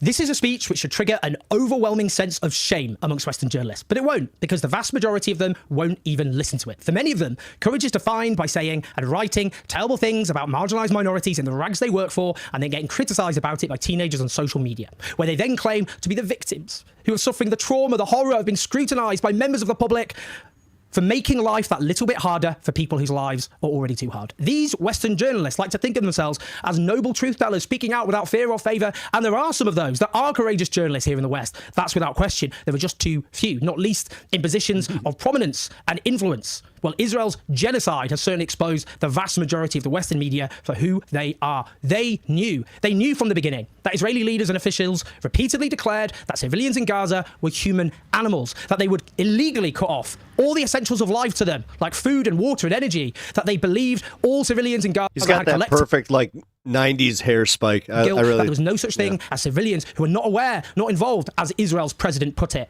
As they bragged they would flatten Gaza, that as one Israeli minister put it after the first few weeks, the north of the Gaza Strip, simply a pleasure for the eyes, as they boasted about the destruction there. The total destruction. They know Israeli ministers boasted they were doing another Nakba, that is, a repeat of the murderous ethnic cleansing of Palestinians by Israel in 1948. They may not have heard every single statement. They may not have heard that Israel's defense minister Yoav Gallant declared at the start variously that he had lifted every restriction and every restraint on Israeli soldiers, but my goodness, did they hear enough. They saw with their own eyes the ever more apocalyptic footage from Gaza as its buildings were so comprehensively destroyed that it now has a completely different colour and texture when looked at from space. They may not have used a tape measure to work out just how small Gaza is, which is no bigger than East London, but they knew it is a tiny territory, and they may not have known that several times the explosive power of Hiroshima was detonated there by the Israeli military, but they knew it was a vast amount. They knew that thousands upon thousands of civilians were being slaughtered, that included entire bloodlines wiped from the face of the earth over and over again, that so many of the slaughtered were children and babies, but they showed more outrage over the false claims of Israeli babies being beheaded on 7th of October than they did about literally hundreds of Palestinian newborns being incinerated by explosives, crushed to death under destroyed buildings, and literally suffocated to death in besieged and attacked hospitals as they were ripped away from their ventilators. They may not have known the name of practically... I didn't realize I had this video stuck on 1.25. I usually do that for Kyle Kolinski. Palestinian child, but even they must have heard about Hind Rajab, a 5-year-old little girl with a beautiful smile whose family, her aunt, uncle, and 4 other cousins tried to flee their home for safety. Most of them killed, leaving just her. Oh, Hang Your Hate is headlining Saturday at the Blue Note in Columbia, Missouri. First time as a headliner for Rockfest, over the moon as a proud dad. Oh, hell yeah, man. So, yeah, guys, check out Hang Your Hate. I will leave their link in the chat here. And 15-year-old cousin Leanne alive. Leanne desperately ringing the Palestine Red Crescent, pleading for help, before you hear her slaughtered on that call by a tank.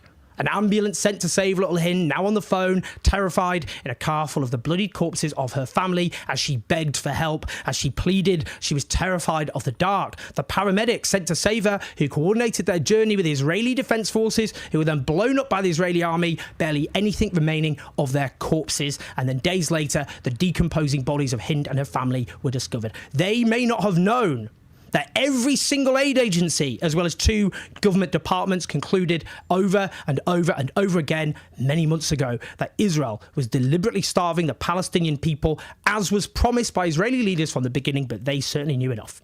They may have tried to avoid hearing the endless stories of Israeli soldiers torturing and raping Palestinians, including to death, but even some of them must have heard about a riot in support of the right to rape Palestinian detainees on the streets of Tel Aviv, attended by Israeli ministers this summer. Did they really think that there was some legitimate moral or military end which justified unleashing this level of death, destruction, carnage, suffering, killing so many more times the number of Israelis killed on the 7th of October, day after day after day after day, for 465 days? They knew enough. They knew enough. And yet many of them carried on justifying this barbarism. They knew enough, and yet many of them refused to speak out, apart from empty hand-wringing and platitudes. Let's be generous. Let's be generous. Maybe some of them were scared. I know some of them are scared. Maybe they feared being smeared as racists or terrorist supporters because they happened to object to the mass slaughter of innocent people. Maybe they feared their careers would be menaced, that they'd be deplatformed. None of them irrational fears, but I'll tell you this. None of these fears are worth even 1,000th or 1,000,000th of the fears of Palestinian journalists spending every day fearing that this may not only be their last day, but the last day of every single person they love. Cowardice, not least in an age of genocide, is complicity. If you have a platform, if you have influence, and if you have power. They knew enough. And they helped drown the Palestinian in blood. That blood, of course, spilled by Western weapons. Because if the Western media actually did its job and made clear the gravity of this crime, then it would have been stopped a long time ago. Well, I'll tell you this. It wasn't just the politicians. It wasn't just the politicians and the executioners of the Rwandan genocide who ended up in the dock. It was the journalists who were complicit in that genocide as well. We must not let them get away with this. No crime in history was so confessed to, so publicly, so proudly, so repeatedly. No crime in history was so documented as it actually happened. There is no You are welcome, Fancy Philip. excuses. There is nowhere to hide, and everyone who has their fingerprints over the crime scene must be held to account. And yet, with noble exceptions, as the Palestinian people who actually did the work, knowing that at any moment they could be exterminated alongside their entire families, these same Western journalists couldn't even bring themselves to type or mutter a word of solidarity with their colleagues. They don't think Palestinians are humans. No. That's not hyperbole. It's a statement of the obvious, because nobody, not a single person who really thinks Palestinians are of equal worth, would ever tolerate what has been inflicted upon them in what is a genocide. Hell, if you thought Palestinians were worth a fraction of the worth of the people you considered your own, you wouldn't tolerate this. What did they think was happening when so many genocide and Holocaust scholars came out and said, this is a genocide? Did they not think to themselves, even if they hadn't brought themselves to accept this was a genocide, if it was a live debate where so many Holocaust and genocide scholars had concluded this was a genocide, then this must be a pretty gruesome crime?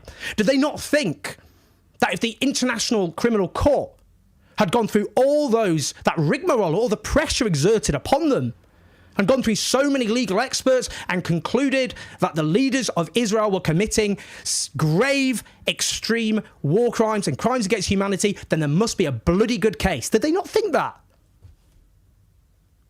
Well, history will not grant them excuses. We owe it to journalists like Abu Bakr Abed to speak out, because we have a privilege. We are not about to be bombed and shot dead because we're using our platform to speak out. We owe it to them. We owe it to them to hold to account the media outlets and politicians who enabled the genocide in plain sight. And that accountability might take years, it might take decades, but we must never, ever, ever, ever give up on holding all of the guilty to account, because otherwise crime after crime after crime will be committed over and over again, normalised, because we failed to hold to account all of the guilty parties.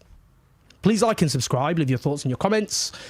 We're expanding this operation. You will see far more videos on TikTok, Instagram, Facebook, X.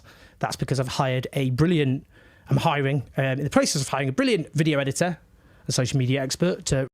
Jeez. Yeah, that's what I need. All right. Use English there, genocide experts. Yeah. No kidding.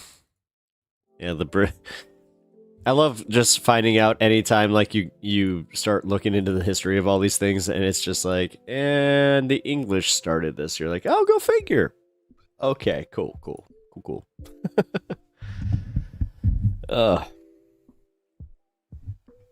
You just gotta love the whole like, but America's so good. I'm hungry, so I'm get up and cook. Yeah, I had nachos delivered to me. I got 10 minutes until the 4:20 mark here, so I'm gonna hang out with you guys and just vibe for a little bit. Yes, El Colonialism.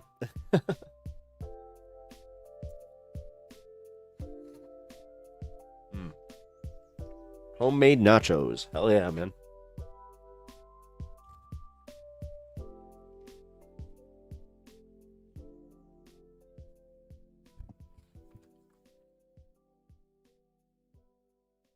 I just have this feeling I might just have to reheat them. Fuck it.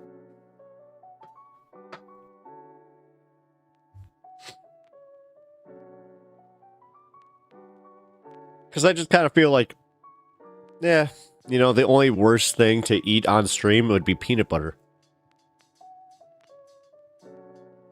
You know, chips. It's 5 a.m. there. Sean, what are you doing?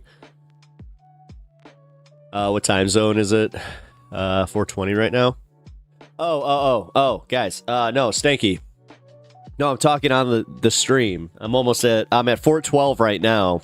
So on the stream, when we get to 4:20, I do a 4:20 fun half, which today is going to be the 4:20 no half. It's going to just pretty much end around like 4:20, 4:30. 4:30. I'm gonna like chill for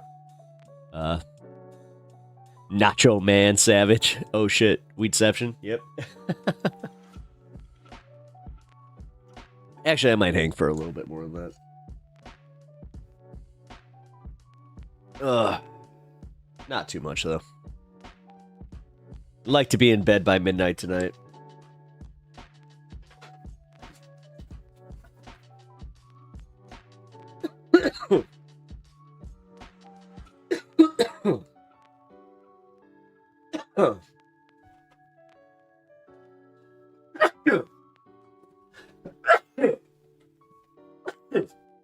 Jeez.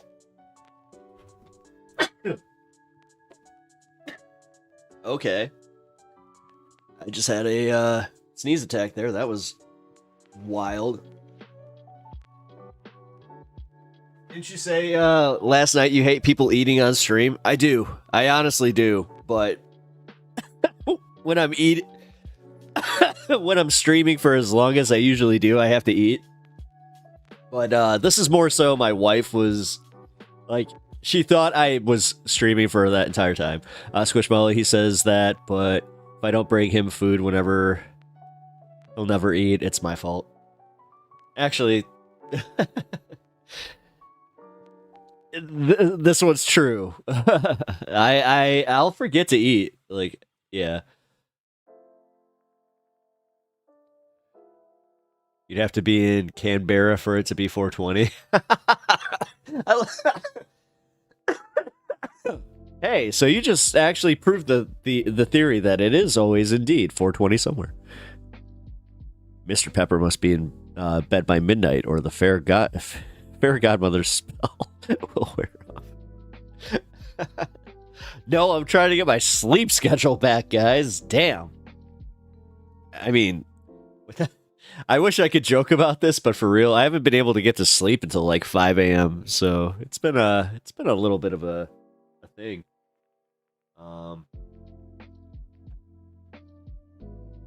Ooh, yeah. Yeah, that beef stew was so good. I'm loading up on the bowl, so go to bed soon since it's 12:15, but I want to stay up and... Here we go. Cool. Oh, cool. All right, so we got 5 minutes. Here, let me load up. Get ready.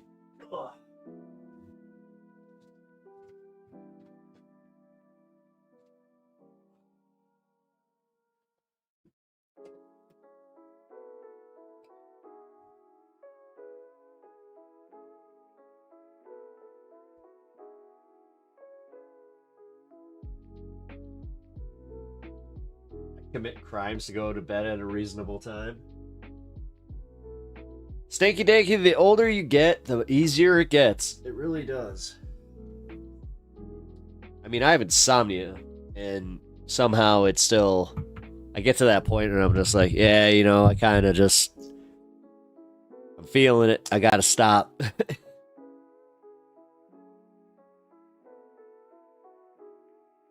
to run to the truck to grab my pen. Cool.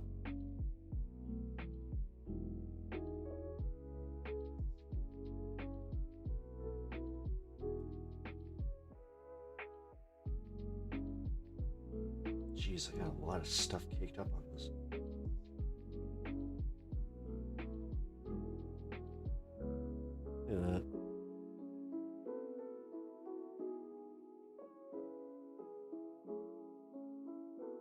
No, it doesn't. I still don't sleep. Yeah, I know. I mean, it kind of works for us a little bit. Ish. I would love a nap in the middle of the day, but work gets in the way. Yeah.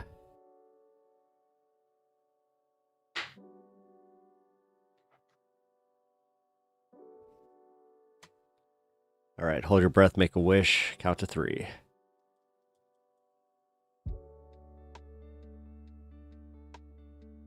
What now? I quite like edibles. No cancer is good. Oh, yeah. I mean... I can't not do the smoke. Whatever. I'm in a legal state and have gone so far as breed my own Cultivar specialty for insomnia. I'm still chalked. Nice. Yeah, I actually I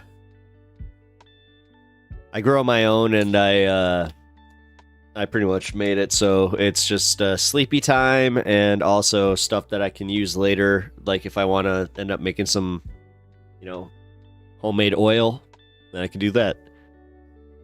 Also legal state though, so.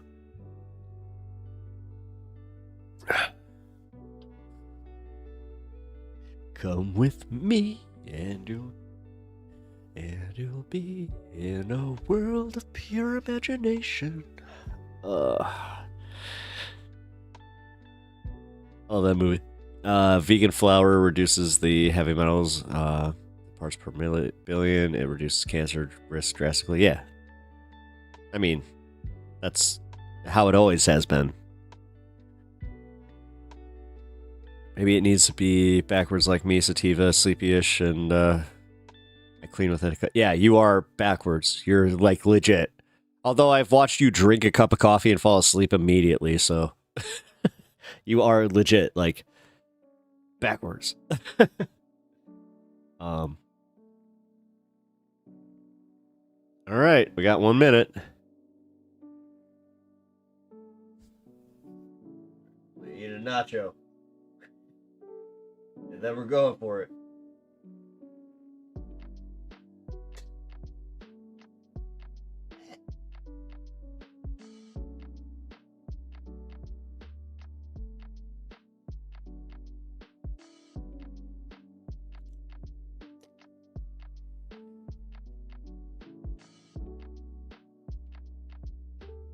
What's RSO?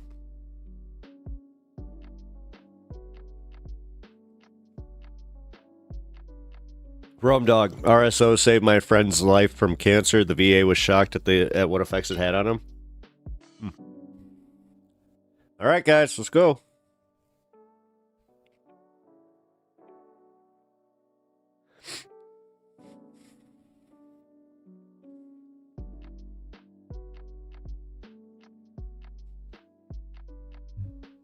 No, that's right. Yeah, David Lynch died.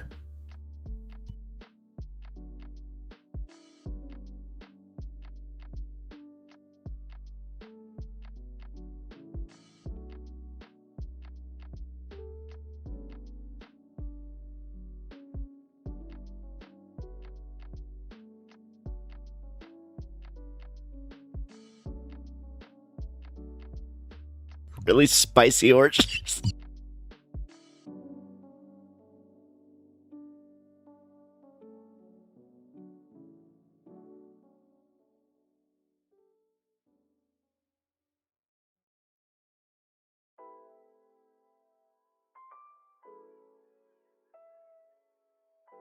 Really spicy oranges just made me choke on this. You suck.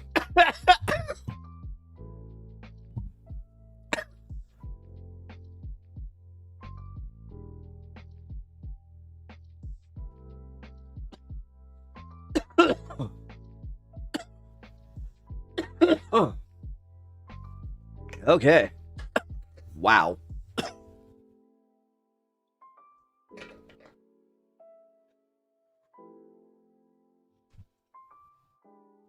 All right, Sean had the best one. Let's go with that. Rectal stimulation object.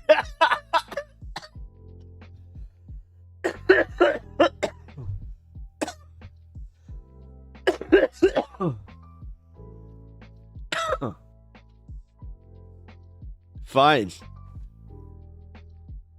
I guess I don't need to know what RSO is. Rick Simpson oil, aka Phoenix Tears. Oh.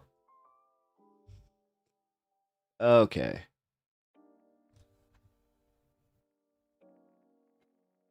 So we call that, isn't that just the tinctures? Wait.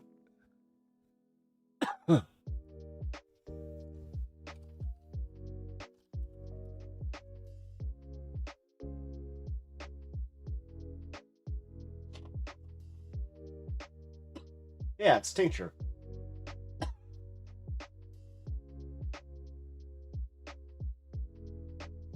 Oh, really? It treats tinnitus? No shit.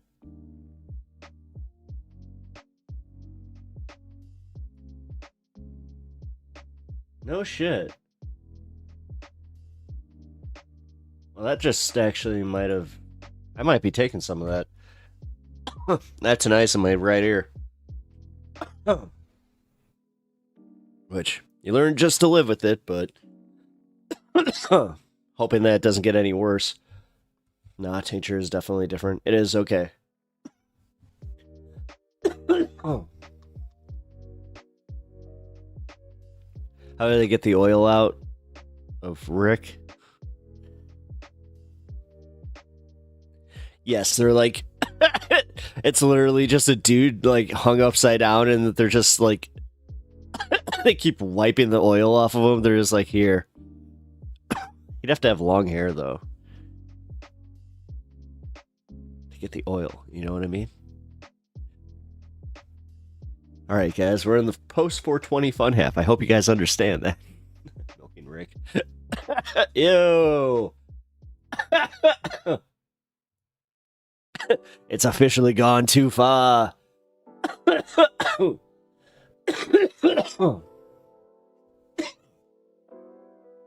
Damn, guy. That thing hit.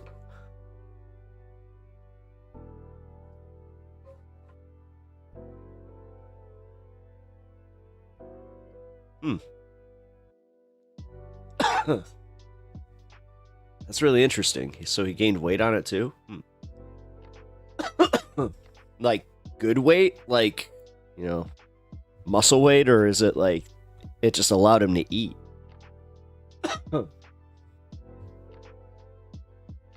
I get it, man. Like, some people need just induced appetite. Not even with, like, cancer or anything. I'm just saying, like, in general. Alright.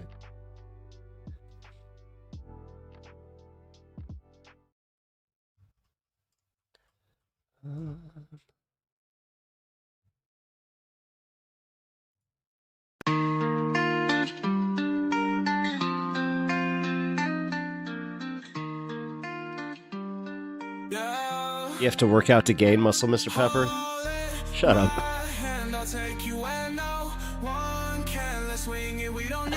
Dude, when I was a goaltender, man, like, I didn't look much different. Like,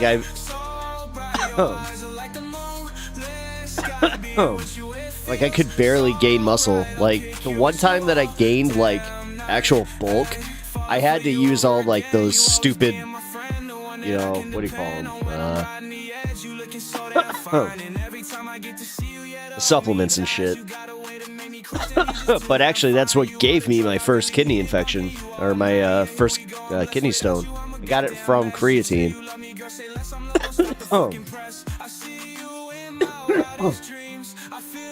And that's from listening to a stupid coach. I should have never listened to him because I didn't need it. Like, I didn't need the size. The thing is, at the end of the day, it was better for me to be smaller because I could move around easier. And for a goalie to move around easier, it actually, like, is way better. These guys, like, I had one coach that was like, maybe I can make you tall. I can't gain weight, and I eat all the time. Yeah, I'm kind of the same way. Drink whole milk. Lactose intolerant, my friend. Oh. I mean, I can eat cheese and stuff like that, but... If I have me some ice cream and some, just any, like, if I just drink a glass of milk... Yeah. Not fun times. Are your knees fucked? No, actually. No, I used to get made fun of a lot for, when I would wear my knee guards, because they used to call them, like, the robot knees, because they were the, like, professional ones where they would they would limit my motion.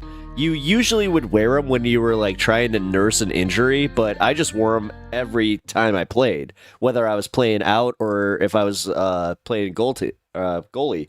So I yeah, my knees I never fucked up, but my hips because of the goaltending I did. Yeah, wasn't fun. You know, like I could have probably done like, because I was doing yoga and like a bunch of like stretches and stuff with that, but I could have done more. I also, you have to like realize that when you're bending to like a different, like, it's not natural the way that you're bending as a goaltender. So like, I realized that pretty early on, so I acclimated like my style to make sure that I wasn't just like moving unnaturally to try and get a puck. Huh. I know you already don't feel well when you asked me if I want to go get milkshakes. Yeah, that's true. Yeah, anytime that I like say that I want to go get like a milkshake, yeah, I'm already not feeling great, so I'm just like, might as well double down, guys. I played catcher for years in football. My knees were shot by the time I was in my early 20s. Yeah, see, that's the thing. I had some good coaches that like, they recognized that, especially with the style that I played. They were like, yeah, if you can. It was just one coach specifically that told me, like, if you can, like, try and wear like knee guards or something. It's like, because you really, you're up, down, up, down, up, down, up, down, up, down. Like, it's, you need to do something. Although, dude, my frickin', like, my calf muscles and my thighs, like, dude. I miss that. Although, like, I also have that weird thing with, like, no matter how much I work out and, like, like, how much muscle I have, yeah. Y'all making my knees hurt? Yeah, I mean... Yeah, dude. I also, I played the positions that required the most movement, you know? Like... I started off as a left winger, funny enough. But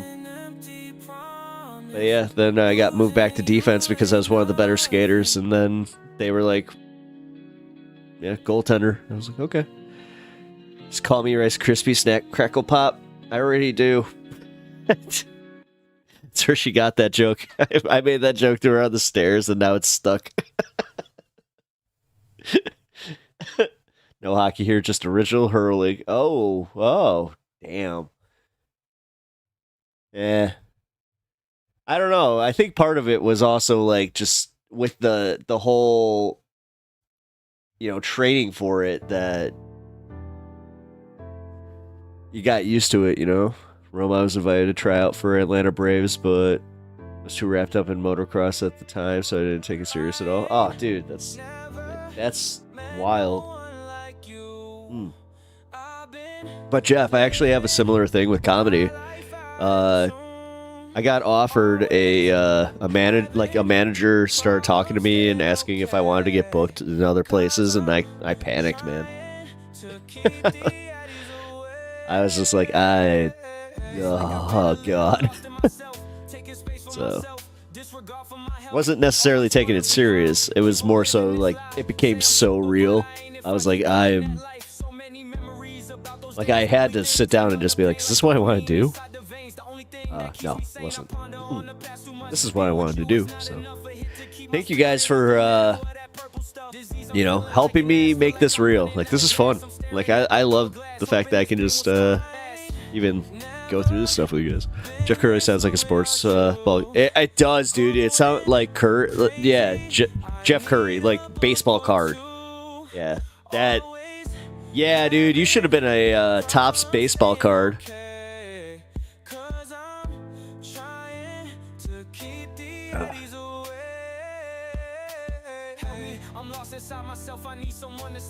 By the way, this is Kirk's music in the background here. Not sure if you guys figured that out. But I'm not sure if you guys also know this, but our boy's gonna go and get famous on us. For real. he's got a meeting with his record label. He's already releasing his other two, so his two albums are now actually available. If you want to go on Spotify or Apple Music, you guys can find it there. So no, I wish you wouldn't have done that. Here, no. All right, I'll be right back. No, you can't be down here with me.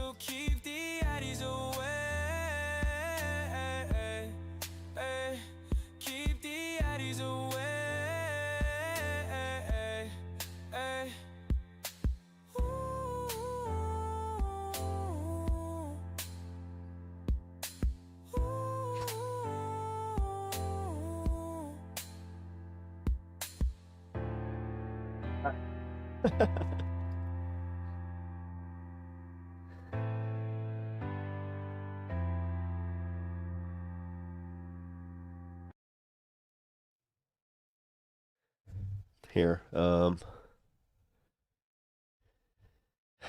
Duke don't show up to a professional baseball half drunk. So full drunk is a gotcha. You should release an album called James T. I appreciate that. He didn't like that when I made that joke because we had him and Scott going back and forth in chat. I was just like, I love the fact that two of my chatters, Kirk and Scotty, are just going back and forth. He's like, it's not Scotty. He was a good sport about it, though. He started laughing after it.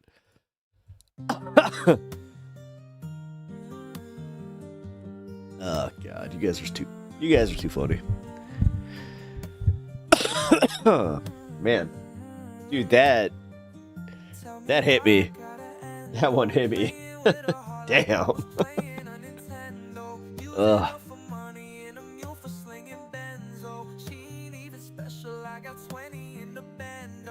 I still can't believe that he did this because one of our chatters essentially called him out on like being overproduced. So he was just like, fine, I'll do it live.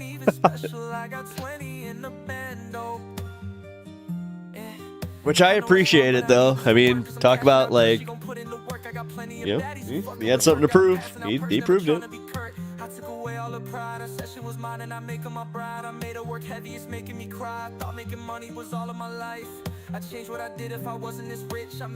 Oh, speaking of, here.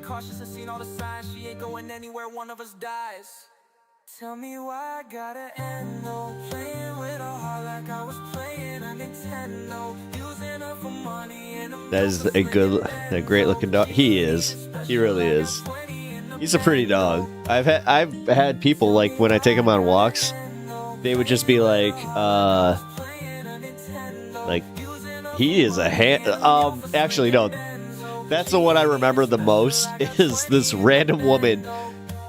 She's walking with her, it was like a little Yorkie, right? And he starts acting a fool, right? He starts going that, like he starts doing like the little side lip, like, does the responsible dog thing. I'm just like, I'm so sorry. And then I thought she was like gonna be mad, just staring at him. He is a handsome dog. I was like,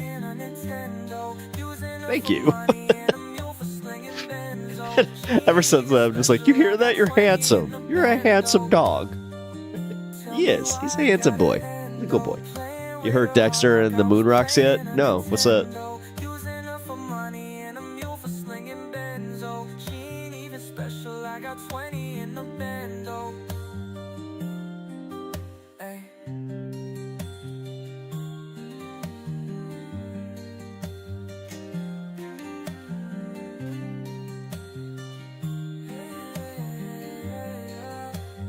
Wait, are they like are they like rock reggae? Like, what are they?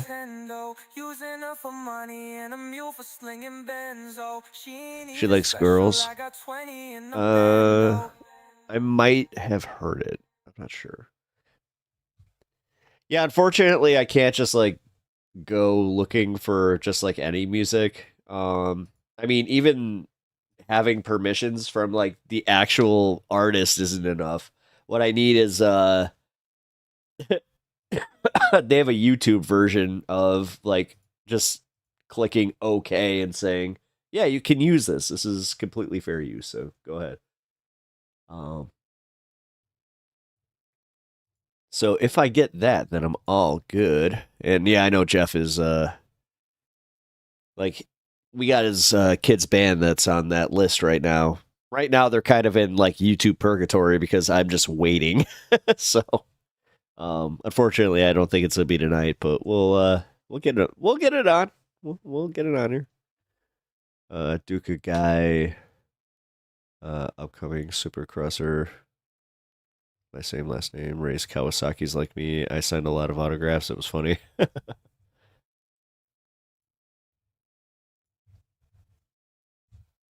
God, who did I sign an autograph? Oh, Duncan Keith. Some drunk girl thought I was Duncan Keith from the Blackhawks.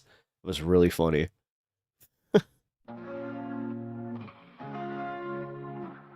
I could not get over that. Outside Indy Supercross. Are you an Indy? Because you got the Indy Fuel down there, if that's the case. Which, they're technically an affiliate of my Ice Hogs and my Blackhawks.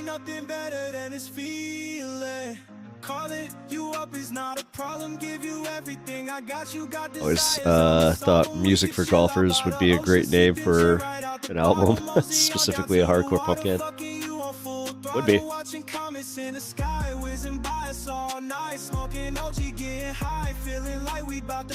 Told you you can count on me, give you anything you need. Grab your hand and take the lead, show you what you want to see. There's something about the way you move.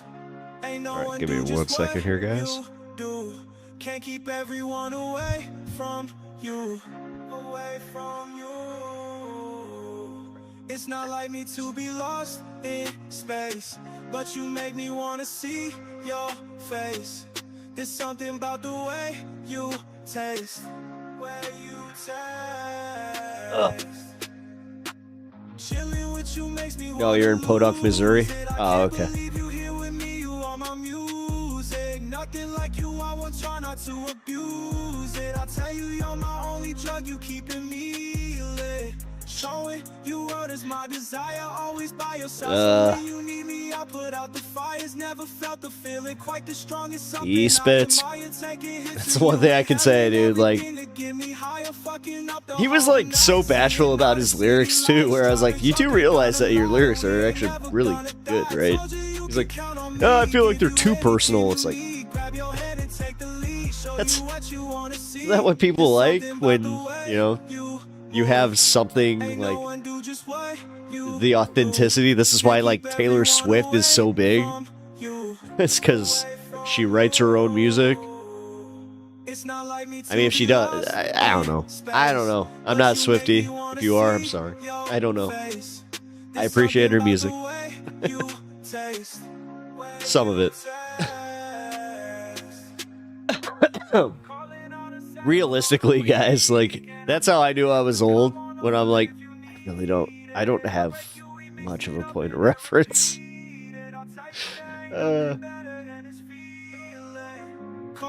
Win Taylor. Alright, cool. I watched that that concert, and I gotta say, that was something. Like, that was entertaining as hell. You know, it's like one of those things where I was like, I may not even be into this music, but I get it. Like, I totally get it. Like, I get why people like it. I don't know, my vibe is a nice weed fest, you know what I mean? Get some reggae bands and stuff, a lot of smokage and some good vibes and some good people. That's all I'm all about that. I'm not a Swiftie, but she's a great person. Yeah. My wife's a fan, so she makes, I figure that kind of like makes the household, like, technically we're fans. Like, I have her album. You know, like I have a vinyl.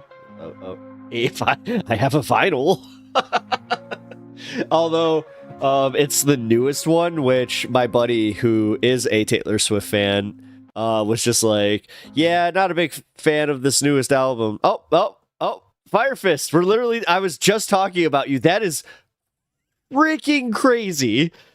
That is insanely crazy because I was just talking about like the Taylor Swift thing, and I was just about to say how you mentioned the newest album where you're just like, oh yes, I have a penis, so like I feel like I'm not exactly liked, so it's a little hard to listen. So like I was like, yeah, you know what? It's a good take. It's a because yes, once you start listening and you're like,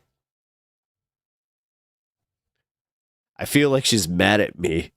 And I don't even know her. No Effects. Hell yeah. It's one of my favorite bands. Like, just in general. I love No Effects. That's just too funny, though, man. Like, I can't believe the timing on this. Like, what you talk? I wish you would have just been like, hey, what you talking about? Whatever. What are we still doing up, though? I actually started late. D&D got canceled tonight, so I was able to start at 7.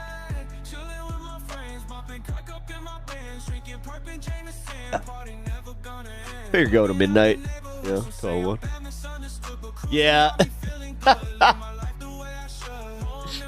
No, man, after you said that, it really made me think about it. I was like,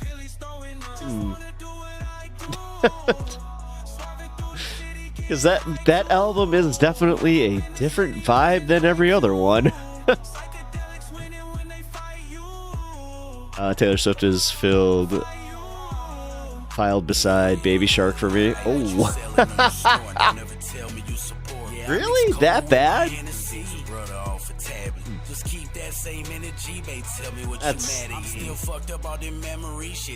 Unless you're saying that Baby Shark is a banger.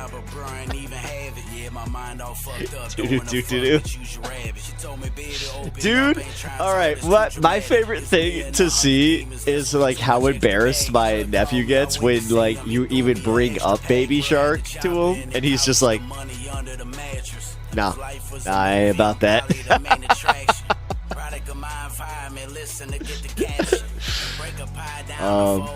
He got mad at me because like he had Daddy Shark and I kept calling him Jeff. I'm calling him Jeff. He's like, no, that's Daddy Shark. He's like, don't call him Jeff. I'm like, you don't get it.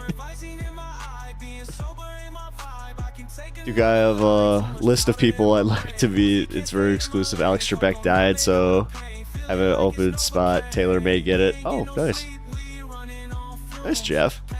Taylor Swift is the type of billionaire that doesn't need to be Bro! What the hell? I think she's pretty based. I mean, I'm old after all. I mean, we have established this. I like how that's where we went with this stream. It's just like, you know what? Well, now that we've all officially got, like, I felt like we kind of sat in a circle, like an AA meeting almost, where it's just like, hi, my name's Pep, I'm 38. This may be why I hold the opinions I do. Which is no excuse. I hate that shit where it's just like, I'm of a certain age. This is why I'm, you know, like anybody over the age of 70, they're just like, oh, this is why I have a tinge of racism to me. It's like, you've never heard of unlearning? Like, come on, man. Come on, man. I'm gonna miss Biden. You know? Come on, man. And by the way, you know what sucks? Is that I just figured out how to do a Joe Biden impression. I'm really upset about this. He's literally leaving in a few days. But now, I just figured out how to do this. Isn't that crazy? Yeah, Jack. I wonder if older people had the opinions of Beatles and Elvis. Hell yeah. No.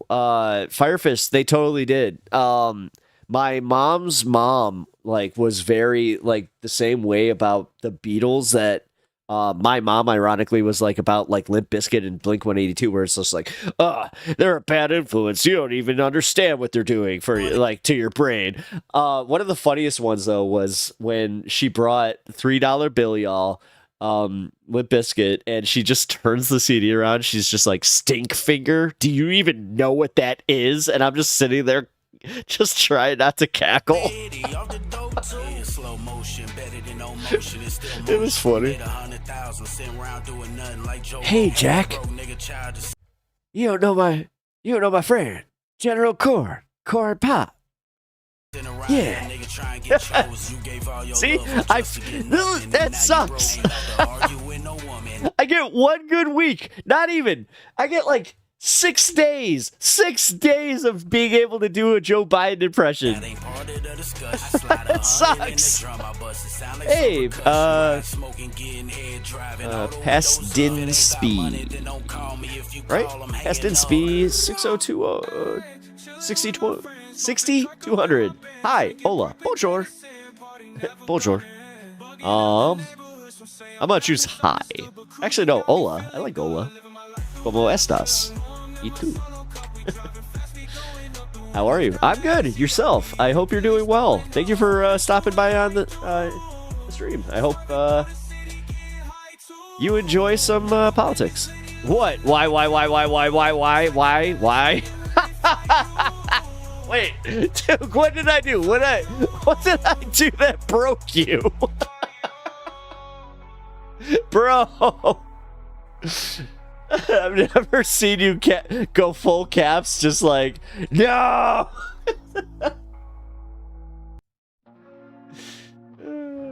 What? What did I say? What did I do? What did I do? How old am I? Is like what happened? Where are you speaking from, comrade? Left? I am speaking from the left, but I'm also in Chicago, so.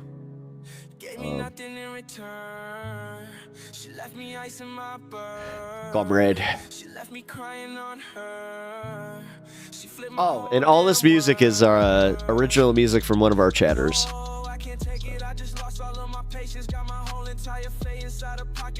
Hope you guys enjoy it. Well, what's up with you? I noticed that you are a new chatter, so welcome. You just kind of found it was a political joke.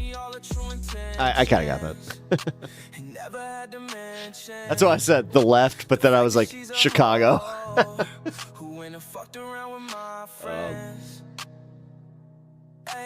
Take another homie, you gon' end up in a grave. I ain't even tripping, she the one who misbehaved. Yeah, if you like politics and news with a little bit of a mix of coming from a leftist bias point of view. Now, I actually try to be as objective as I can be, and also I'm not trying to shut out anybody that has different political opinions. So this channel is a space of chill. But if you're 420 friendly, then you're definitely in the right place.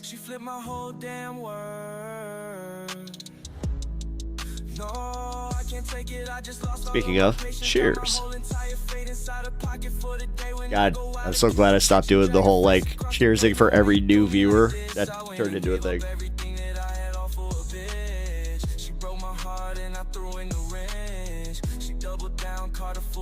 You know what? That's fair. No, don't worry about it. What would you like to know? Specifically, like where are we coming from, or more of what is? So when you say like what is the left in America?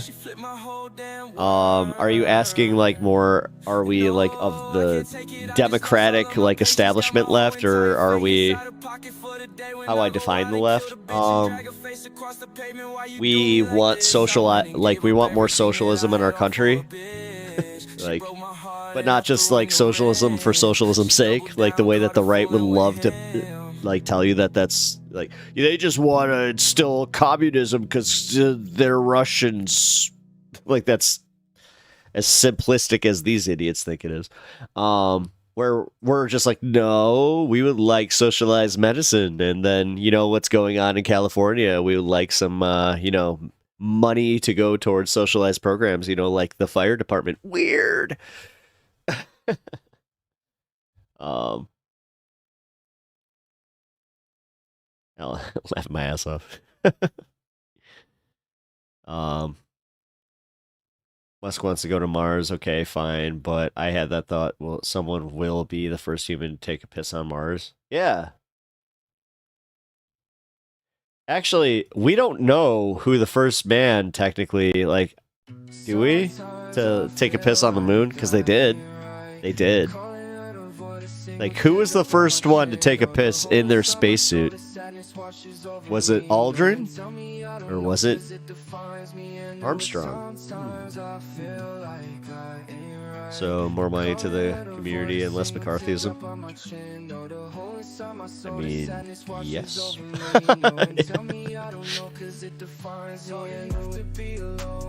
That'd be good, yes. You know? I think higher taxes on rich people to pay for the needs of the many. Yeah. Already pissed on Mars. I heard it. A stripper.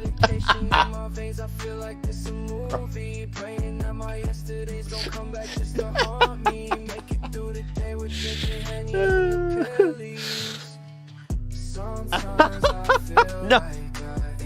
Okay, I went too far. That was legit. Bro. I'm picturing this stripper with like red sparkles all over. And she's just like, ah. It's just like, yeah, you look dehydrated.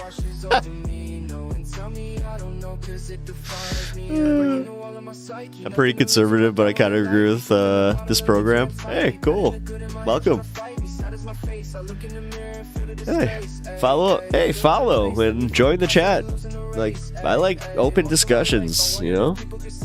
If I can help change your mind a little bit, that's cool. But I'm also like, I just like having chats. Also, 420 friendly. 420 friendly, and also trans rights are a big deal to me. So if I'm sorry, like I let everybody that like even lets me know, like, hey, I'm a little conservative. It's like, okay, as long as trans rights are like something that you're not like, yeah, they need to be second-class citizens. Like, I don't tolerate that. I kind of have the moniker here, trans rights or I bites. So, made it cute.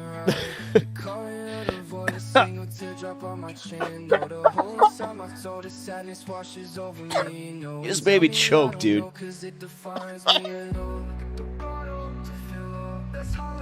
I was the first to shit on Mars. You just made me. I was not ready for that and immediately went, what the fuck?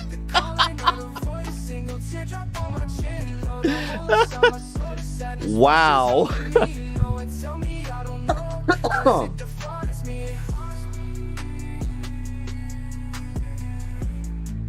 I'm not a fan of the trans thing, but I can hear your argument. Not a fan of the trans thing. Just people being them, you know, people living their own lives, people being themselves. You know, no, I appreciate it. No, so broken English, it's okay. No, again, as long as you're respectful, I'll even take that. I'll take the. But just expect some debate here if you say that, like, in the presence of like a few people that, you know, I know that they have, like, that's their thing. So, and I let that go. Where it's like, if they're gonna stand up for their actual like situation in life, then I'm gonna let it go. But no, also, like, I'm not trying to chastise you, so I appreciate it. The big one is 420 friendly. I don't want to be disrespectful. See? You've automatically gotten a little... You've got points. You've got points. But I also understand where it's just like, I don't want to be disrespectful. Just don't do the what, and then just go on a long tirade, and just it's like, oh, that sucks. No, cheers. I appreciate you. Yeah, you just followed me. I appreciate it. There's no but. All right, bass. You're all right with me then.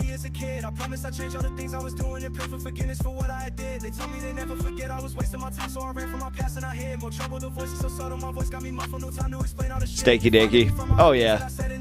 I mean, you could have an L. Listen, I do appreciate your rating system. Number one. L W L W L W. I do appreciate it. Blood Soul by Stars. Good night, guys. Good night. You almost made it to the end of the program because I'm going to be. I'll hang out for a little bit, but 6 a.m. time for a nap before work. Jeez, dude. I just found the show not long ago. Love it. Talk about whatever. Hell yeah, man. Dude, thank you. I appreciate it. Yeah. It's so wild. Like when people are just like, "I love your show," but it's like, thank you. That's so cool. From a European perspective, I'll define the left as an economic point of view. Trans rights is a thing, yes. Thank you. Where the nachos go, I put them upstairs. I put them upstairs underneath some tinfoil because I was like, I'm not gonna eat. I'm not gonna eat on stream right now. I'll eat them up when I go upstairs. I appreciate that. Where'd the nachos go? They looked good because they are good. Black bean nachos. Yes. Healthy too. We try. At least I try.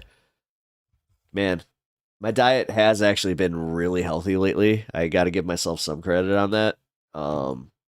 But I may have had a little bit of a cheat day today because I went to Popeyes for for lunch, and I was just like, I feel so schlubby right now. I think we more focus on traditional class things.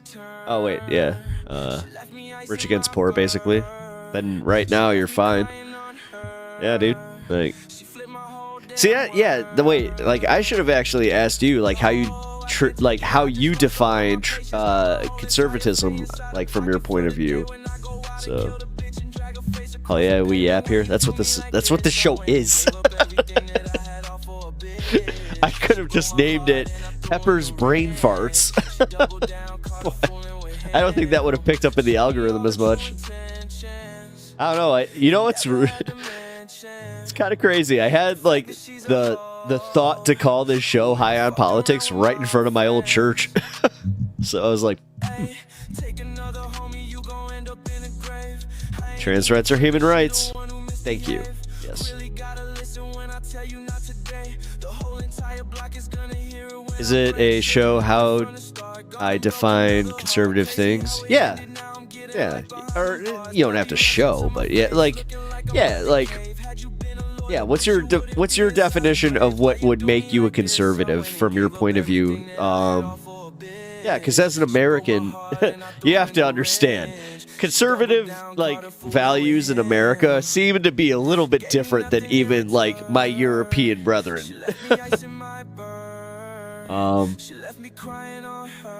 We're a little on the extreme side, if you know what I mean. I don't know what you're talking about. I would consider us completely in the middle. Everybody loves us. Come on, you're from Europe. Tell me, how much do you love me? Come on, you love me, baby, right?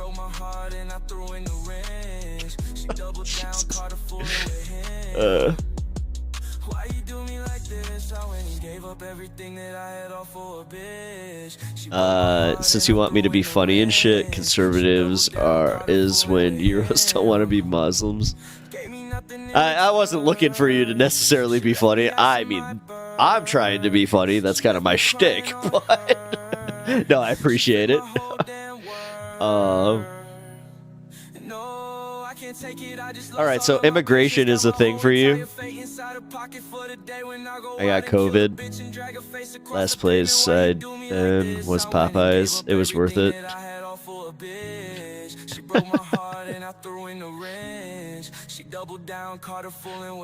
It was worth it. It was so worth it. So goddamn good.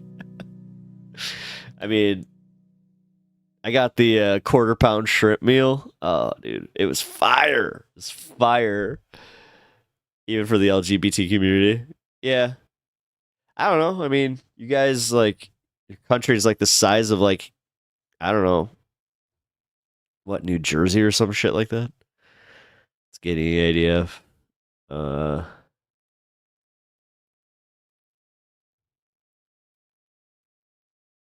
AFD. Oh, my bad. Immigration is even for the, if they were normal. What's your definition of normal? Uh-oh, we're about to hit a division here.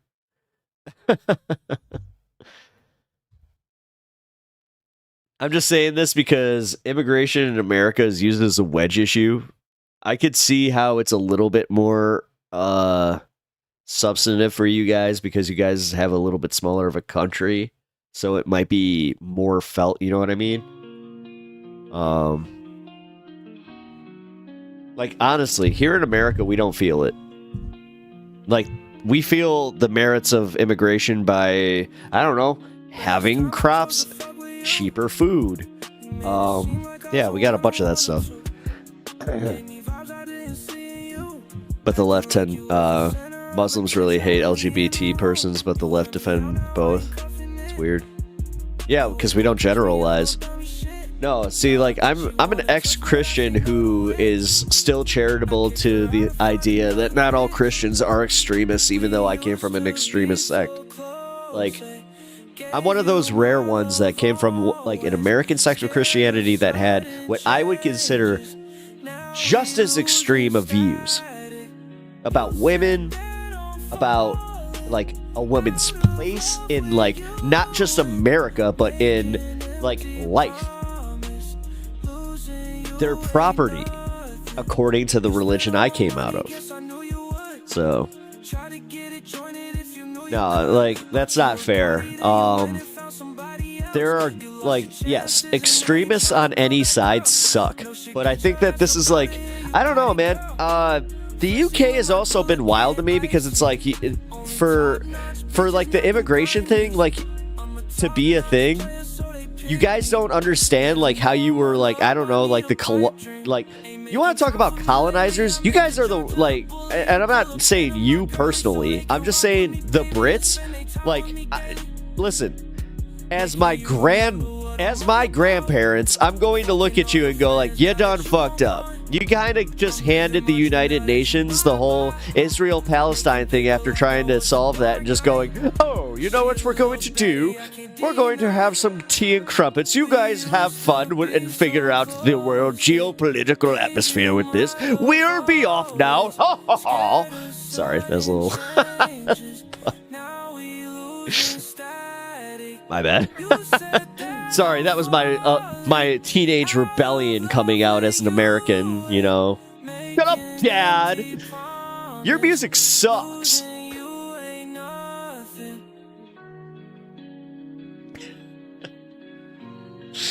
I swear American Christians are way fine with the LGBT thing. No, they're not. What? No. See? That's actually really funny because the way that you're viewing that is through a lens that you're like, I don't understand why you can be like that charitable to the Christians of America when they're way, way more cruel, especially on the outside. So I'm just kind of saying, like, I I find that a little odd where it's like, okay, so you can go like towards like again, I'm an atheist who came from an extremist Christian like worldview is what I'll call it. But I don't know, man. Like that's I kind of again, like I'm not going to say I get it, but I understand why it might be a bigger issue for you. Especially with the way that the media covers it in your country. Like, I mean, dude, just listening to Piers Morgan alone.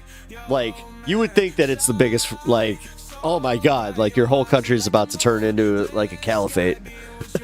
You know? Meanwhile, you have, like, you literally have knifings happening, like, on the regular. Did you guys see the one where it was a bunch of, like, brown youths that the youths, you know, the youths. Yeah, there's a few youths that stabbed a trans girl, and it was because you know, she had a fling with a guy who was perfectly fine with it until one of his friends said, "You know she's trans, right?" And he was like, "Get her!" Yeah. Not cool. Hey, Rome. Yeah, we're still here. I was gonna take off, but I still gotta finish this, so why not? I'll hang out. So, wait, was that with a question mark? Are you for real? Mythology has no place in dictating human rights. Nope. Actually, wait. Whose side do you take in that one? I'm just kidding. Past Dinsby. No, I'm not trying to put you in a rough place. Sorry, I was being a little cheeky. No, so actually, to take it back to a fair place, you think the entire Western world is full of Muslim everything going right? No. See, that's the thing. I don't believe in all like in those narratives. Like, I'm bad in English. Bad in English. I don't understand. I'd rather put my trust in Odin than Trump. Yeah, I'm right there with you.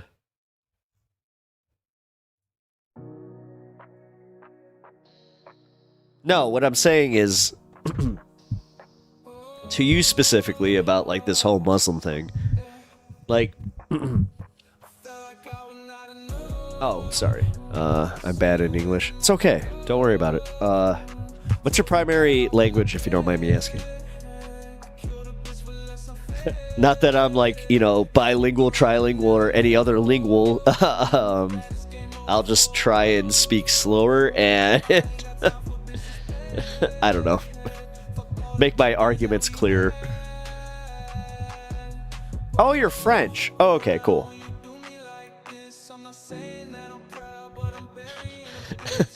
How badass would that be if I just all of a sudden like started going off? That would be, but no, sorry. Okay, no, I appreciate it. So I'll work with you then. I can prove God doesn't exist. My kids and I walked into a church and nothing burst into flames. Also, I live next to a Catholic church. Yes. It doesn't matter if people are Muslim or not religious. Radicalism is more about the politics, not the theory or theology. Yep.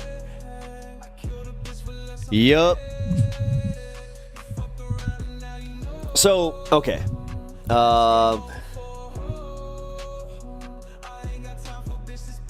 Are you, so, all right, so you're French. I'm assuming you're in France. Are you in Paris proper, or are you in, like, the countryside, are you, like, near the coast?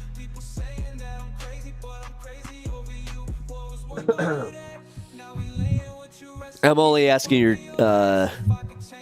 because realistically, like, I'm asking this because I want to know, like, what's the population of, like, Muslims in your community that would not make you worry? Like, is there a ratio? Countryside next to Paris? Okay. I have an idea where you're at, though. I spent some time in Paris. Some time. I spent 2 weeks in Paris. But I had a great time. I stayed at the Villa Van Gogh. Man, you want to talk about hostile conditions? Also, the bellman tried to fuck my mom. Dude, that was wild. Like, my mom's a little bit naive with that, guys, so she totally... She confronts me in, like, the stairway. Like, I'm coming back from a long night, and she's like, "You won't believe what just happened to me." I'm like, "What? How could this be any crazier than what just happened to me?" Which, I'll go into it like, another time, but I had a really crazy night. But she's just like, "He tried to do the noodle dance with me." I'm like, "Who?" She's like, "The bellman." And this guy was just like, you know, before he was hitting on, he was trying to smash my mom. This dude's just like, "Oh, you American. I love Nirvana. Nirvana, one of my favorite bands. Kurt Cobain, yeah." And I'm just like, yeah, cool. Dude's trying to smash my mom. Talk that French love language to my mother. What's wrong with you?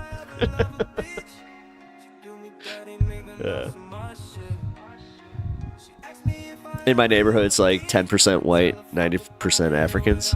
Are you for real? Like, for real? And you have a... Wait.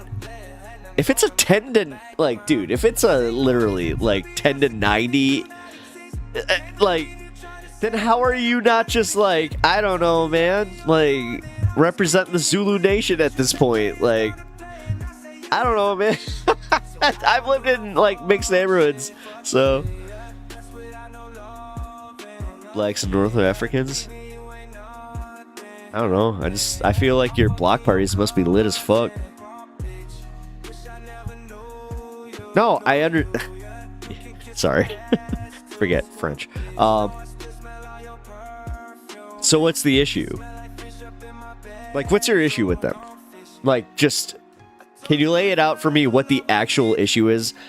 Outside of the fact that they're African, outside of the fact that they don't belong in your country, what is actually the problem? What are they taking away from you, or what are they not bringing to your country that's bothering you?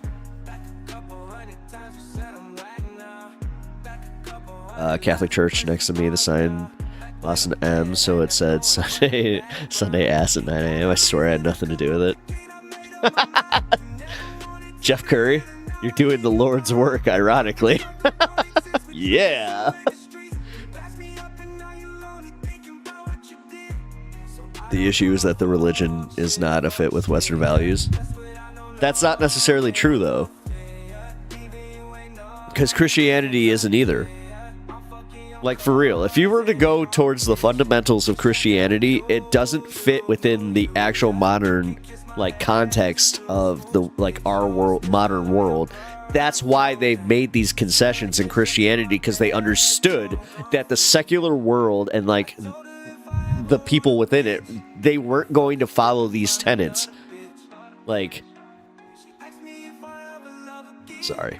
It's the same mythology. It really is. Because, like, I understand where you're coming. Like, trust me. No, guys. I'm giving them the benefit of the doubt because the Charlie Hebdo stuff was real. And this is also why I do condone... Like, I condemn that stuff. And no, this is also why I am, like, of the American... the American leftist coalition that does, recognize that Islamic terrorism does exist. I'm sorry. It does. It's just a thing. That you know, unfortunately, some very, very extremist, like, factions tend to do, and, you know, and I'm not even trying to do the, like, you know, CIA Western values bullshit. I'm just saying, like, no, unfortunately, there has been that. Condemn it or not, I'm just saying it is. saying is against Western values, and it's simply incorrect. Well, why are Western values so correct though? Because like you're arguing for almost like that imperialism is correct because based on your worldview, you know, the Africans were the savages kind of thing. Like now it really is kind of going down to that, oh, they're not civilized. How dare you? Like, how dare you even try to bring them into our country?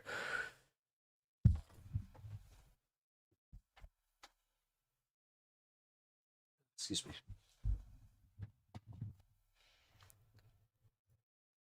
Sorry about that.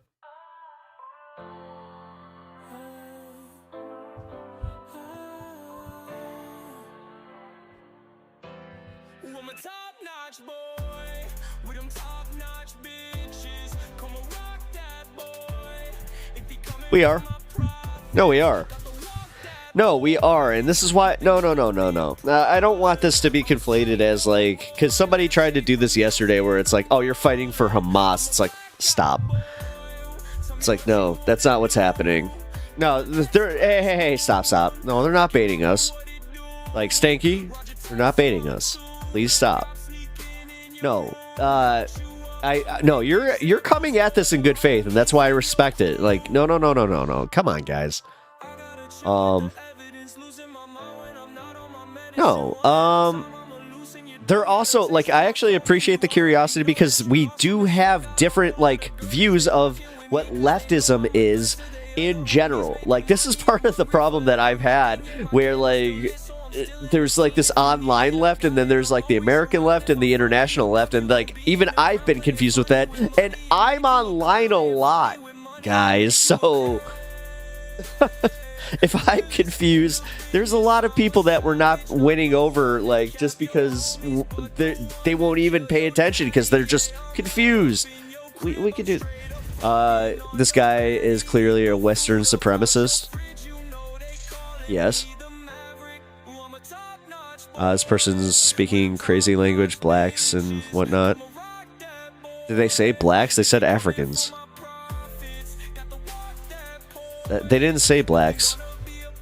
Did they? No, they didn't say blacks, guys. Oh, wait, shit. Yeah, they did. Blacks and North Africans. Okay. Sorry. I missed that one. I had to go back through chat. I was like, did they say blacks? Bros, I say what I think. There's no bait. It's okay. You said gay and trans are not normal as well. Which, that's, yeah, I mean... They haven't said... Listen, at the beginning they were saying that, hey, they agree that trans rights are a thing, so... like it's bait, man. Yeah. I don't think they're baiting me. If they were baiting me, then they would... Nah, trust me. I know the difference between a troll baiter and this... No, Stanky, calm down, dude. Like, stop. Not everybody's like that. Some people just do pop on here and they're genuinely just like, I think differently and I have different worldviews. It's fine. It's okay. Okay? No fights in my chat, damn it. Unless it's like... unless they literally start saying like, yeah, trans people don't deserve rights. Okay? Thank you. Like I said, this is why I did say, like, I do have a hard line. I think it's a good hard line to have. Because, again, man, like, I feel like we can have good faith discussions here. Not necessarily to, like, agree on everything, but also, like, you know, it's okay. It's okay. This is a story where I said, calm down. And criticize the left for standing up for trans rights. It's nuts. No, what they're listen, don't conflate this with me standing up for their, like, what they're saying. I'm not. I'm standing up for the idea that they can say it. Like, this, consider my chat kind of like practice and freedom of speech.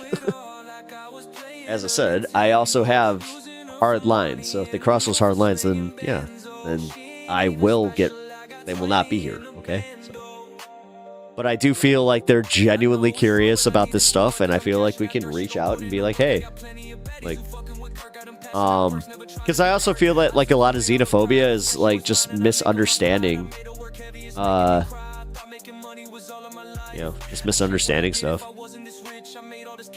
He believes in a mythologized view of Western civilization and Christianity. It is the white supremacist argument about religion and cultural purity. Oh, yeah. So that's where I was kind of like, let's see. No, trust me, man. There's a lot of that with the anti-Muslim stuff, or anti-Islam stuff. But it's not just France, guys. Like that's UK. That's most of Europe right now. Why do you think that the right coalition in these countries is actually gaining? Like even in Germany.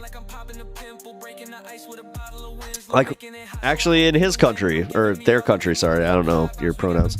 But in their country, like Le Pen got so close. Like you have to recognize that like there's enough people that think like this. Yeah, it's a Euro problem. Yeah.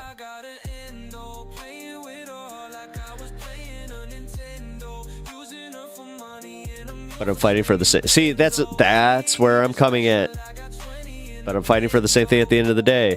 The worst thing you can do is push them farther away because they will go down the rabbit hole. Thank you. Soviet mind, you got it. You got it right there. You got it. Do not push them away.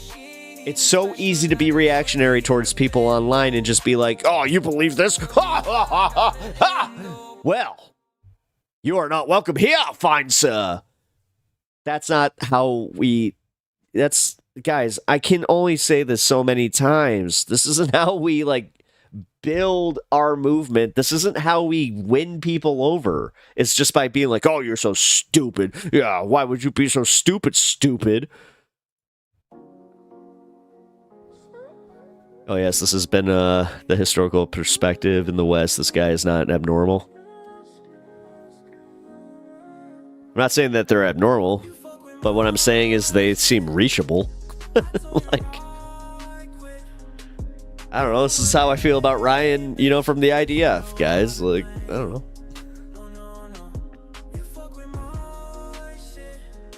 Although I do appreciate your guys also saying, I feel like this is bad faith. I just feel like, Hess Dinsby is, just fine. Well, not just fine. Okay, sorry. That was a bad choice of words. I do think that you have some growing to do on gay and trans rights. Not just rights, but the whole I don't agree with it. It's like, you not are you Catholic? You're Catholic, aren't you? Thanks, bro. Oh, no worries. But yeah, no, I'm legitimately asking though. Are you coming from a Catholic that? Oh, that. It doesn't surprise me if that's what is happening. I'm not trying to overgeneralize, but if you're coming from a Catholic position, then I can actually argue it a little bit better. Because then it is kind of religion against religion, and that's... Trust me, I got experience on this one.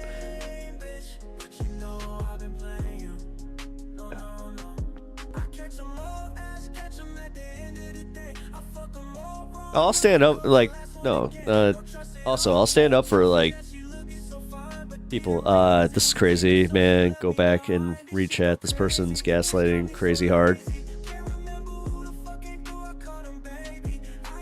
Stanky, do me a favor. Go and copy paste. Just and can you quote your examples? Because I'm trying to have listen. I understand that is that is happening. That's also why I'm not exactly thrilled with some of their positions, but at the same time, I'm also not trying as an American, I try not to do I listen.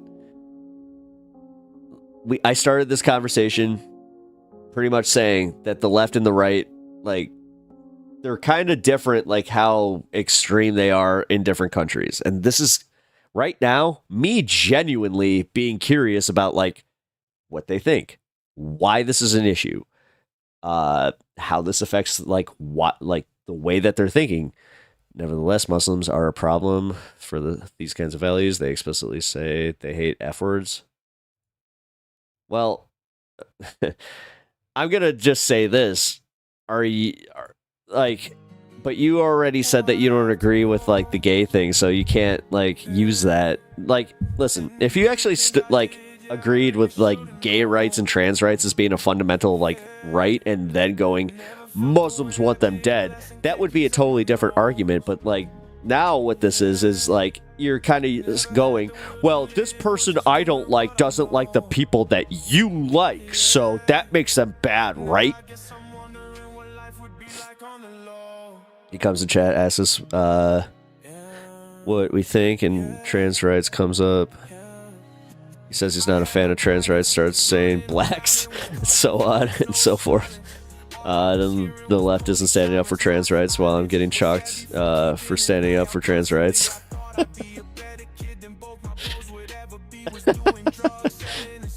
Okay. Thank you. See, this is why I always love it, where it's just like, okay. No, it isn't. I'll say this much. I'm gonna call you Paz. I do think they have like they are right about this. Like, I didn't recognize the gaslighting part as much. I'll admit that. No, a Muslim said Christians never did that. I mean, they both do. Like, I don't like either argument where it's just like, ooh. What, like, at what point are you just like, oh, this one's more homophobic? What? It's like, wait, what are we doing? Thinking naked, that's what he tries to make me worse than I am. Why, bro? Bro gets credit. He can gaslight better than Hannah Montana. What do you mean? That blonde girl was never... They were never the same.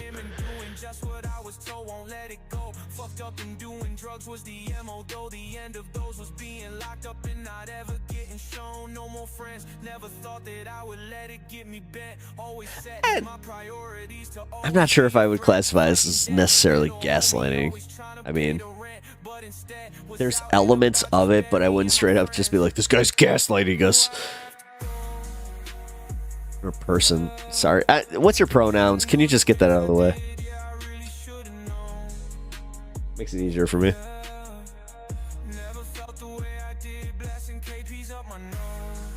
All Americans have the right to life, liberty, and pursuit of happiness. As long as you don't infringe on others' pursuit, then live your life. If your life pursuit is to infringe on those not like you, or those that don't pray like you, then are you truly American? No. Huh? Yeah. Yeah, Paz. Yeah. What's your pronoun? Or your pronouns? Like, that helps me just be like he, them, they, whatever. We know what pronouns are. Sorry. I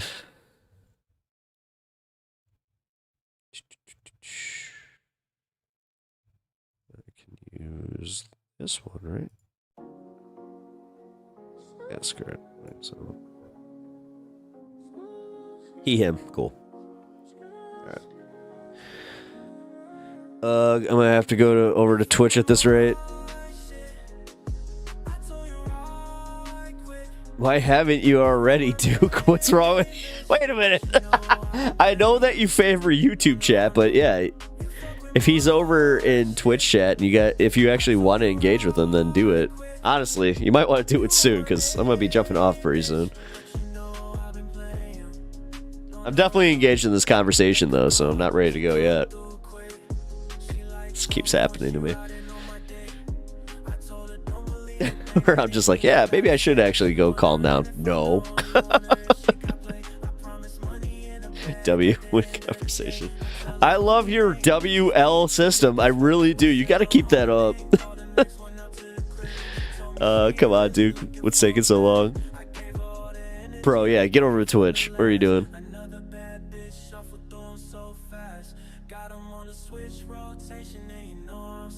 I gotta say, they haven't attacked you, man. They really haven't.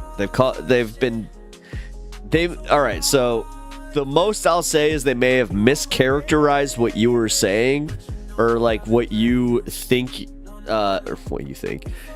No, what you think, yeah. Yeah. I'm too much of a boomer to switch to Twitch every time. I fall off quick. Same thing with Discord. Spend your entire night to make sure I passed it for a Nazi. No. No, that's actually like my whole thing. I'm not trying to call you that. Like, I don't like when people like do that. Listen. God. Because that's like me calling like some of my family. No, not you, streamer. No, I understand. No, even if it's not me. Thank you for calling me the streamer. My name's Pep. You can call me Pep.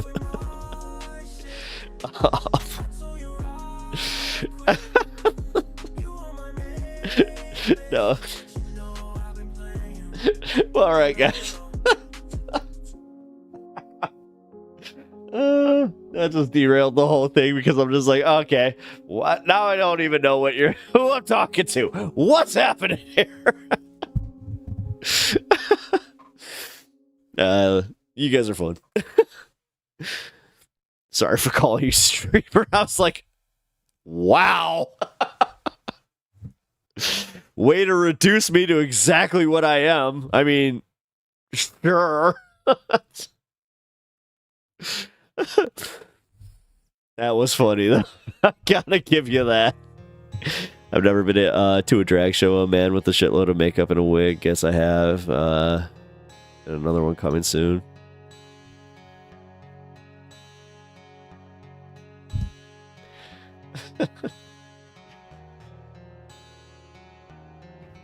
Oh, God. No, I gotta be honest, Paz. I don't think that Stanky Danky's going after you as much as you think they are. Hey, streamer, I have to reboot my phone. My Twitch keeps freezing. You just started a trend, Paz. Good job. Yay. I have a feeling this one's gonna actually like carry on for another few days too. If not, like, oh, this could be the start of some lore. Uh-oh. Oh man. Oh, it's too funny. Oh God.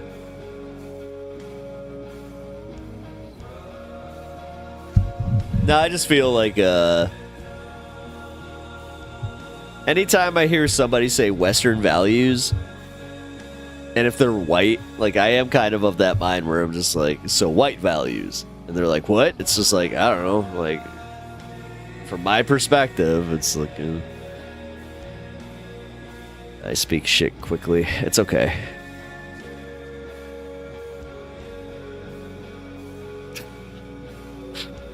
Honestly, I mean, I should have taken France. I should have taken France. I should have taken France, guys. True imperialism over here. Don't you forget, France. Don't you forget. Don't you forget who the real superpower is. Yeah. Omelette du fromage. Omelette du fromage. Omelette du fromage. There it is. Dexter's Lab. The only French that I need to know. Stanky danky. Oh, did you not watch Dexter's Laboratory? Dexter's Laboratory had a whole bit about that. Yo, Dead Inside, what up? Yo, I caught you in MR chat earlier. Thought that was kind of funny. I almost shouted you out, but I was just like, there's a lot of shit going down there, so. Streamer, do you like glizzies? Now you're really pushing my buttons. Uh-oh.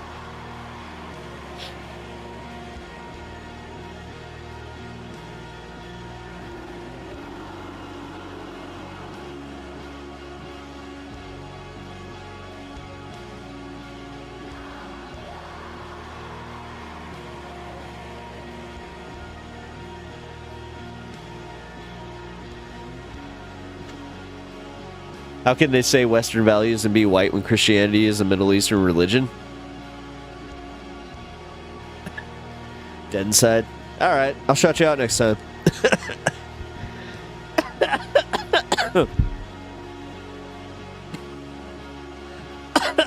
Here. Yeah, just look out for this when I'm in MR chat.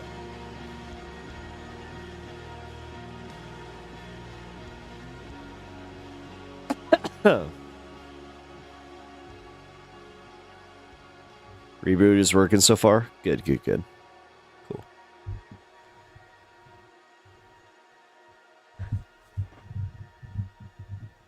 You see me flame throwing? Yeah. No, I do.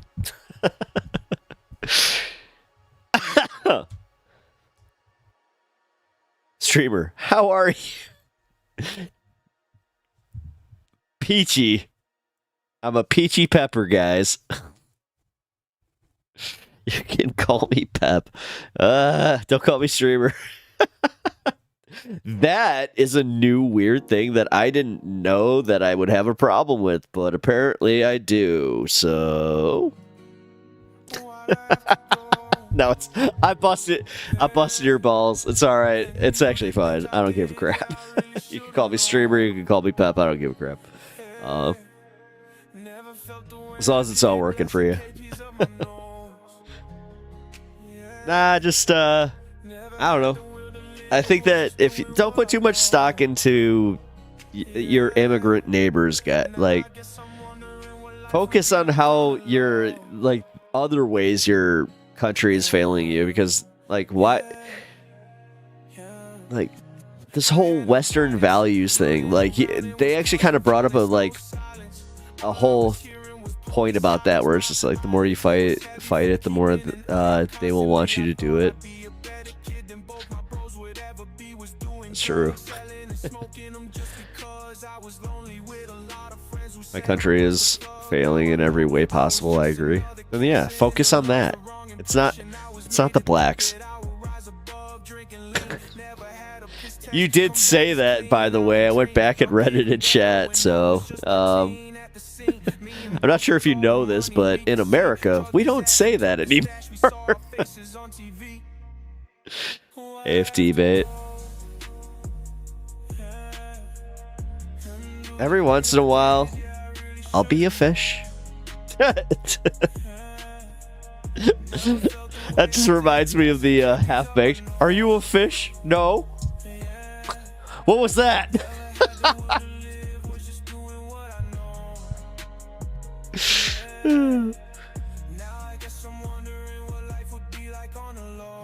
Like Patrick on the hook with the cheese. Yup. You know. You get it. Okay, I need to let y'all know Biden is concerned about oligarchs. Yeah, Jack. Did you know that I'm worried about the oligarchs taking over? Like Elon Musk has too much power. It's almost like I could have done something. But who knows? Okay. Sorry. You ever suck dick for weed? You ever suck dick for weed?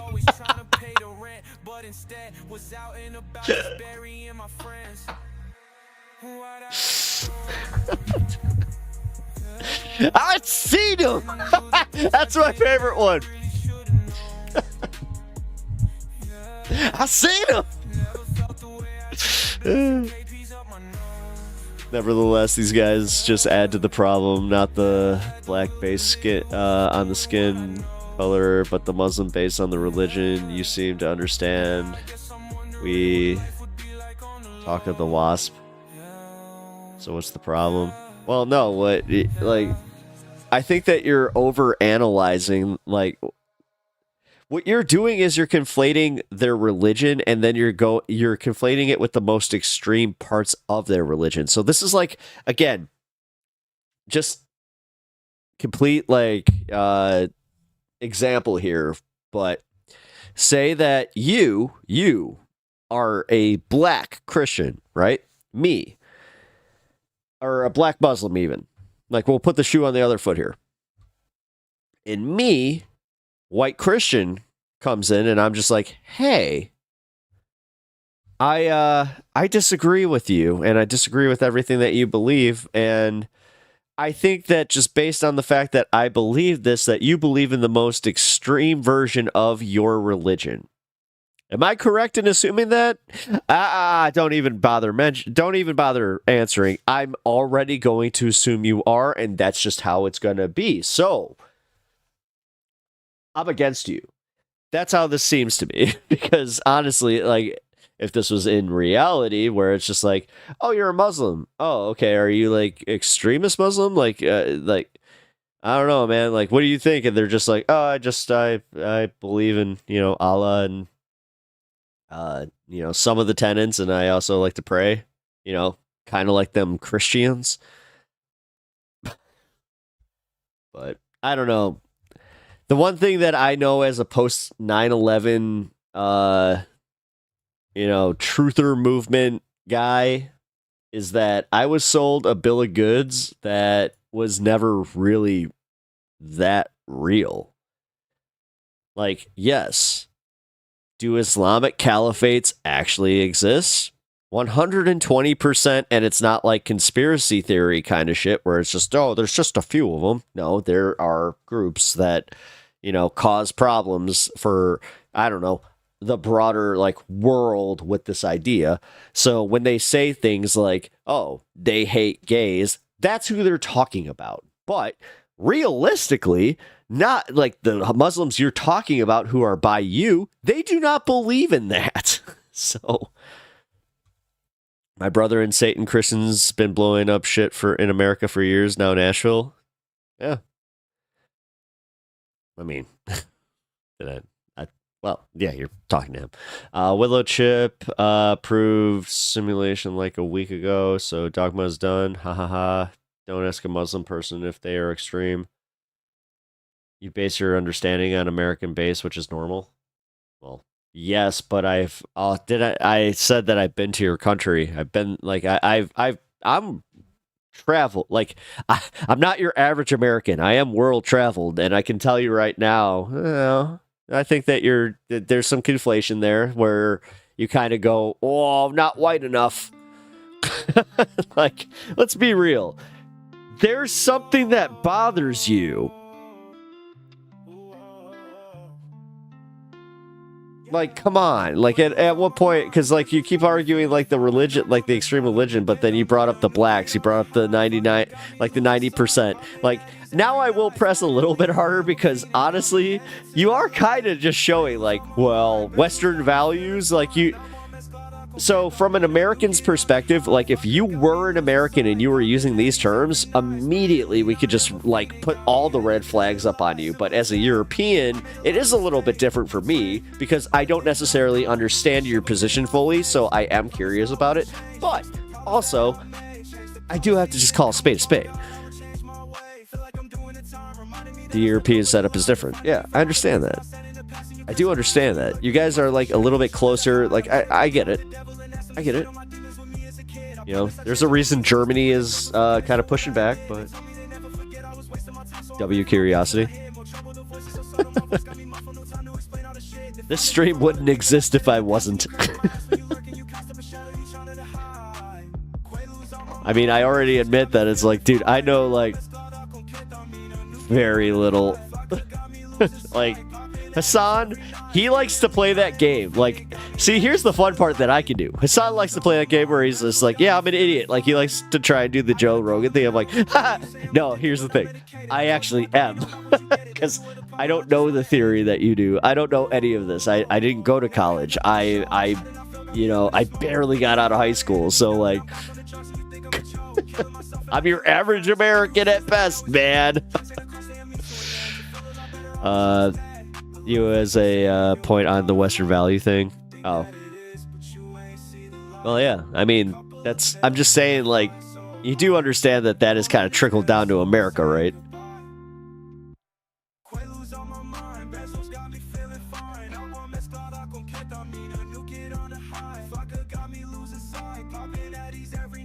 Genesis 6:2 for I have given you all the herbs and seeds for the heroic pilgrims. Nice. Shit, I actually might read the Bible again. Like, I must have missed that one. You don't want to acknowledge the problem of the Muslim religion because of anti-racism. I understand. No, it's not about not acknowledging the problem. No. Trust me, man. I used to be part of, like, the IDW, like, atheist wing.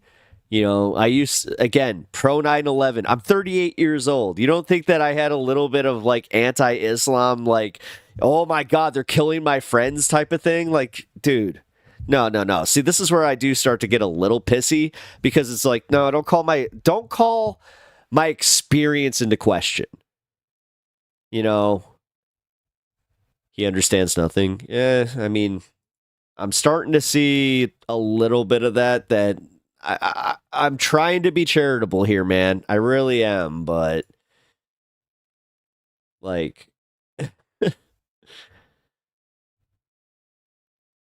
keep replaying the same music. You know what? Here, I'm gonna just keep going with this. There we go.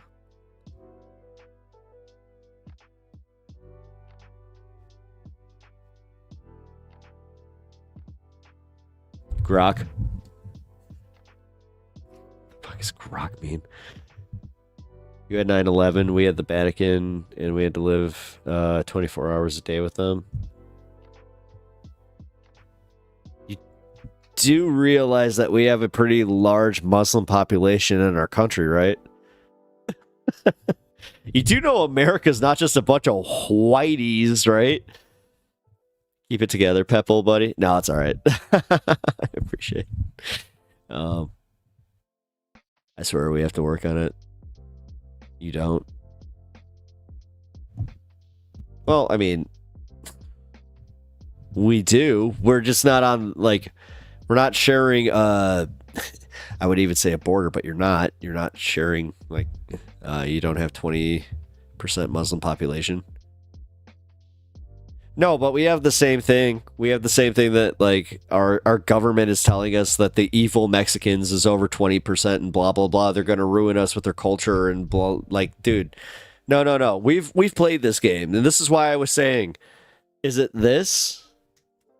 Is it this? The fact that they don't look like this? The fact that the reflection doesn't look the same? Like that, you have to ask yourself that. Is it that? Because if it's that, then that's on you. Like, don't be racist. Like, racism's dumb. I'm just going to say racism is one of the dumbest things, like, in all of history. And we're at this point where enough of us are kind of recognizing that, or we're just like, this is stupid. But then you got a bunch of, like, people that are just like, yeah, but okay, so you don't let, it's all right. So the skin color thing is not working. The religion, guys, their religion wants you dead. I don't know. I'm not racist. My problem is with religion, not race. It's not, no, because do you call, wait. An atheist Arab don't cause a lot of trouble. No. Fine. Christianity is just as bad, though. again, if you're going based on the fundamentals of Christianity and the fact that people do actually practice those tenets, trust me, you want to talk about how you are an expert in this type of thing?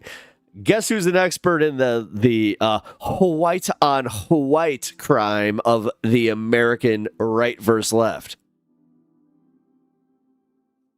Ryan, wasn't expecting to catch you. Yeah, I know, right? I wasn't expecting to still be here, but hey, what's up, dude? You should be in bed. Wait a minute, I'm gonna scold you now. We're actually having a very interesting argument. We have our French pal here, Pasdinsby, who is arguing that the Muslims are, well, specifically the Muslims in their area and their religion are the problem, not the race. The religion. So religious people are NPCs. Well, that works. Look at that. You know what? You just solved the whole thing, dead inside. Look at that. All right. Debate over. Fucking A. Me, excuse you. It's 9 a.m. I went to sleep at 1 a.m. That's a full 8 hours and completely reasonable to be up right now. Sorry, it's actually 1 a.m. here, and I'm actually starting to do the thing that you usually do, where I'm like, I'm getting sleepy. No. I'm good. Yeah, I'm good. There are Christian Africans. Yeah, there's plenty of...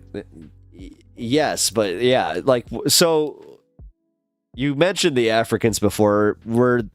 Actually, I kind of just brushed right past that. No, and you say it's not a race thing. So you don't have a problem with the Africans when you say that you have 90% Africans in your area and you're 10%? Like, I'm actually, like, genuinely curious about this.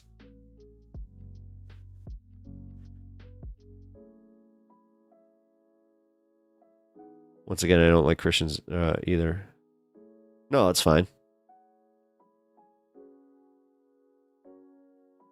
Bros, just be fair, please. I'm trying. No, I'm trying. Like, listen, I mean, as much as I love my chat and I love my chatters, like, I'm not letting them speak for me. Like, Muslims protected others' religions in the lands they ruled. Yep. That's an objective fact. They did. They protected the Jews. In some cases. So you're anti-religion for every religion? For the most part, yeah. I think that religion causes more problems than it actually solves, but, like, when I say I'm anti-religion, that doesn't mean that I'm like, I'm not an abolitionist. Like, no, I'm also for whatever. Believe in what, like, at the end of the day, Ryan, you know, I'm a live and let live kind of guy, so I'm just like, whatever. But I'm just going to recognize the objective harm that it does. So I try to say the problem is not with race, but religion in general. And that's fair. That's a fair take, Paz. Like, I'll give you that one. Africa has a lot of problems from Christian missionaries going there and pushing homophobic politics. No, not necessarily. Not necessarily. It's not just the homophobic politics. Dude, homophobia in African cultures, that's not like a Christian thing, man. Trust me on that one. Denside, he's intelligent, so. Uh-oh. Am I exposing myself? Is my IQ showing? Uh-oh. Damn it. You're all supposed to think that I have a low IQ. Ah,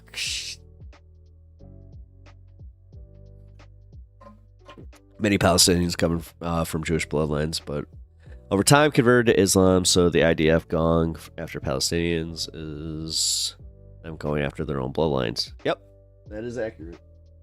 Indeed.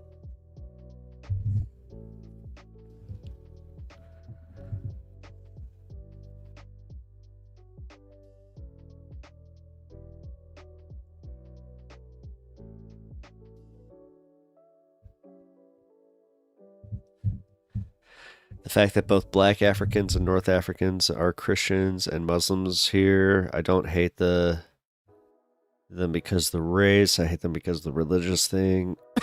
That's because I say black and Arab sometimes. Please be fair. I'm trying. No. I am. I'm also being fair because you even came out and said English isn't your first language. So, like, listen, when somebody's just like, they said black, it's like, yeah, that's what they are. It's when you say the blacks that could be interpreted as a little problematic. It's context, right? Context. It's too low to show. I was just guessing. If you ask me, the problem isn't with religion, it's the people, extremists, those who try to force others, those who can't see past religion and see the people in front of them. Good take. Some of those Palestinians could be decent from the original 13 tribes. Good take. Whereas many of us Jews that moved to Israel are not Jewish by blood at all. Oh, peace, Jeff. Jeff, I'll be playing your kids' music hopefully tomorrow. If everything gets cleared up. I just gotta get the YouTube okays, but yeah, I'm looking forward to it. God knows everything. Can't find Adam and Eve after biting the apple. Yeah, right. Oh my God, was the apple like the cloak of invisibility from Harry Potter? Can I ask y'all a question? Shoot. Why would you're typing. Why wouldn't you just ask? Sorry. I always wondered that, where it's just like, by all means.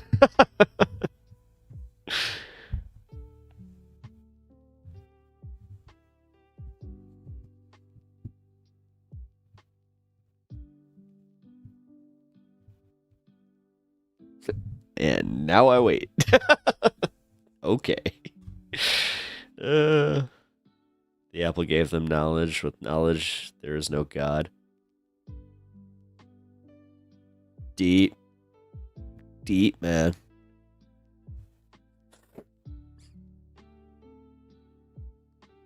No, for real. That was actually that was a badass thought. Oh, yeah.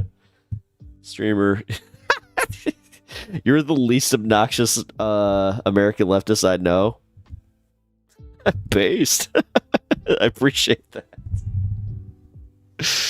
Hey, well, you already followed, so I really appreciate that.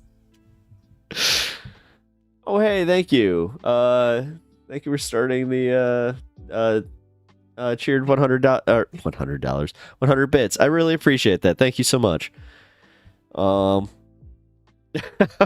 also appreciate the kind words. I like chill, but at the same time, I do have I have my stances, I have my positions, and I also I do have a hard line on if somebody's just being bad faith, where I'm like, all right, we're out of here. Goddamn, how good is it, the Colorado Buds? Oh man, you know what I got upstairs? I got some 30% indicas ready to go. I'm going to sleep tonight. You're cool. You're cool. No, I appreciate it, man. Thank you.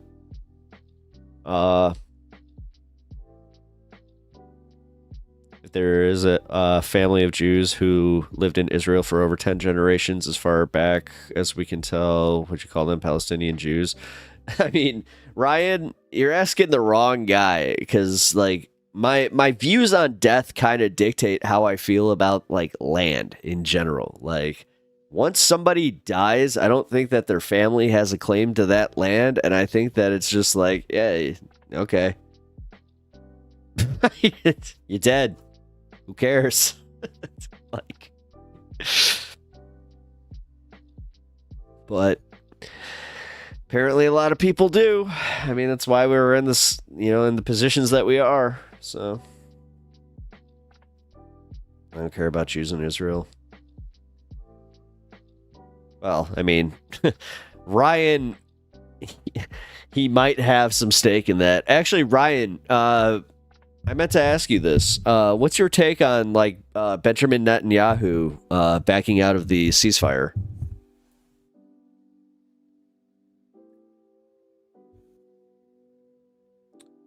No, I meant continuously. W Jewish people. Thank you. Your fucking rating system cracks me up, dude.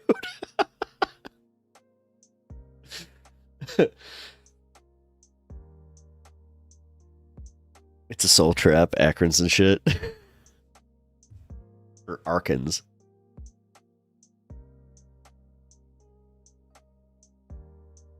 Yeah. Yeah, you didn't hear about that? Yeah, you did. Yeah. Oh, God.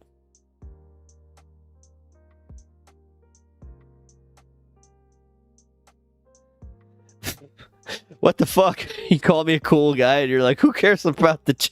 Yo, dude. Oh, you didn't put a the there. It isn't the problem. Canaanites were there before, so... Are Jews of Aryan descent? Do descendants of Canaanites have a right over land more than Jews? No. No, but you know who does? White Christians. No, I'm not even kidding. White Christians, they matter more than Jews, according to them. Like, dude, for real. Like, you don't think that, like, the first hint of, like, Jesus' second coming, if it actually did take place, like, in the Valley of Armageddon or in, Jerusalem, it's actually going to be the Valley of Armageddon. You don't think for a second that all of a sudden America would have, like, Harrier jets and just every piece of, hey, we're claiming this for us now? You do realize that there would be American flag there quicker, like... then I don't even have a good example. Sorry. Not Christian, white American on Twitter. Oh. Well, that's not us, so. Netanyahu says the ceasefire deal is back on. Oh, he did?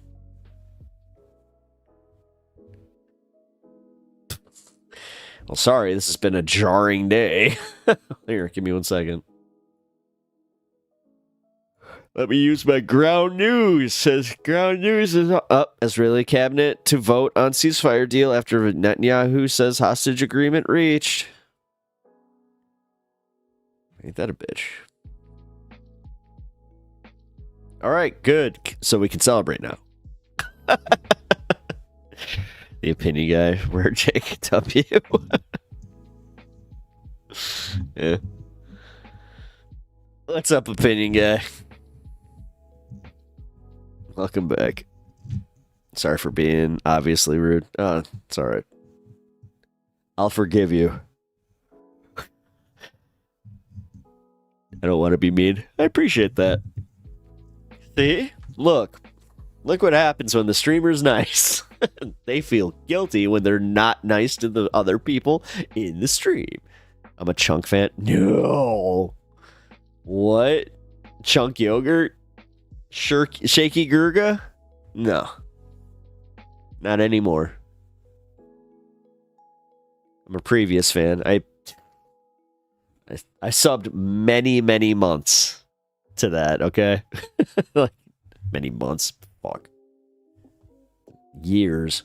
Go back to like what? 2012? Only in America can you be of a certain religious faith and have rights to citizenship in our country where you can serve in the military but still come back to America and vote in our elections. Yes, but at Pep Talks, I took so long to type that out. Hey, all right, here. All right, what I know is Smotrich and Ben-Gvir are threatening if the deal happens, they'll leave the government, thus collapsing it, forcing them to start figuring out a new one, which shouldn't affect the hostage deal. And personally, I'm all for it. Yeah, dude, Ben-Gvir sucks. Honestly, like, everybody's got the problems with Bibi Netanyahu. I'm kind of like, all right. I got a bail, chat. See you tomorrow. Yep. All right, Dad. I'll see you tomorrow. El Gvir. Yeah. Yeah, Major El Gvir.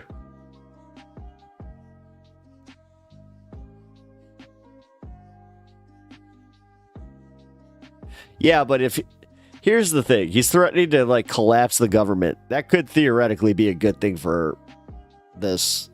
So, or do American IDF soldiers alliance lay with America or Israel? That's a really good question. I don't know. I'd say Israel because they, the IDF actually, like, treats, like, their soldiers better than America does, so. With capital, yeah.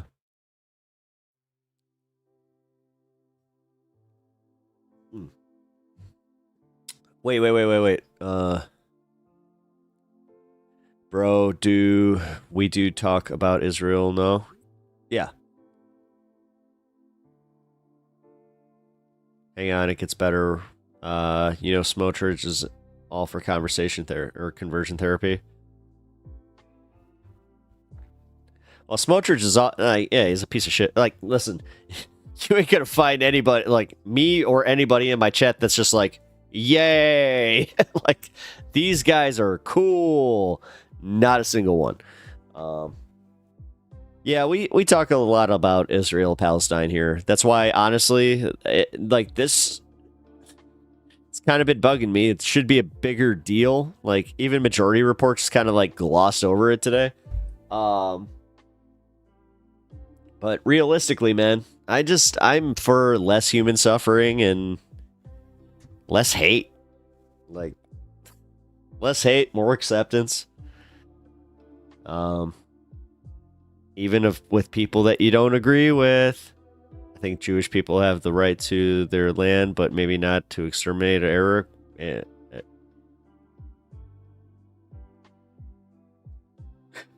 Strangely, not your worst take tonight. So, Hasbara.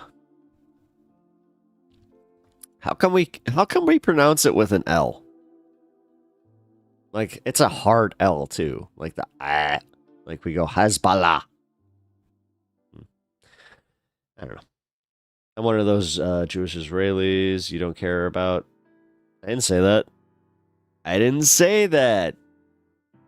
Oh, sorry, you tagged them. I was like, wait a minute, what? Damn. I'm like, listen, did I not just make it perfectly clear that it's like, I don't care what you believe. I still care. Like, Jesus. It's so easy to dehumanize people where it's just like, I don't agree with this. Fuck you. Dehumanize you. I have this problem where, like, even, like, enemies, I would just kind of still be like, all right, like, let's, like, for instance, there's a fire, right? And there's somebody who is a clear enemy of me. They want me dead.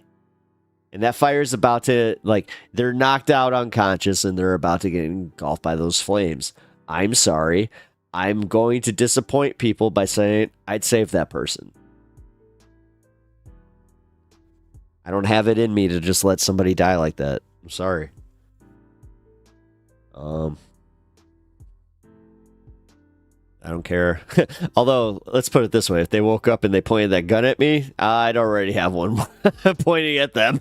So, I'm also not that trusting. I'm also a pro-Second Amendment American who is on the left, so I tend to surprise people. 3,000 U.S.-based IDF soldiers that can be an issue if there is international relationship problems. Yeah. I don't... to be fair, Devilman, I don't see the issue that you're seeing there, but... Because you're almost seeing it like...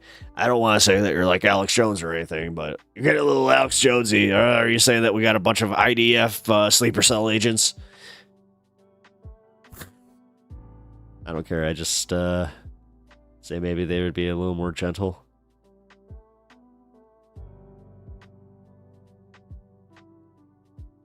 Gay frogs. I serve with an American Israeli Jew, 2 of them actually. The answer is they're loyal to both, but serving in the IDF sometimes feels like a vacation or a mission or something. Yeah. Well, yeah, from my understanding, the ones that I know that served, excuse me.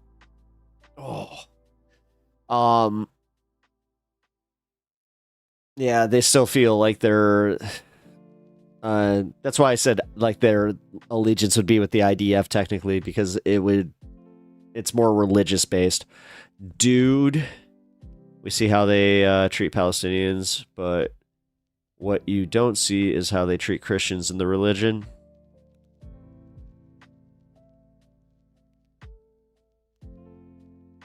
I thought that they kind of treated Christians with a sort of like, not like, they don't prop them up on a pedestal or anything like that, but they definitely don't treat them wrong, from my understanding. I don't know.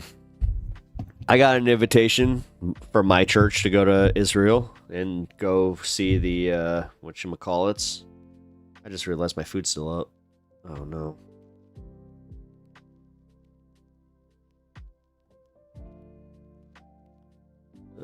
Crap. Much like Muslim extremism. If you're not like them, then screw you. Same with hardline Zionist Jews. Well, that's why, like, honestly, when it comes down to it, I don't agree with any hardline religion at all.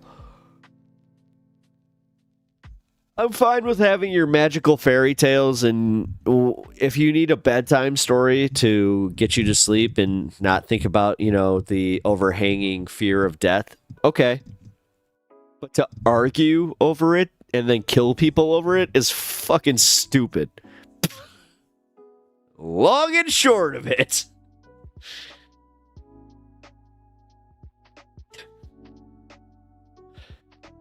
Much like Muslim extremism, if you don't like the...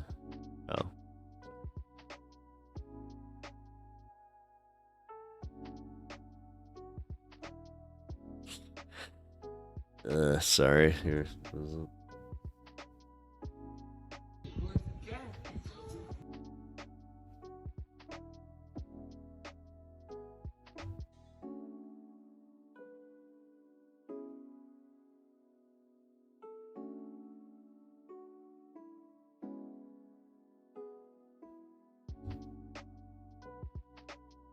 Good luck with that.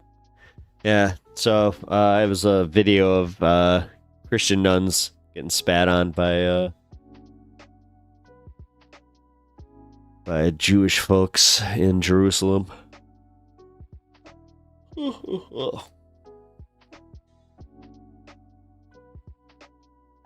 Jews and progressives against Islam.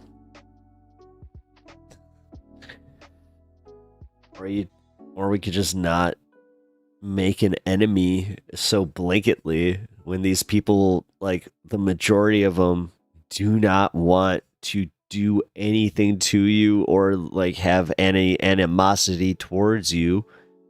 You have to understand how much of it is like propaganda. You really do. Like, God, it really is as simple as they just want you to hate like these people. They want you, like, it's there, and there's reasons for it. Just figure out the reasons. You're a Frenchman. I am an American. I've already got my problems. You can figure, like, dude, again, you're in a country that's like the size of New Jersey. So figure it out. Sorry, I didn't mean to fucking reduce it to that. We don't have any special treatment for Christians. We just treat them normal. Once I went to visit a group of Christian Israeli Arabs, they brought olives, ark, and black coffee. I know average Muslim will do nothing, as well as the average white male will not hurt a woman. Not just male? Ugh, this whole thing. This whole white superiority thing. I'm sorry, man. I don't get it. Which is weird coming from an American, but I'm like, yeah. It'd be so easy for me. I'm also like, I'm cis, so like I can make this so easy. Just go, whoa, I love me some Trump. I call him daddy. He's my daddy.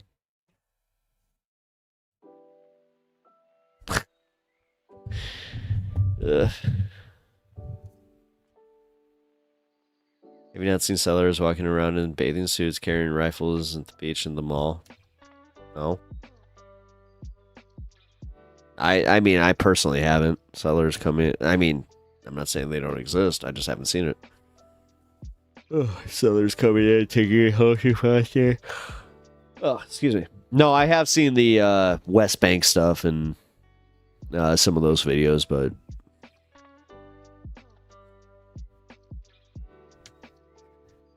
listen, I've got enough outrage for certain things. Right now, we're working on a ceasefire. Can I at least like can I take 10 to enjoy it, celebrate it, and then maybe go, okay, now this, but come on, man.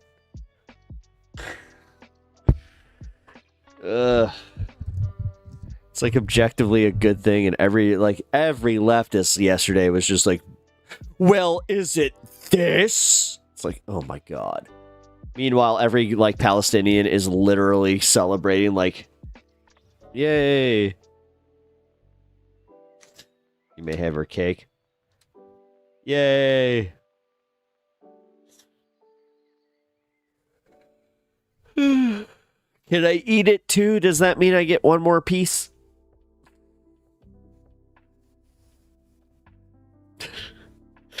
Again, I always talk about this, but the cake and eat it too thing.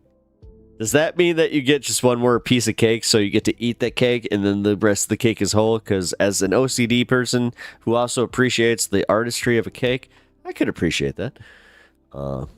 Once again, I'm glad to talk to an American progressive person. It's a different perspective.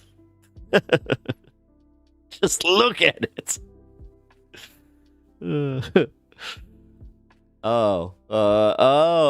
That's so I can have my cake, but I have to look at it. But I want to eat it too. Wait a minute. I get where you're going. Oh.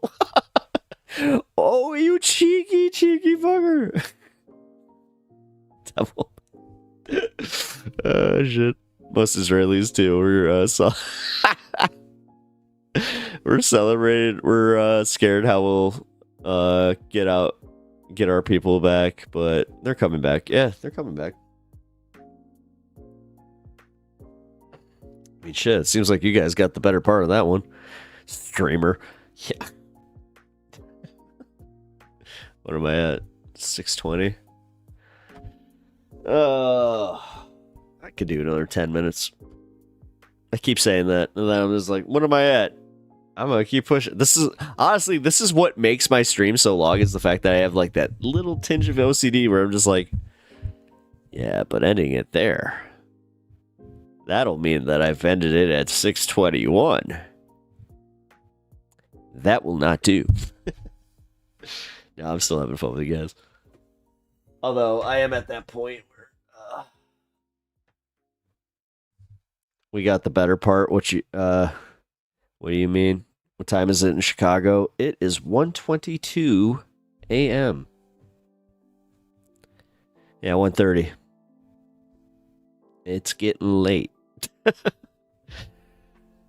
No, to be fair, I usually like Thursdays, I usually go later. I usually start at 8 p.m. my time and then go to about 1, 2 o'clock. So, oh no, Pep, you're turning into me.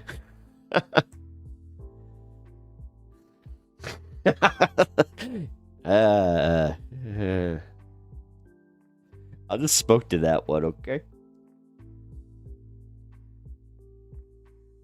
8:30 a.m. Man, I'm your coffee streamer? That's crazy. Plus, I'm drunk. You're drunk at 8:30 a.m.?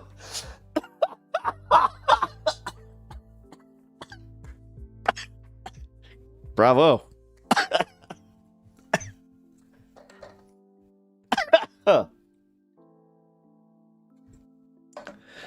Oh my god, are you doing it like... Are you getting drunk in like the Frenchest way possible? Like, well, let's see, what would that be?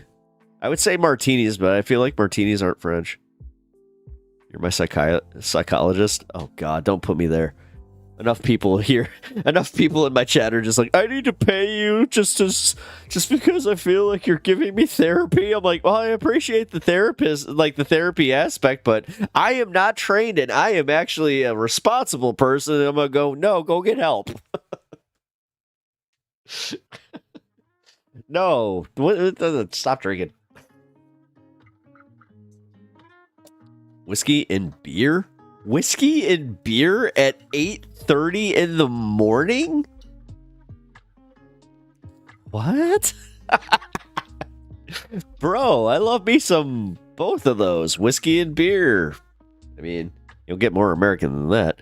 I was about to say, that's an American way of drunk right there. Damn. Meanwhile, I'm sitting here like, you namby-pamby French way of getting drunk, drinking a French martini of some kind with some kind of fruity beverage. Enchanté this, motherfucker.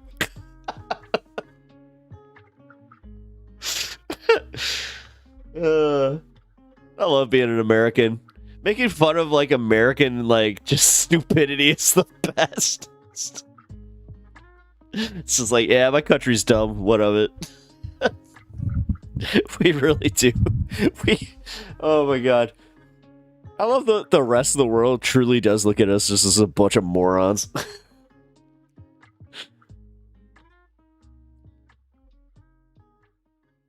WCCP. Oh god, guys. Oh, man. Really? How did this happen? Oh, you know what? I just realized what happened. I was about to say, there's an ad break. Anytime that there's an ad break, I can always see, like, people that are just like, that's it, I'm out. Yeah. I get it. I was drunk hours ago. So you're in one of those, like, hair of the dog moods. Like, that's what we call it here. The hair of the dog. It's where you get drunk the night before, and then you have yourself a nice little drinky drink, you know, at the beginning of the morning. Hair of the dog. I never understood that.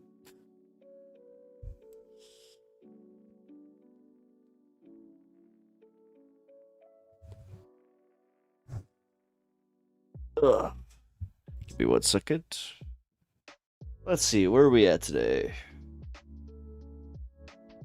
Where are we ending stream? Oh, we did it. Hell yeah. Alright, so we're at 1,100 subs. Sorry, but my drunkitude is far more superior. I like the fact that you said moi. No, I got it. Trust me, I got it. I speak enough French. In 11 hours, I'm going to drink my ass off. Nice. In 11 hours. Oh, God. I ain't going to be on here. I will be on here tomorrow, though, at 4. So,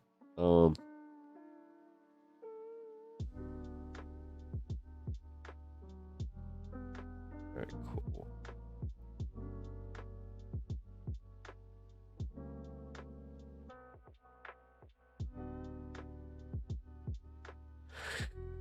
All right. I like bubblegum.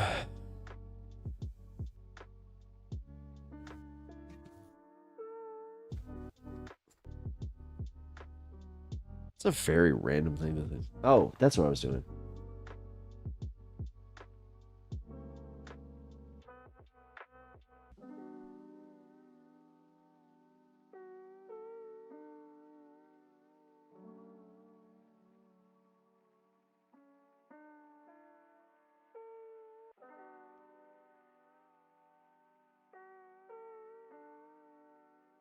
Okay.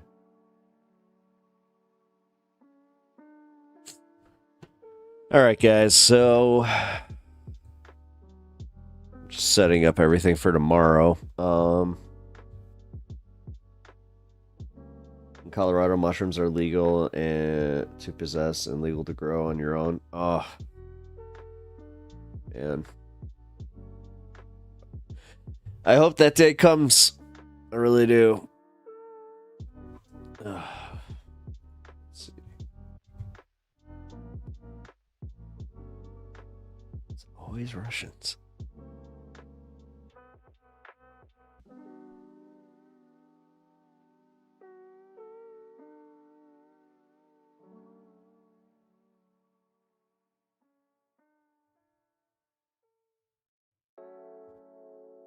Dude, what the hell is with Twitch?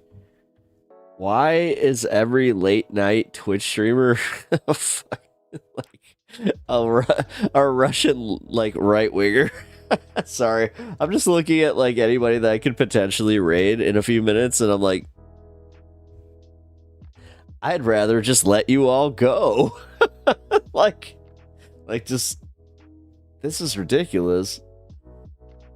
Edge prop, yeah.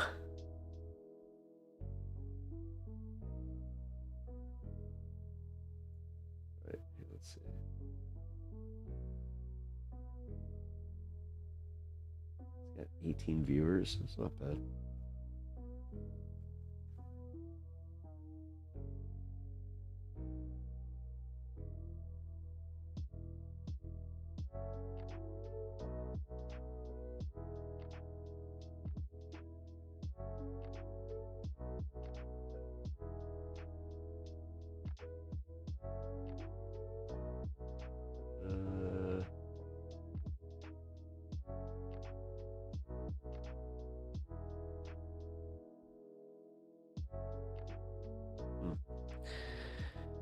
You can just let us all go.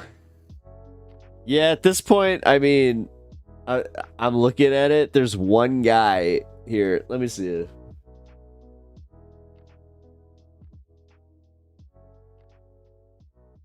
I just want to make sure that, like, if I do raid, then I'm not, like, sending you guys to, like, some right winger.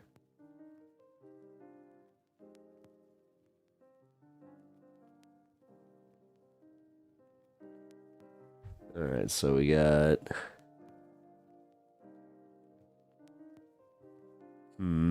Just hold on.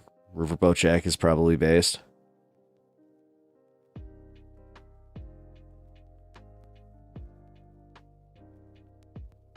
Wait, is he live? At one point we talked seriously. What happened?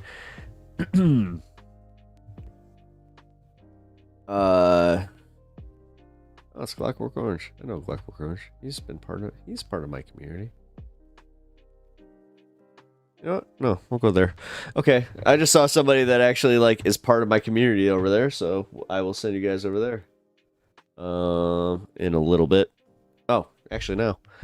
Okay, guys. No, Paz, my bad. So what's happening is I'm ending stream. I'm tired. I was gonna do this about a half hour ago, but yeah, it was just you actually kind of hooked me in here, so I'm going to what I am gonna do.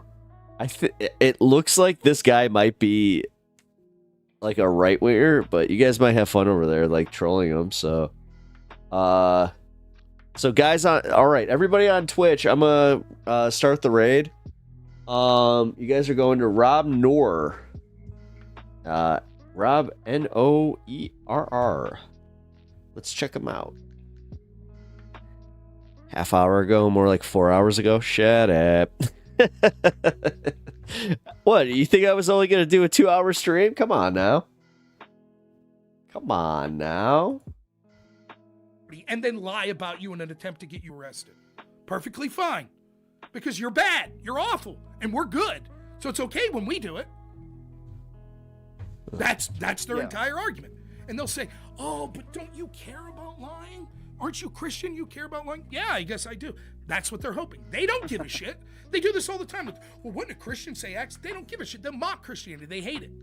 But they'll tell you, oh, but Jesus would do this. And you're like, you don't give a shit about this at all. At all.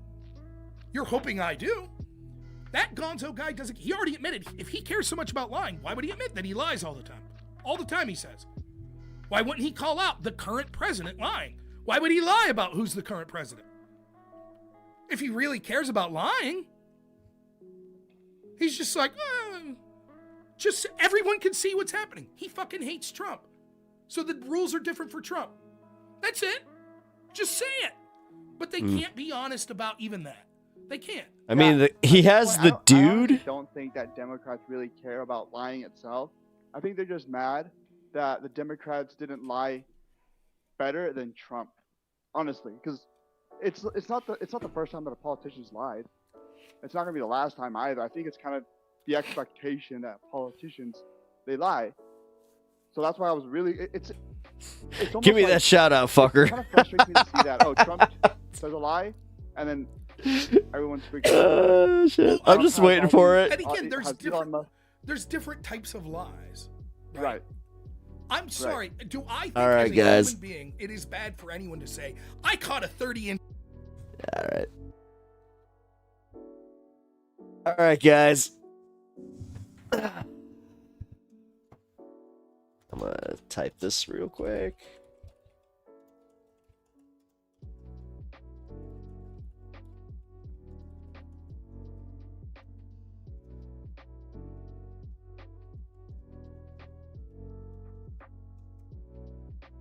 There we go. All right, guys. I'm going to go to bed. I appreciate y'all. Yeah, usually I do the shout outs, but I'm too tired tonight, so